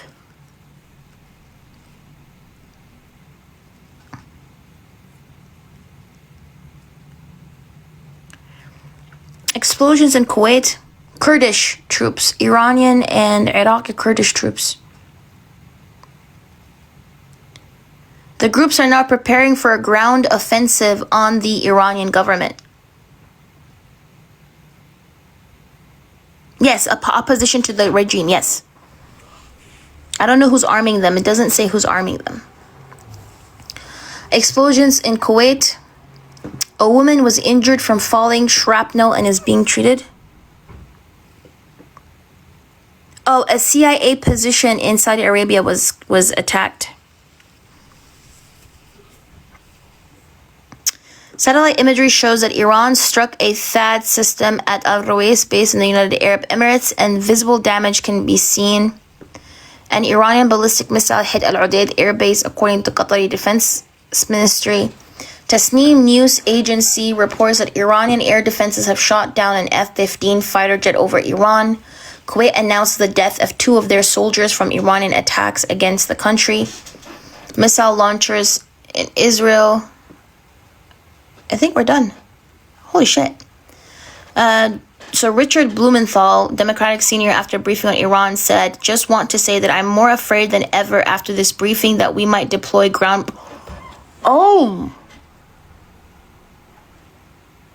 So Richard Blumenthal, who's a Democratic senator, after the briefing on Iran, he said, and I quote, "Just want to say that I'm more afraid than ever after this briefing that we might deploy ground forces."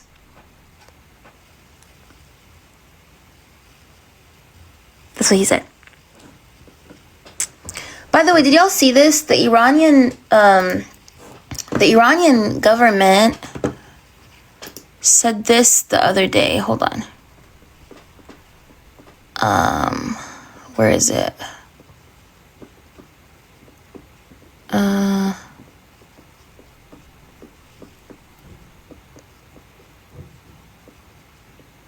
I had posted it somewhere here of what the Iranian government said or claimed, allegedly. I don't know this, but they claimed this, by the way. Hold on.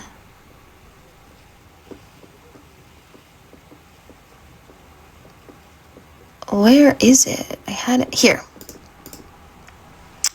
So, General Naini, spokesman for the IRGC, said 650 American soldiers have been killed and wounded so far. In the first 2 days of the war, 650 American soldiers have been killed and wounded. 160 of these Americans who were killed or wounded in the targeting of the American military base in Bahrain are amongst these statistics. The missiles and drones of the Islamic Revolutionary Guard Corps targeted the headquarters of the U.S. Navy's 5th Fleet in Bahrain on several occasions. The USS MST combat support ship was severely hit by our IRGC naval missiles. Moreover, 4 cruise missiles were fired at the USS Abraham Lincoln, and after the Iranian missiles were fired, it fled towards the southeastern Indian Ocean. Now, the Trump administration has said it was 6. But the Iranian government is saying that it was actually 650 have been killed and wounded, is what the Iranian regime is saying. Whereas the Trump administration has said 6 soldiers have been killed. So I don't know.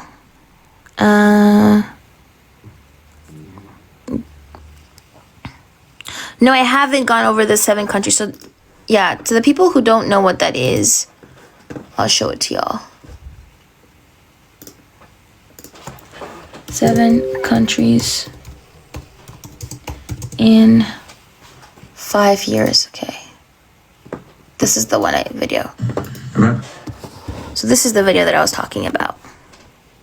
This was released in like 2007, was General Wesley Clark is talking about it. He was an advisor in the Pentagon. And he's talking about a conversation that he had in 2001, I think. 10 days after 9/11, I went through the Pentagon and I saw Secretary Rumsfeld and Deputy Secretary Wolfowitz. I went downstairs just to say hello to some of the people on the joint staff who used to work for me. And one of the generals called me and he said, "Sir, you got to come in and talk to me a second." I said, "Well, you're too busy." He said, No. He says, "We've made the decision. We're going to war with Iraq." This was on or about the 20th of September. I said, "We're going to war with Iraq. Why?" He said, "I don't know." He said, "I guess they don't know what else to do." So I said,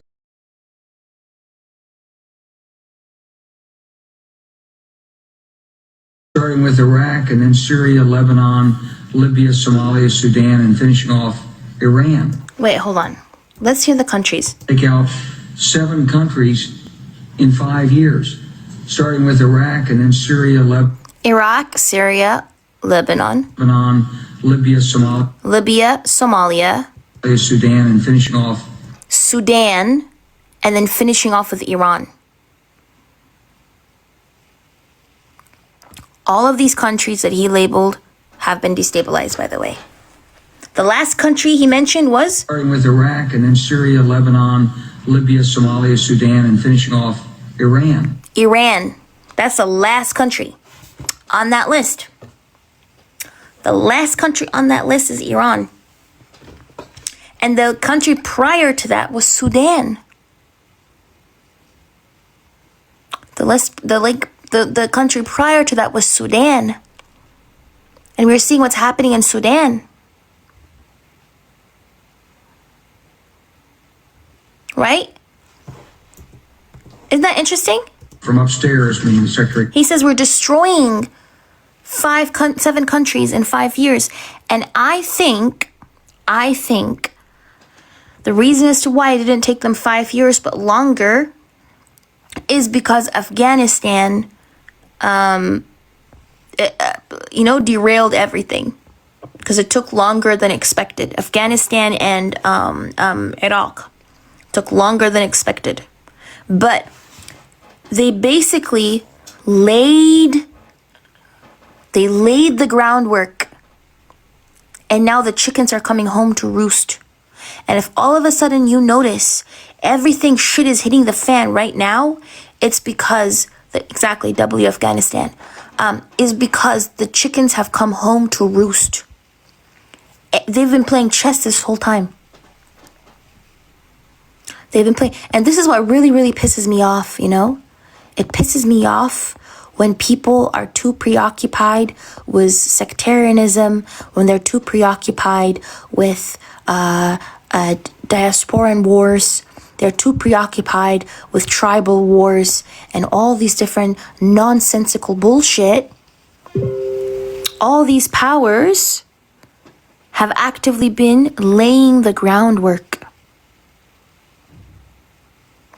They've been laying the groundwork. And now it's like a domino effect. Everything is happening at once. It's like an active domino effect. So now the chickens have come home to roost.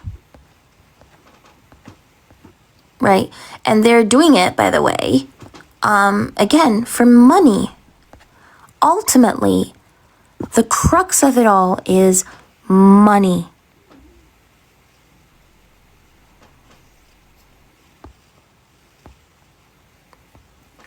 The crux of it all is money. Right?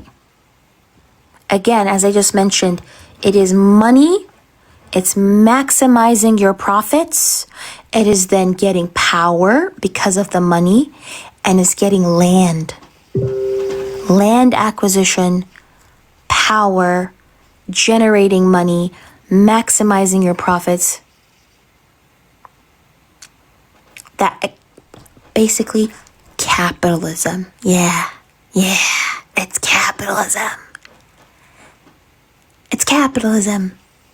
It's an economic war between the East and the West, and that whole region is stuck in the middle.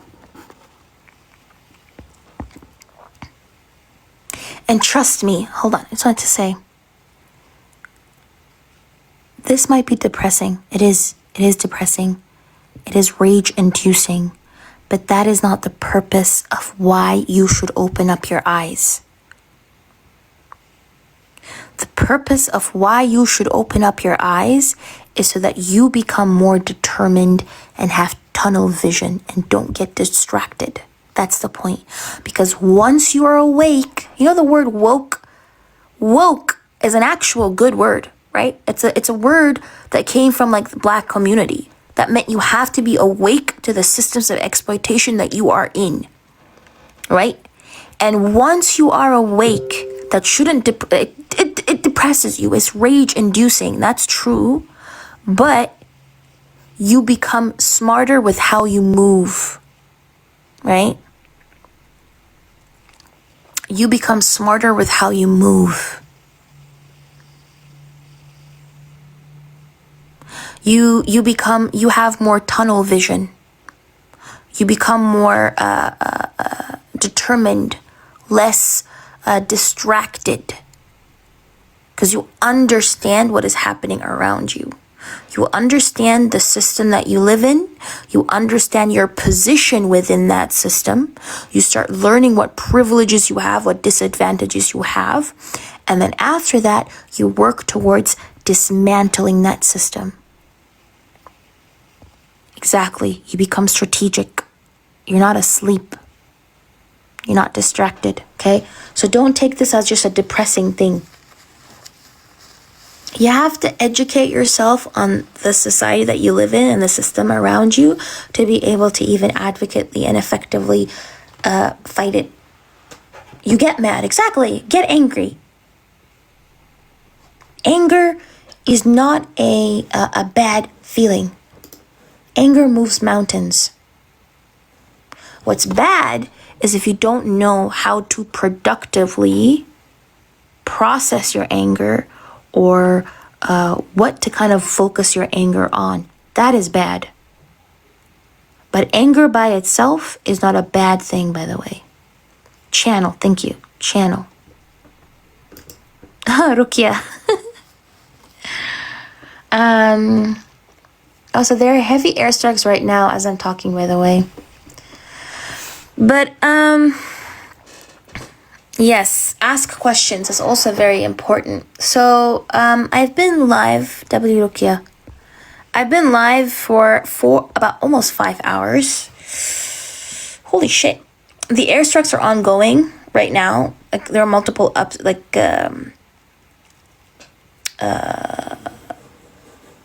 yes, be critical. The airstrikes have been ongoing and they're still continuing right now. I know that it's been all heavy, so I'm going to end it by playing Eritrean music. I always love encouraging you guys to listen to Eritrean music, by the way. So that is exactly what I'm going to do. I'll be on again tomorrow. I'll try to go on as every day. So that is exactly what I will do. Hold on.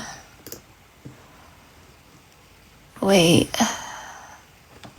Hold on.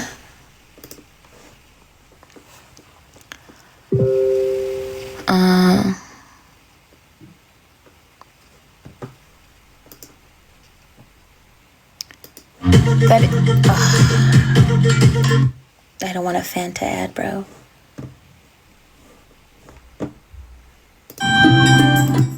What is this?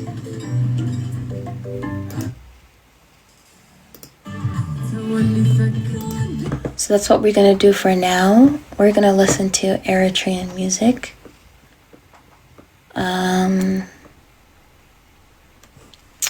Hold on.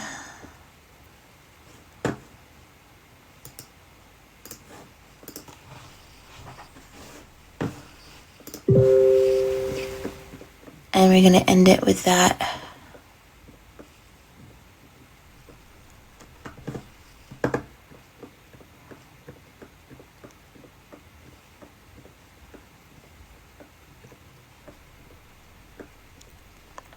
I think I really like this one. It's a cute song. Yeah, I want to do this one. Hello, everybody. Yes, by the way, I just wanted to say, as you notice, gifting is off, unfortunately, because my live is getting restricted because of Billy Bob's deposition. So if you do want to support me, by the way, if you do want to support me, my pay links are in the link tree in my bio. If you want my Cash App, you can DM me. I will give you my Cash App. And second of all, yes, there's an initiative that I also want to highlight. Eritrean refugees are largely, unfortunately, very, very neglected. And now there are Eritrean refugees in Sudan and also in Egypt who are very neglected. And I'm highlighting an initiative that is aiming to help feed Eritrean families during Ramadan. So there's an initiative in the link tree in my bio. There is like different boxes. There's a box for Eritrea. There's a box for Haiti. Yes, I have a PayPal and a Cash App. I don't have Venmo. There's a box for Haiti. There's a box for Eritrea. There's a box for Sudan. There's a box for Congo, okay? Go to the box for Haiti. the first, not Haiti, sorry, for Eritrea, the first link in the box for Eritrea, it says help feed Eritreans in Egypt and in Sudan. Okay, so if you can donate, that would be awesome. If you can't, that's also fine, but you can add it to your link tree, you can add it to your bio, and you can try to basically spread it around to different people. And you don't know how many people might want to donate, how many people might have extra capital they want to spend, right?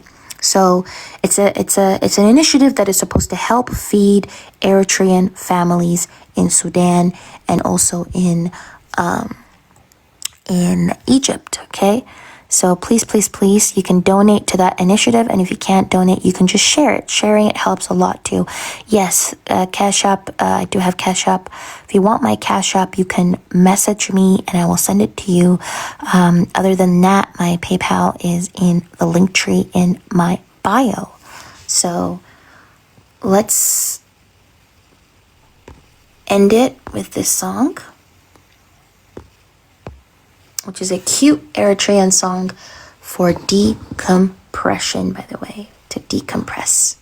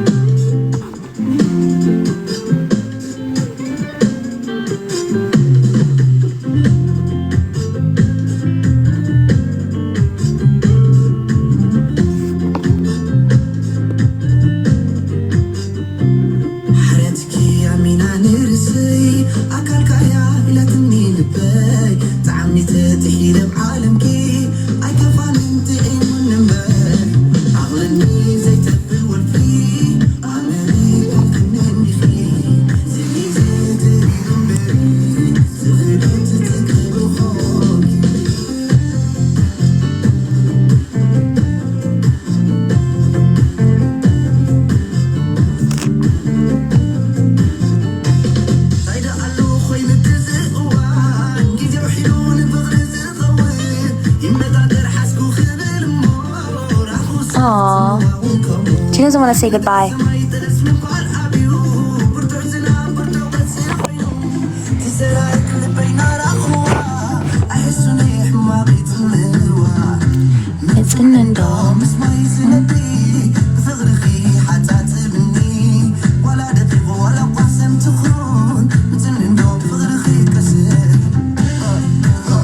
Thank you for the 500k likes. W everybody.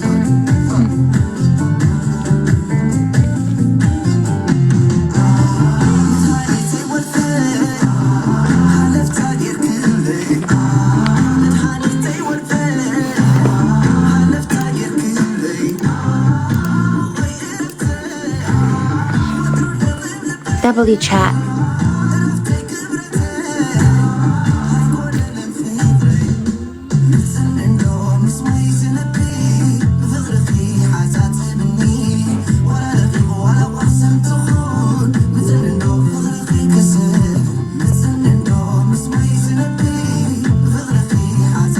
Hey.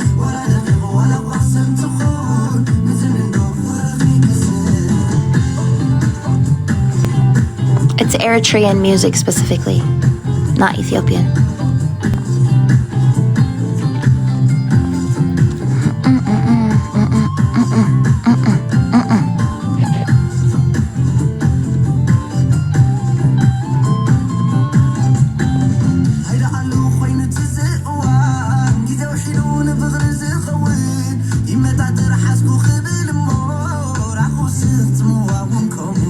Ooh.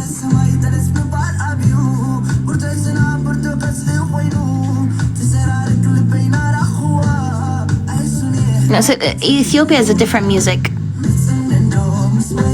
Oh, they stole his car tires. Oh dear. Good night, girly.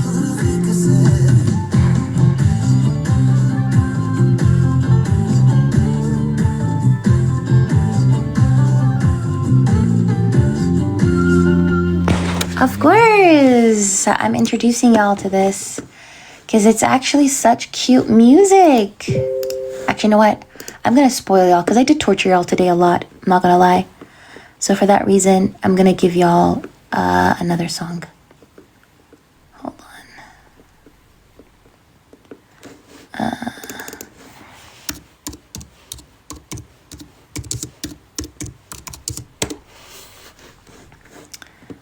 I'm gonna give y'all another song. What is this? Oh my goodness, not Amazon. Yes, they all do have a story. This is another song. It's also colorful too.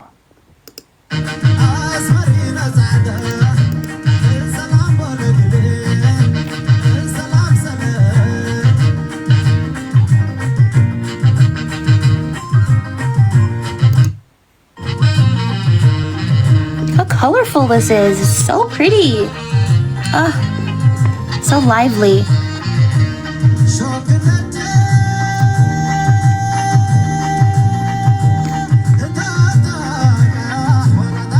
Hey.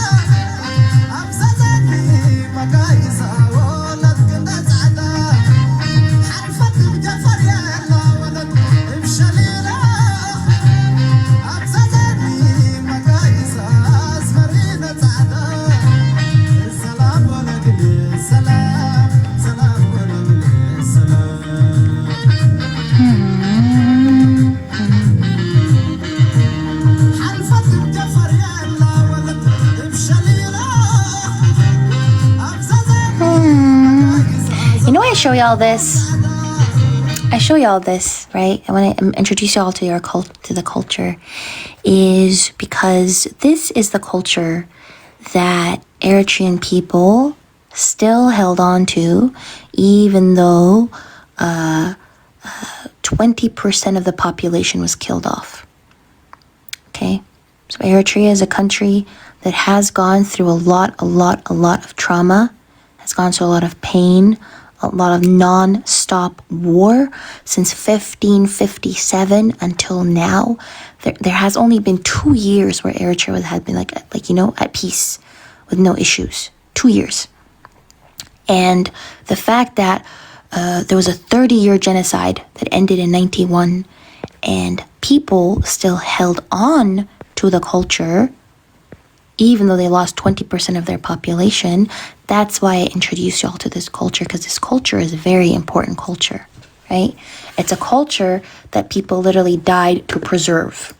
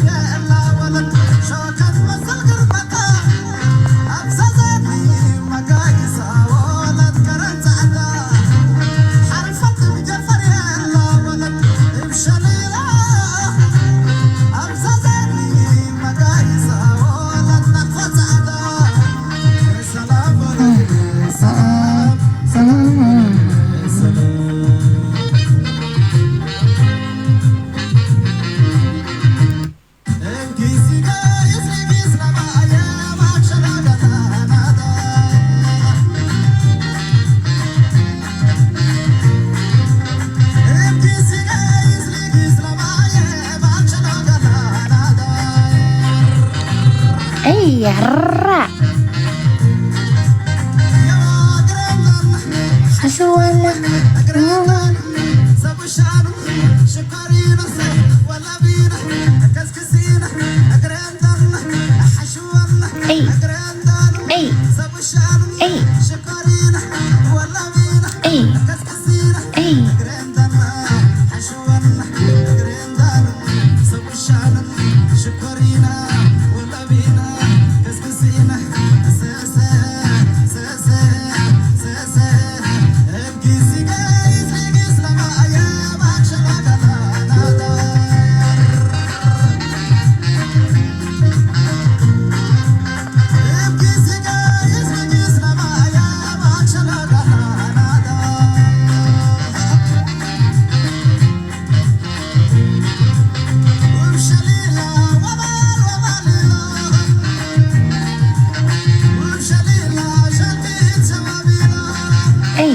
اي اي اي اي اي اي اي اي اي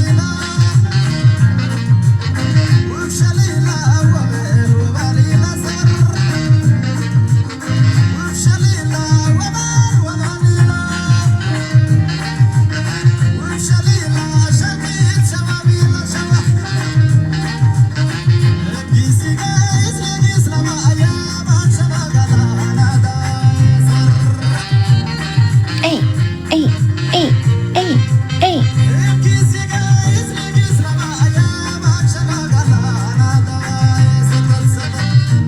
اي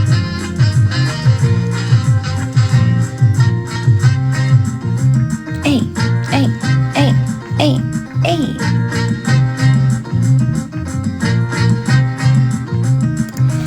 Anyways, I show this because I know that stuff in the world might be a bit bleak right now, okay? I know it might be bleak. Oh, you missed it, Hakeem! I know that things might be very bleak right now in this world, okay? But one thing you guys need to do is you need to dance when you can. Because dancing means you're alive. Okay? Just wanted to say that. Dancing means you're alive. Also, dancing and choosing joy and choosing to smile or laugh is also resistance.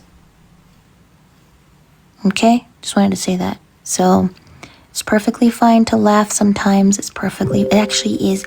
It should be mandatory that you need to laugh. It should be mandatory that you need to smile, that you need to laugh, that you need to dance. Because unfortunately, the dead cannot dance anymore. And dancing means you're alive. So, exactly, even if you're off beat, you know, just shake your, I was going to say shake your booty, but you don't have to shake your booty. You can also shake your shoulders. You can shake your legs, you know, whatever it is, whatever you do. Anyways, I love y'all so much. Your light in the dark fog. Thank you for, I appreciate you, Teresa. I love y'all so much.